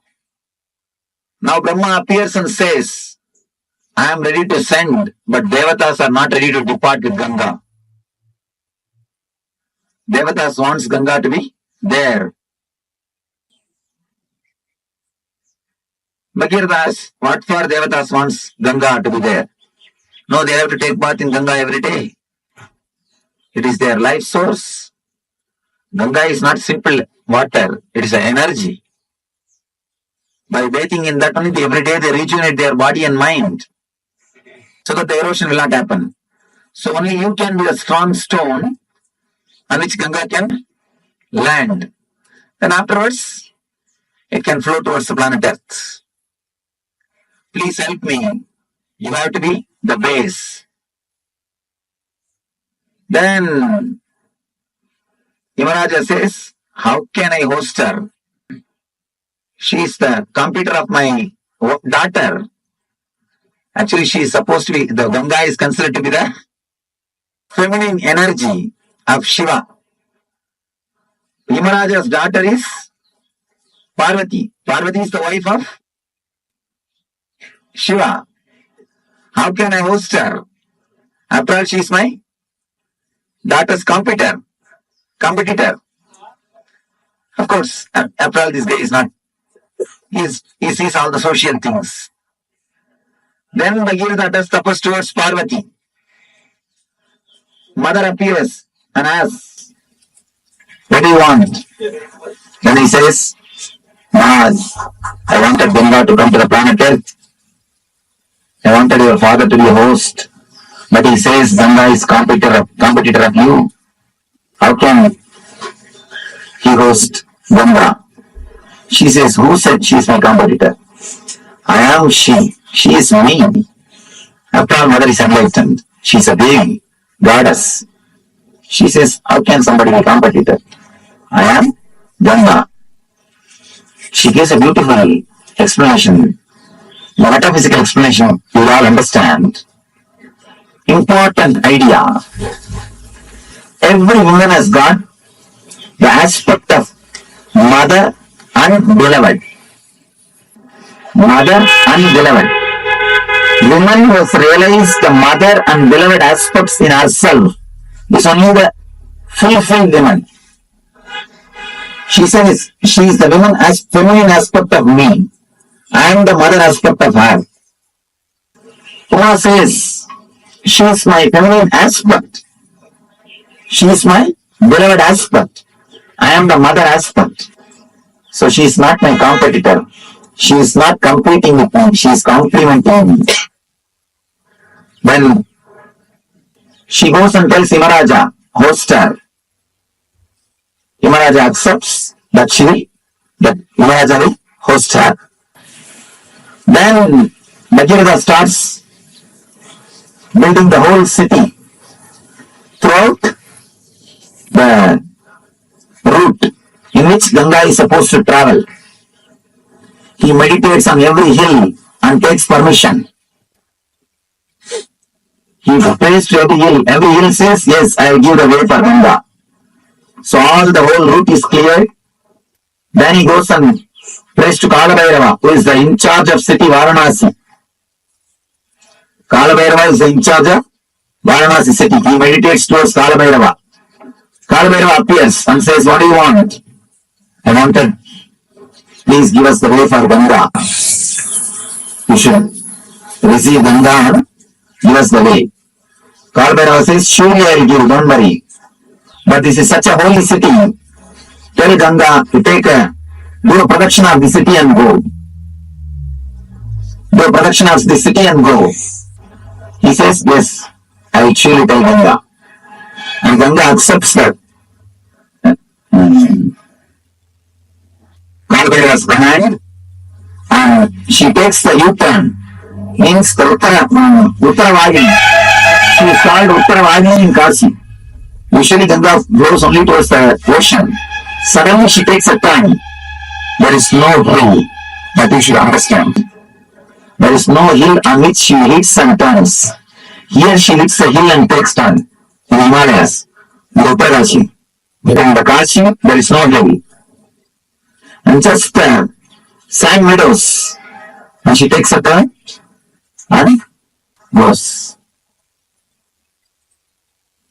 Then when all the arrangements are ready, then he meditates towards the Brahma. Suddenly, Brahma comes up with the next trouble, next problem.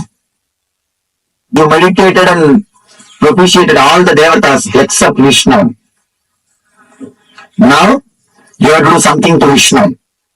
Only then I can send Ganga. Then he started meditating towards Vishnu. He prayed the Vishnu. Did tapasya. Vishnu appeared. What do you want?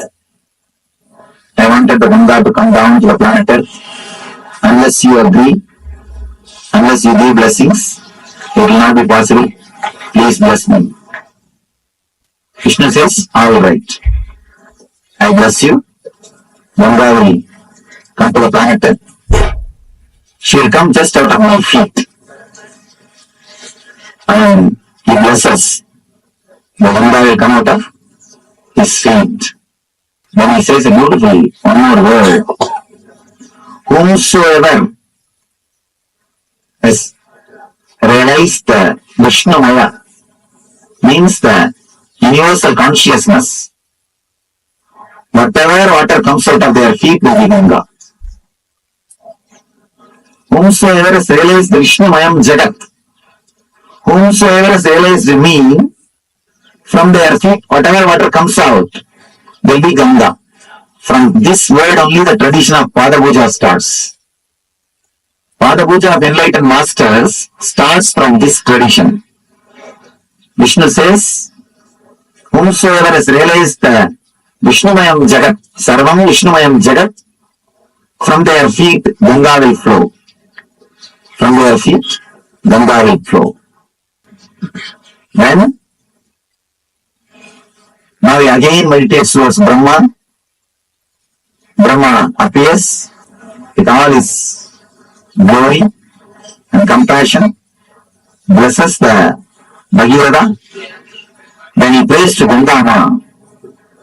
Then he does tapasya towards Ganga, meditates and invites the Ganga mother. Ganga with all compassion. Not only compassion, the wild energy.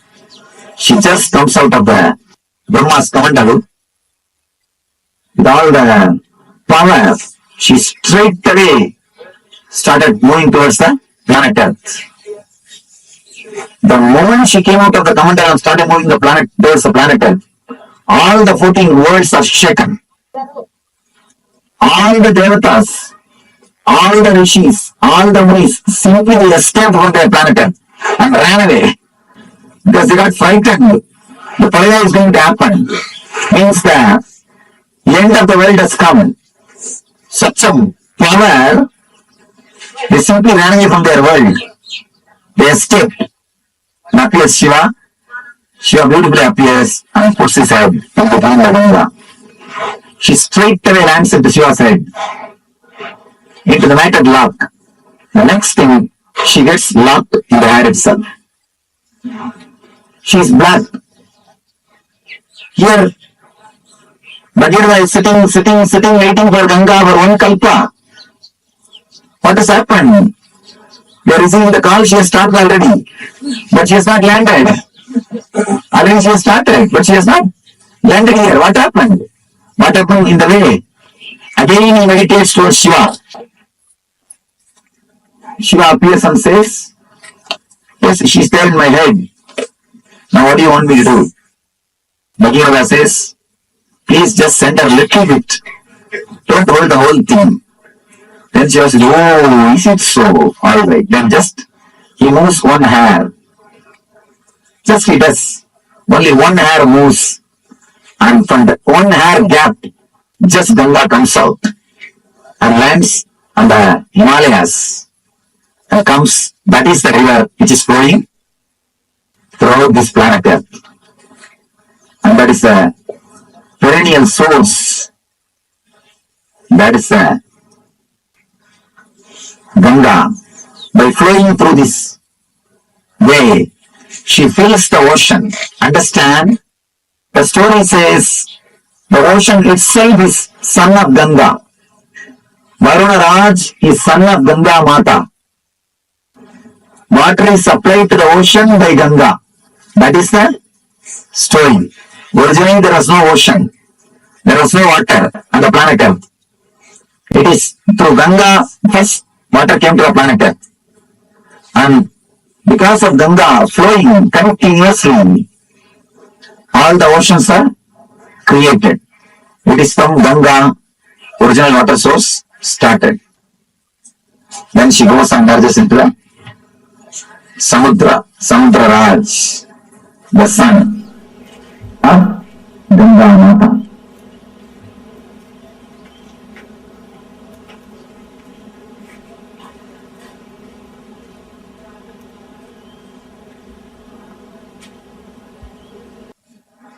And she lives here as an energy, as an embodiment of energy, blessing the people, giving them the outwardly things and the inwardly spiritual bliss. She is Iga Bara Sudha Dayini. She gives everything of the outer world and everything of the inner world. Now you'll understand the whole story of Ganga from the dimension of a spiritual enlightenment.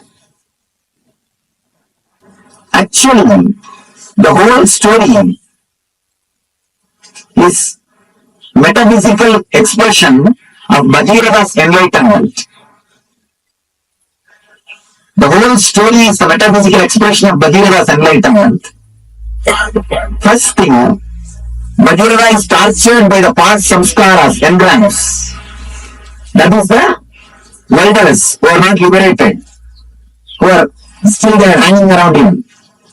He is continuously tortured by the past samskaras, engrams. So he does tapasya towards the creator of the whole universe. Continuously meditates. He wants the knowledge, the energy to be flooded on him so that all the engrams will be washed away. All the engrams will be destroyed. One more important thing, that Ganga came, she washed all the ashes of Bhagirata's forefathers and liberated all of them and gave ultimate enlightenment to Bhagirata, and she is here, liberating the people. So he's praying to, he's meditating towards the Creator, the divine energy, so that the Ganga, the energy can be flooded on him. The Shakti can happen to him. All the engrams will be washed away. He will be liberated, enlightened. The first darshan of Creator is what I call first experience, Satori. Understand? Why do you think Brahma is described with 4 heads? Don't think 4 heads are there. He can see complete 360 degree. The first experience is what is described as Brahma. The man who gets the experience of seeing complete 360 degree is what we call Brahman. He has achieved Brahma. He has achieved the Brahman consciousness.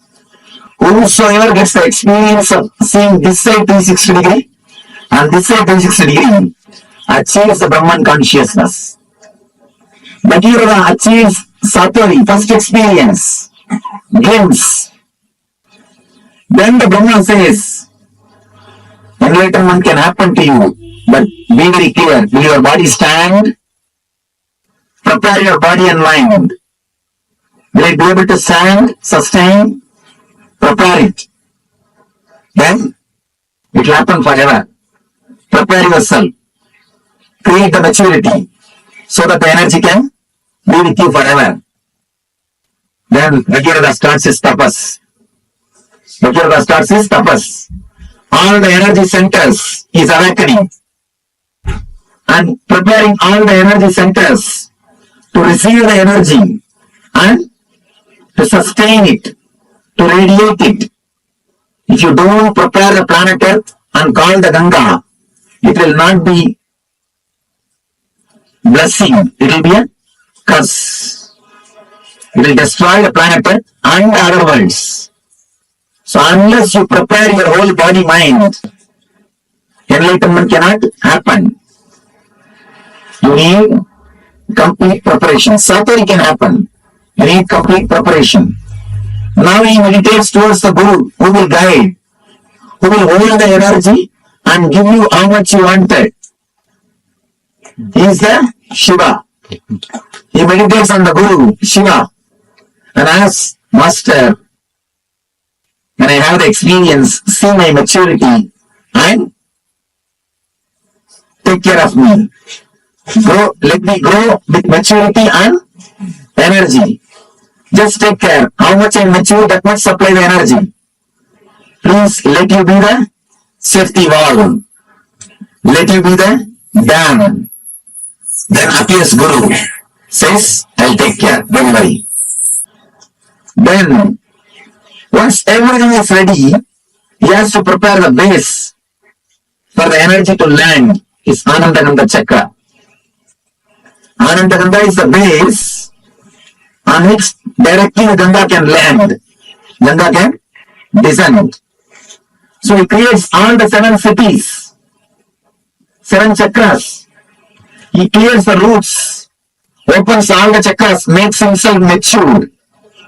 So that when energy descends on him, when enlightenment happens on him, it can stay on him and help the whole world. It will be a blessing for him and to the whole world. He continues to do tapasya. He propitiates all the devatas, means the devatas who are residing in every chakra. Then comes Kala Bhairava, in charge of Varanasi, Swadhisthana chakra. And he asks, please give me the way for Ganga. Kala Bhairava says, surely I'll give, but tell her she should go round. She should be around me. She should be in me. That is why Swadhisthana, energy is installed in Swadhisthana.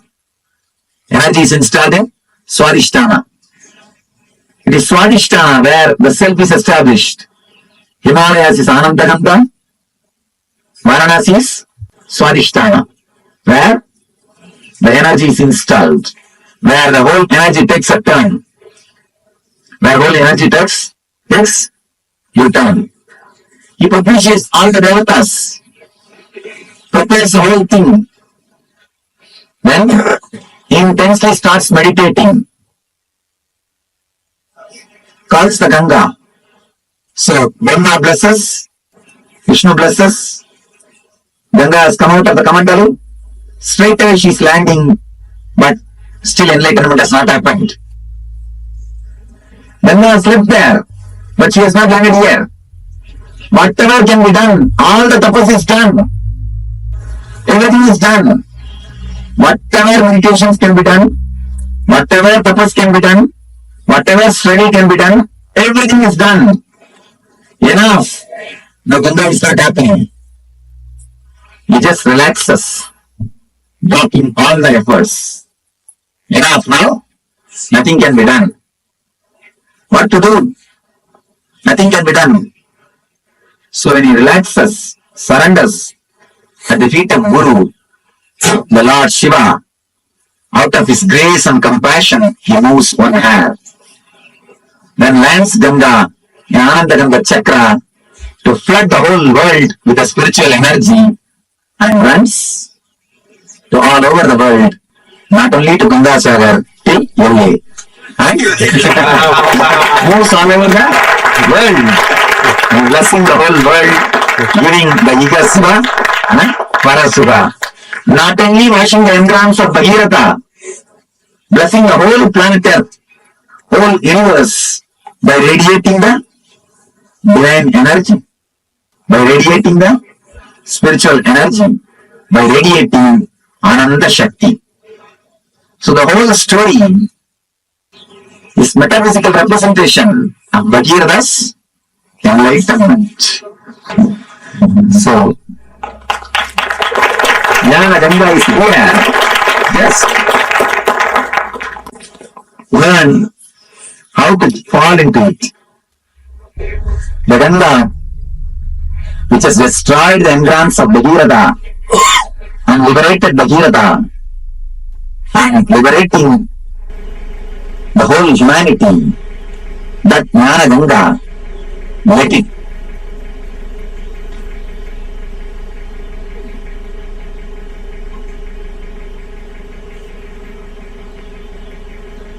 Ananda Shakti, the Ananda Shakti, which has liberated Bhagirath, which has liberated the whole humanity, which is liberating millions of seekers. The Guru's grace, the Ananda Shakti, let it liberate all of you. Let it flow in all of you. Let it burn in all of you. Let it purify all of you. Let it radiate in all your beings. Let you all become channels of Ananda Ganga. Let you all become Ananda Shakti. Please understand one thing. This is the largest deity. It is not just a river. It is energized water body. So it becomes a Vigraha, deity. Be in the space of completion. Whatever incompletion comes up, complete with it.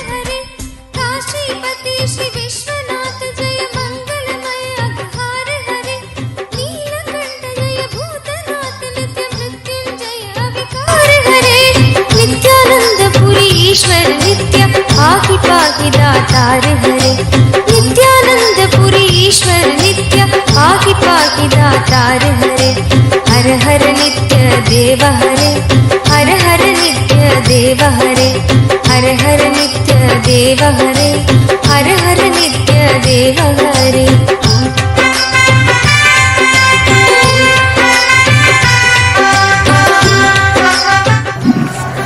Maybe at least last 20,000 years, people have come for knowledge, to learn about life.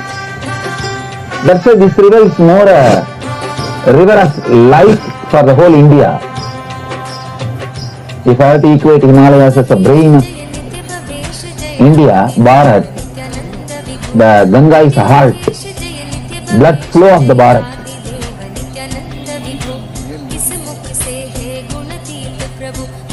The very breathing space of Ganga. Such a beautiful space. Sound which you are listening is the anchored sound of Ganga. And this chanting. Go ahead. Every enlightened master, when he dies, his body is dropped in Ganga. Understand? His body is dropped in Ganga. Just by 10-15 minutes of chanting some holy word or a good peaceful word, chanting some peaceful word, the quality of water changes. Emoto proves, just 5 minutes, this guy sits and chants the word peace, happiness, immediately the quality of water changes. Understand, in these Ganges, every day millions of people stand and pray. not one or two, not even lakh, millions. Millions stand and pray, and I can say how many thousands of enlightened masters' body has been put in the Ganges, I don't know. That is why this whole river is energy. It is not just, please understand, Ganges is not totality of drop of waters. Ganges is not totality of water drops. It has got its own identity, its own independent intelligence. First understand, it responds. It responds. You will see how it responds. Ganges, Ganga river has got its own independent, intelligent identity. So do not think it is just a river.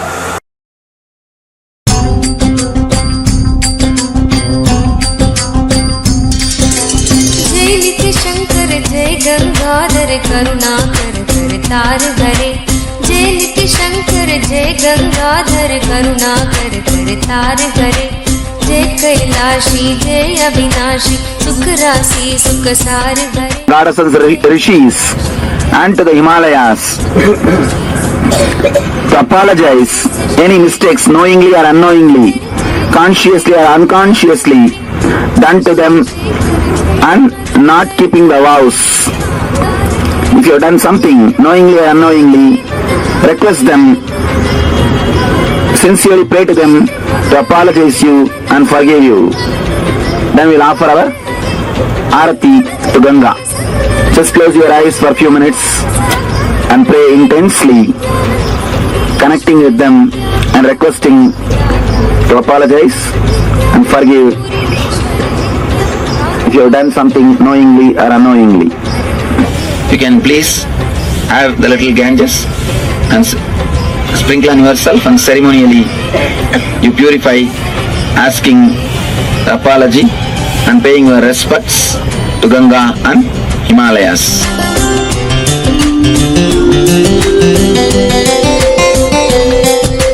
नित्य रामेश्वर नित्य नागेश्वर वैद्यनाथ केदार हरे नित्य रामेश्वर नित्य नागेश्वर वैद्यनाथ केदार हरे मल्लिकार्जुन सोमनाथ नित्य महाकाल ओंकार हरे मल्लिकार्जुन सोमनाथ नित्य महाकाल ओंकार हरे त्रयंबकेश्वर नित्य घुष्मेश्वर भीमेश्वर जगतार हरे त्रयंबकेश्वर नित्य घुष्मेश्वर भीमेश्वर जगतार हरे काशीपति श्री विश्वनाथ जय मंगलमय अघहार This is where I used to lie down. And Shiva gave food and medicine. Let's see the Shiva who gave food and medicine. जय भूत बोलो गंगा माता के, बोलो वैदीश्वर के। तार हरे नित्यानंद पुरी ईश्वर नित्य आहि पाहि दातार शंकर महाराज के। You don't need to cook or do anything inside Haridwar and after the Haridwar. Till Gangotri, you don't need to cook or do anything. Just Diksha, that's enough. About Ganga, I should say a few words.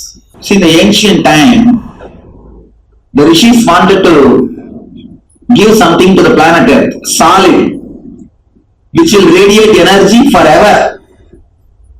Forever it should radiate energy. They tried to create temples. That also, if somebody breaks, nothing can be done. The energy is destroyed. They tried to energize the Agni. If you see the Jwalamukhi temples, have you heard of Jwalamukhi temples? In North India there is a Jwalamukhi temples. The fire will be there. They try to energize the fire. That also if it is put out, the energy is disturbed. They tried all the other methods. Finally, only these three you can energize. Water, fire and ether, fire and earth. Other two you can't relate. These three only human beings can relate. So finally they decided, let us energize a whole river so that the energy will be available to the planet Earth forever. So three group of enlightened masters sat in the Ganga, one group in Gangotri another group in Brahmagunda, Ardwar, third group in Ganga Sagar. It is after all the river is completely connected. You understand? It is connected. So this all the three groups went into Samadhi at a time and brought the energy like a lightning to the river. The whole river got energized. If you read the book Messages from Water, then you will understand there is a beautiful research done with water. One doctor, he collected a glass of water, and he started repeating the thoughts and creating the waves of love and peace towards that water. After a few days, he freezed that water and started looking through microscope. No? Then they took some pictures. Then, same way, another glass of water, same quality water, he started using the word war, terrorism, anger. Then he freezed that water also and saw. You will be shocked to see the photographs. The love and peace that looks like a diamond, that photograph. And the war and anger that looks like a diamond. Not one, hundreds of researches. You don't know the power of words. Through this research they prove water directly responds to your thoughts. Your thoughts can be stored and radiated by water. The same philosophy of Rishis have done. Rishis just energize the whole Ganga. An ordinary doctor chanting 10 minutes love and peace can create so much of vibration means hundreds of enlightened masters just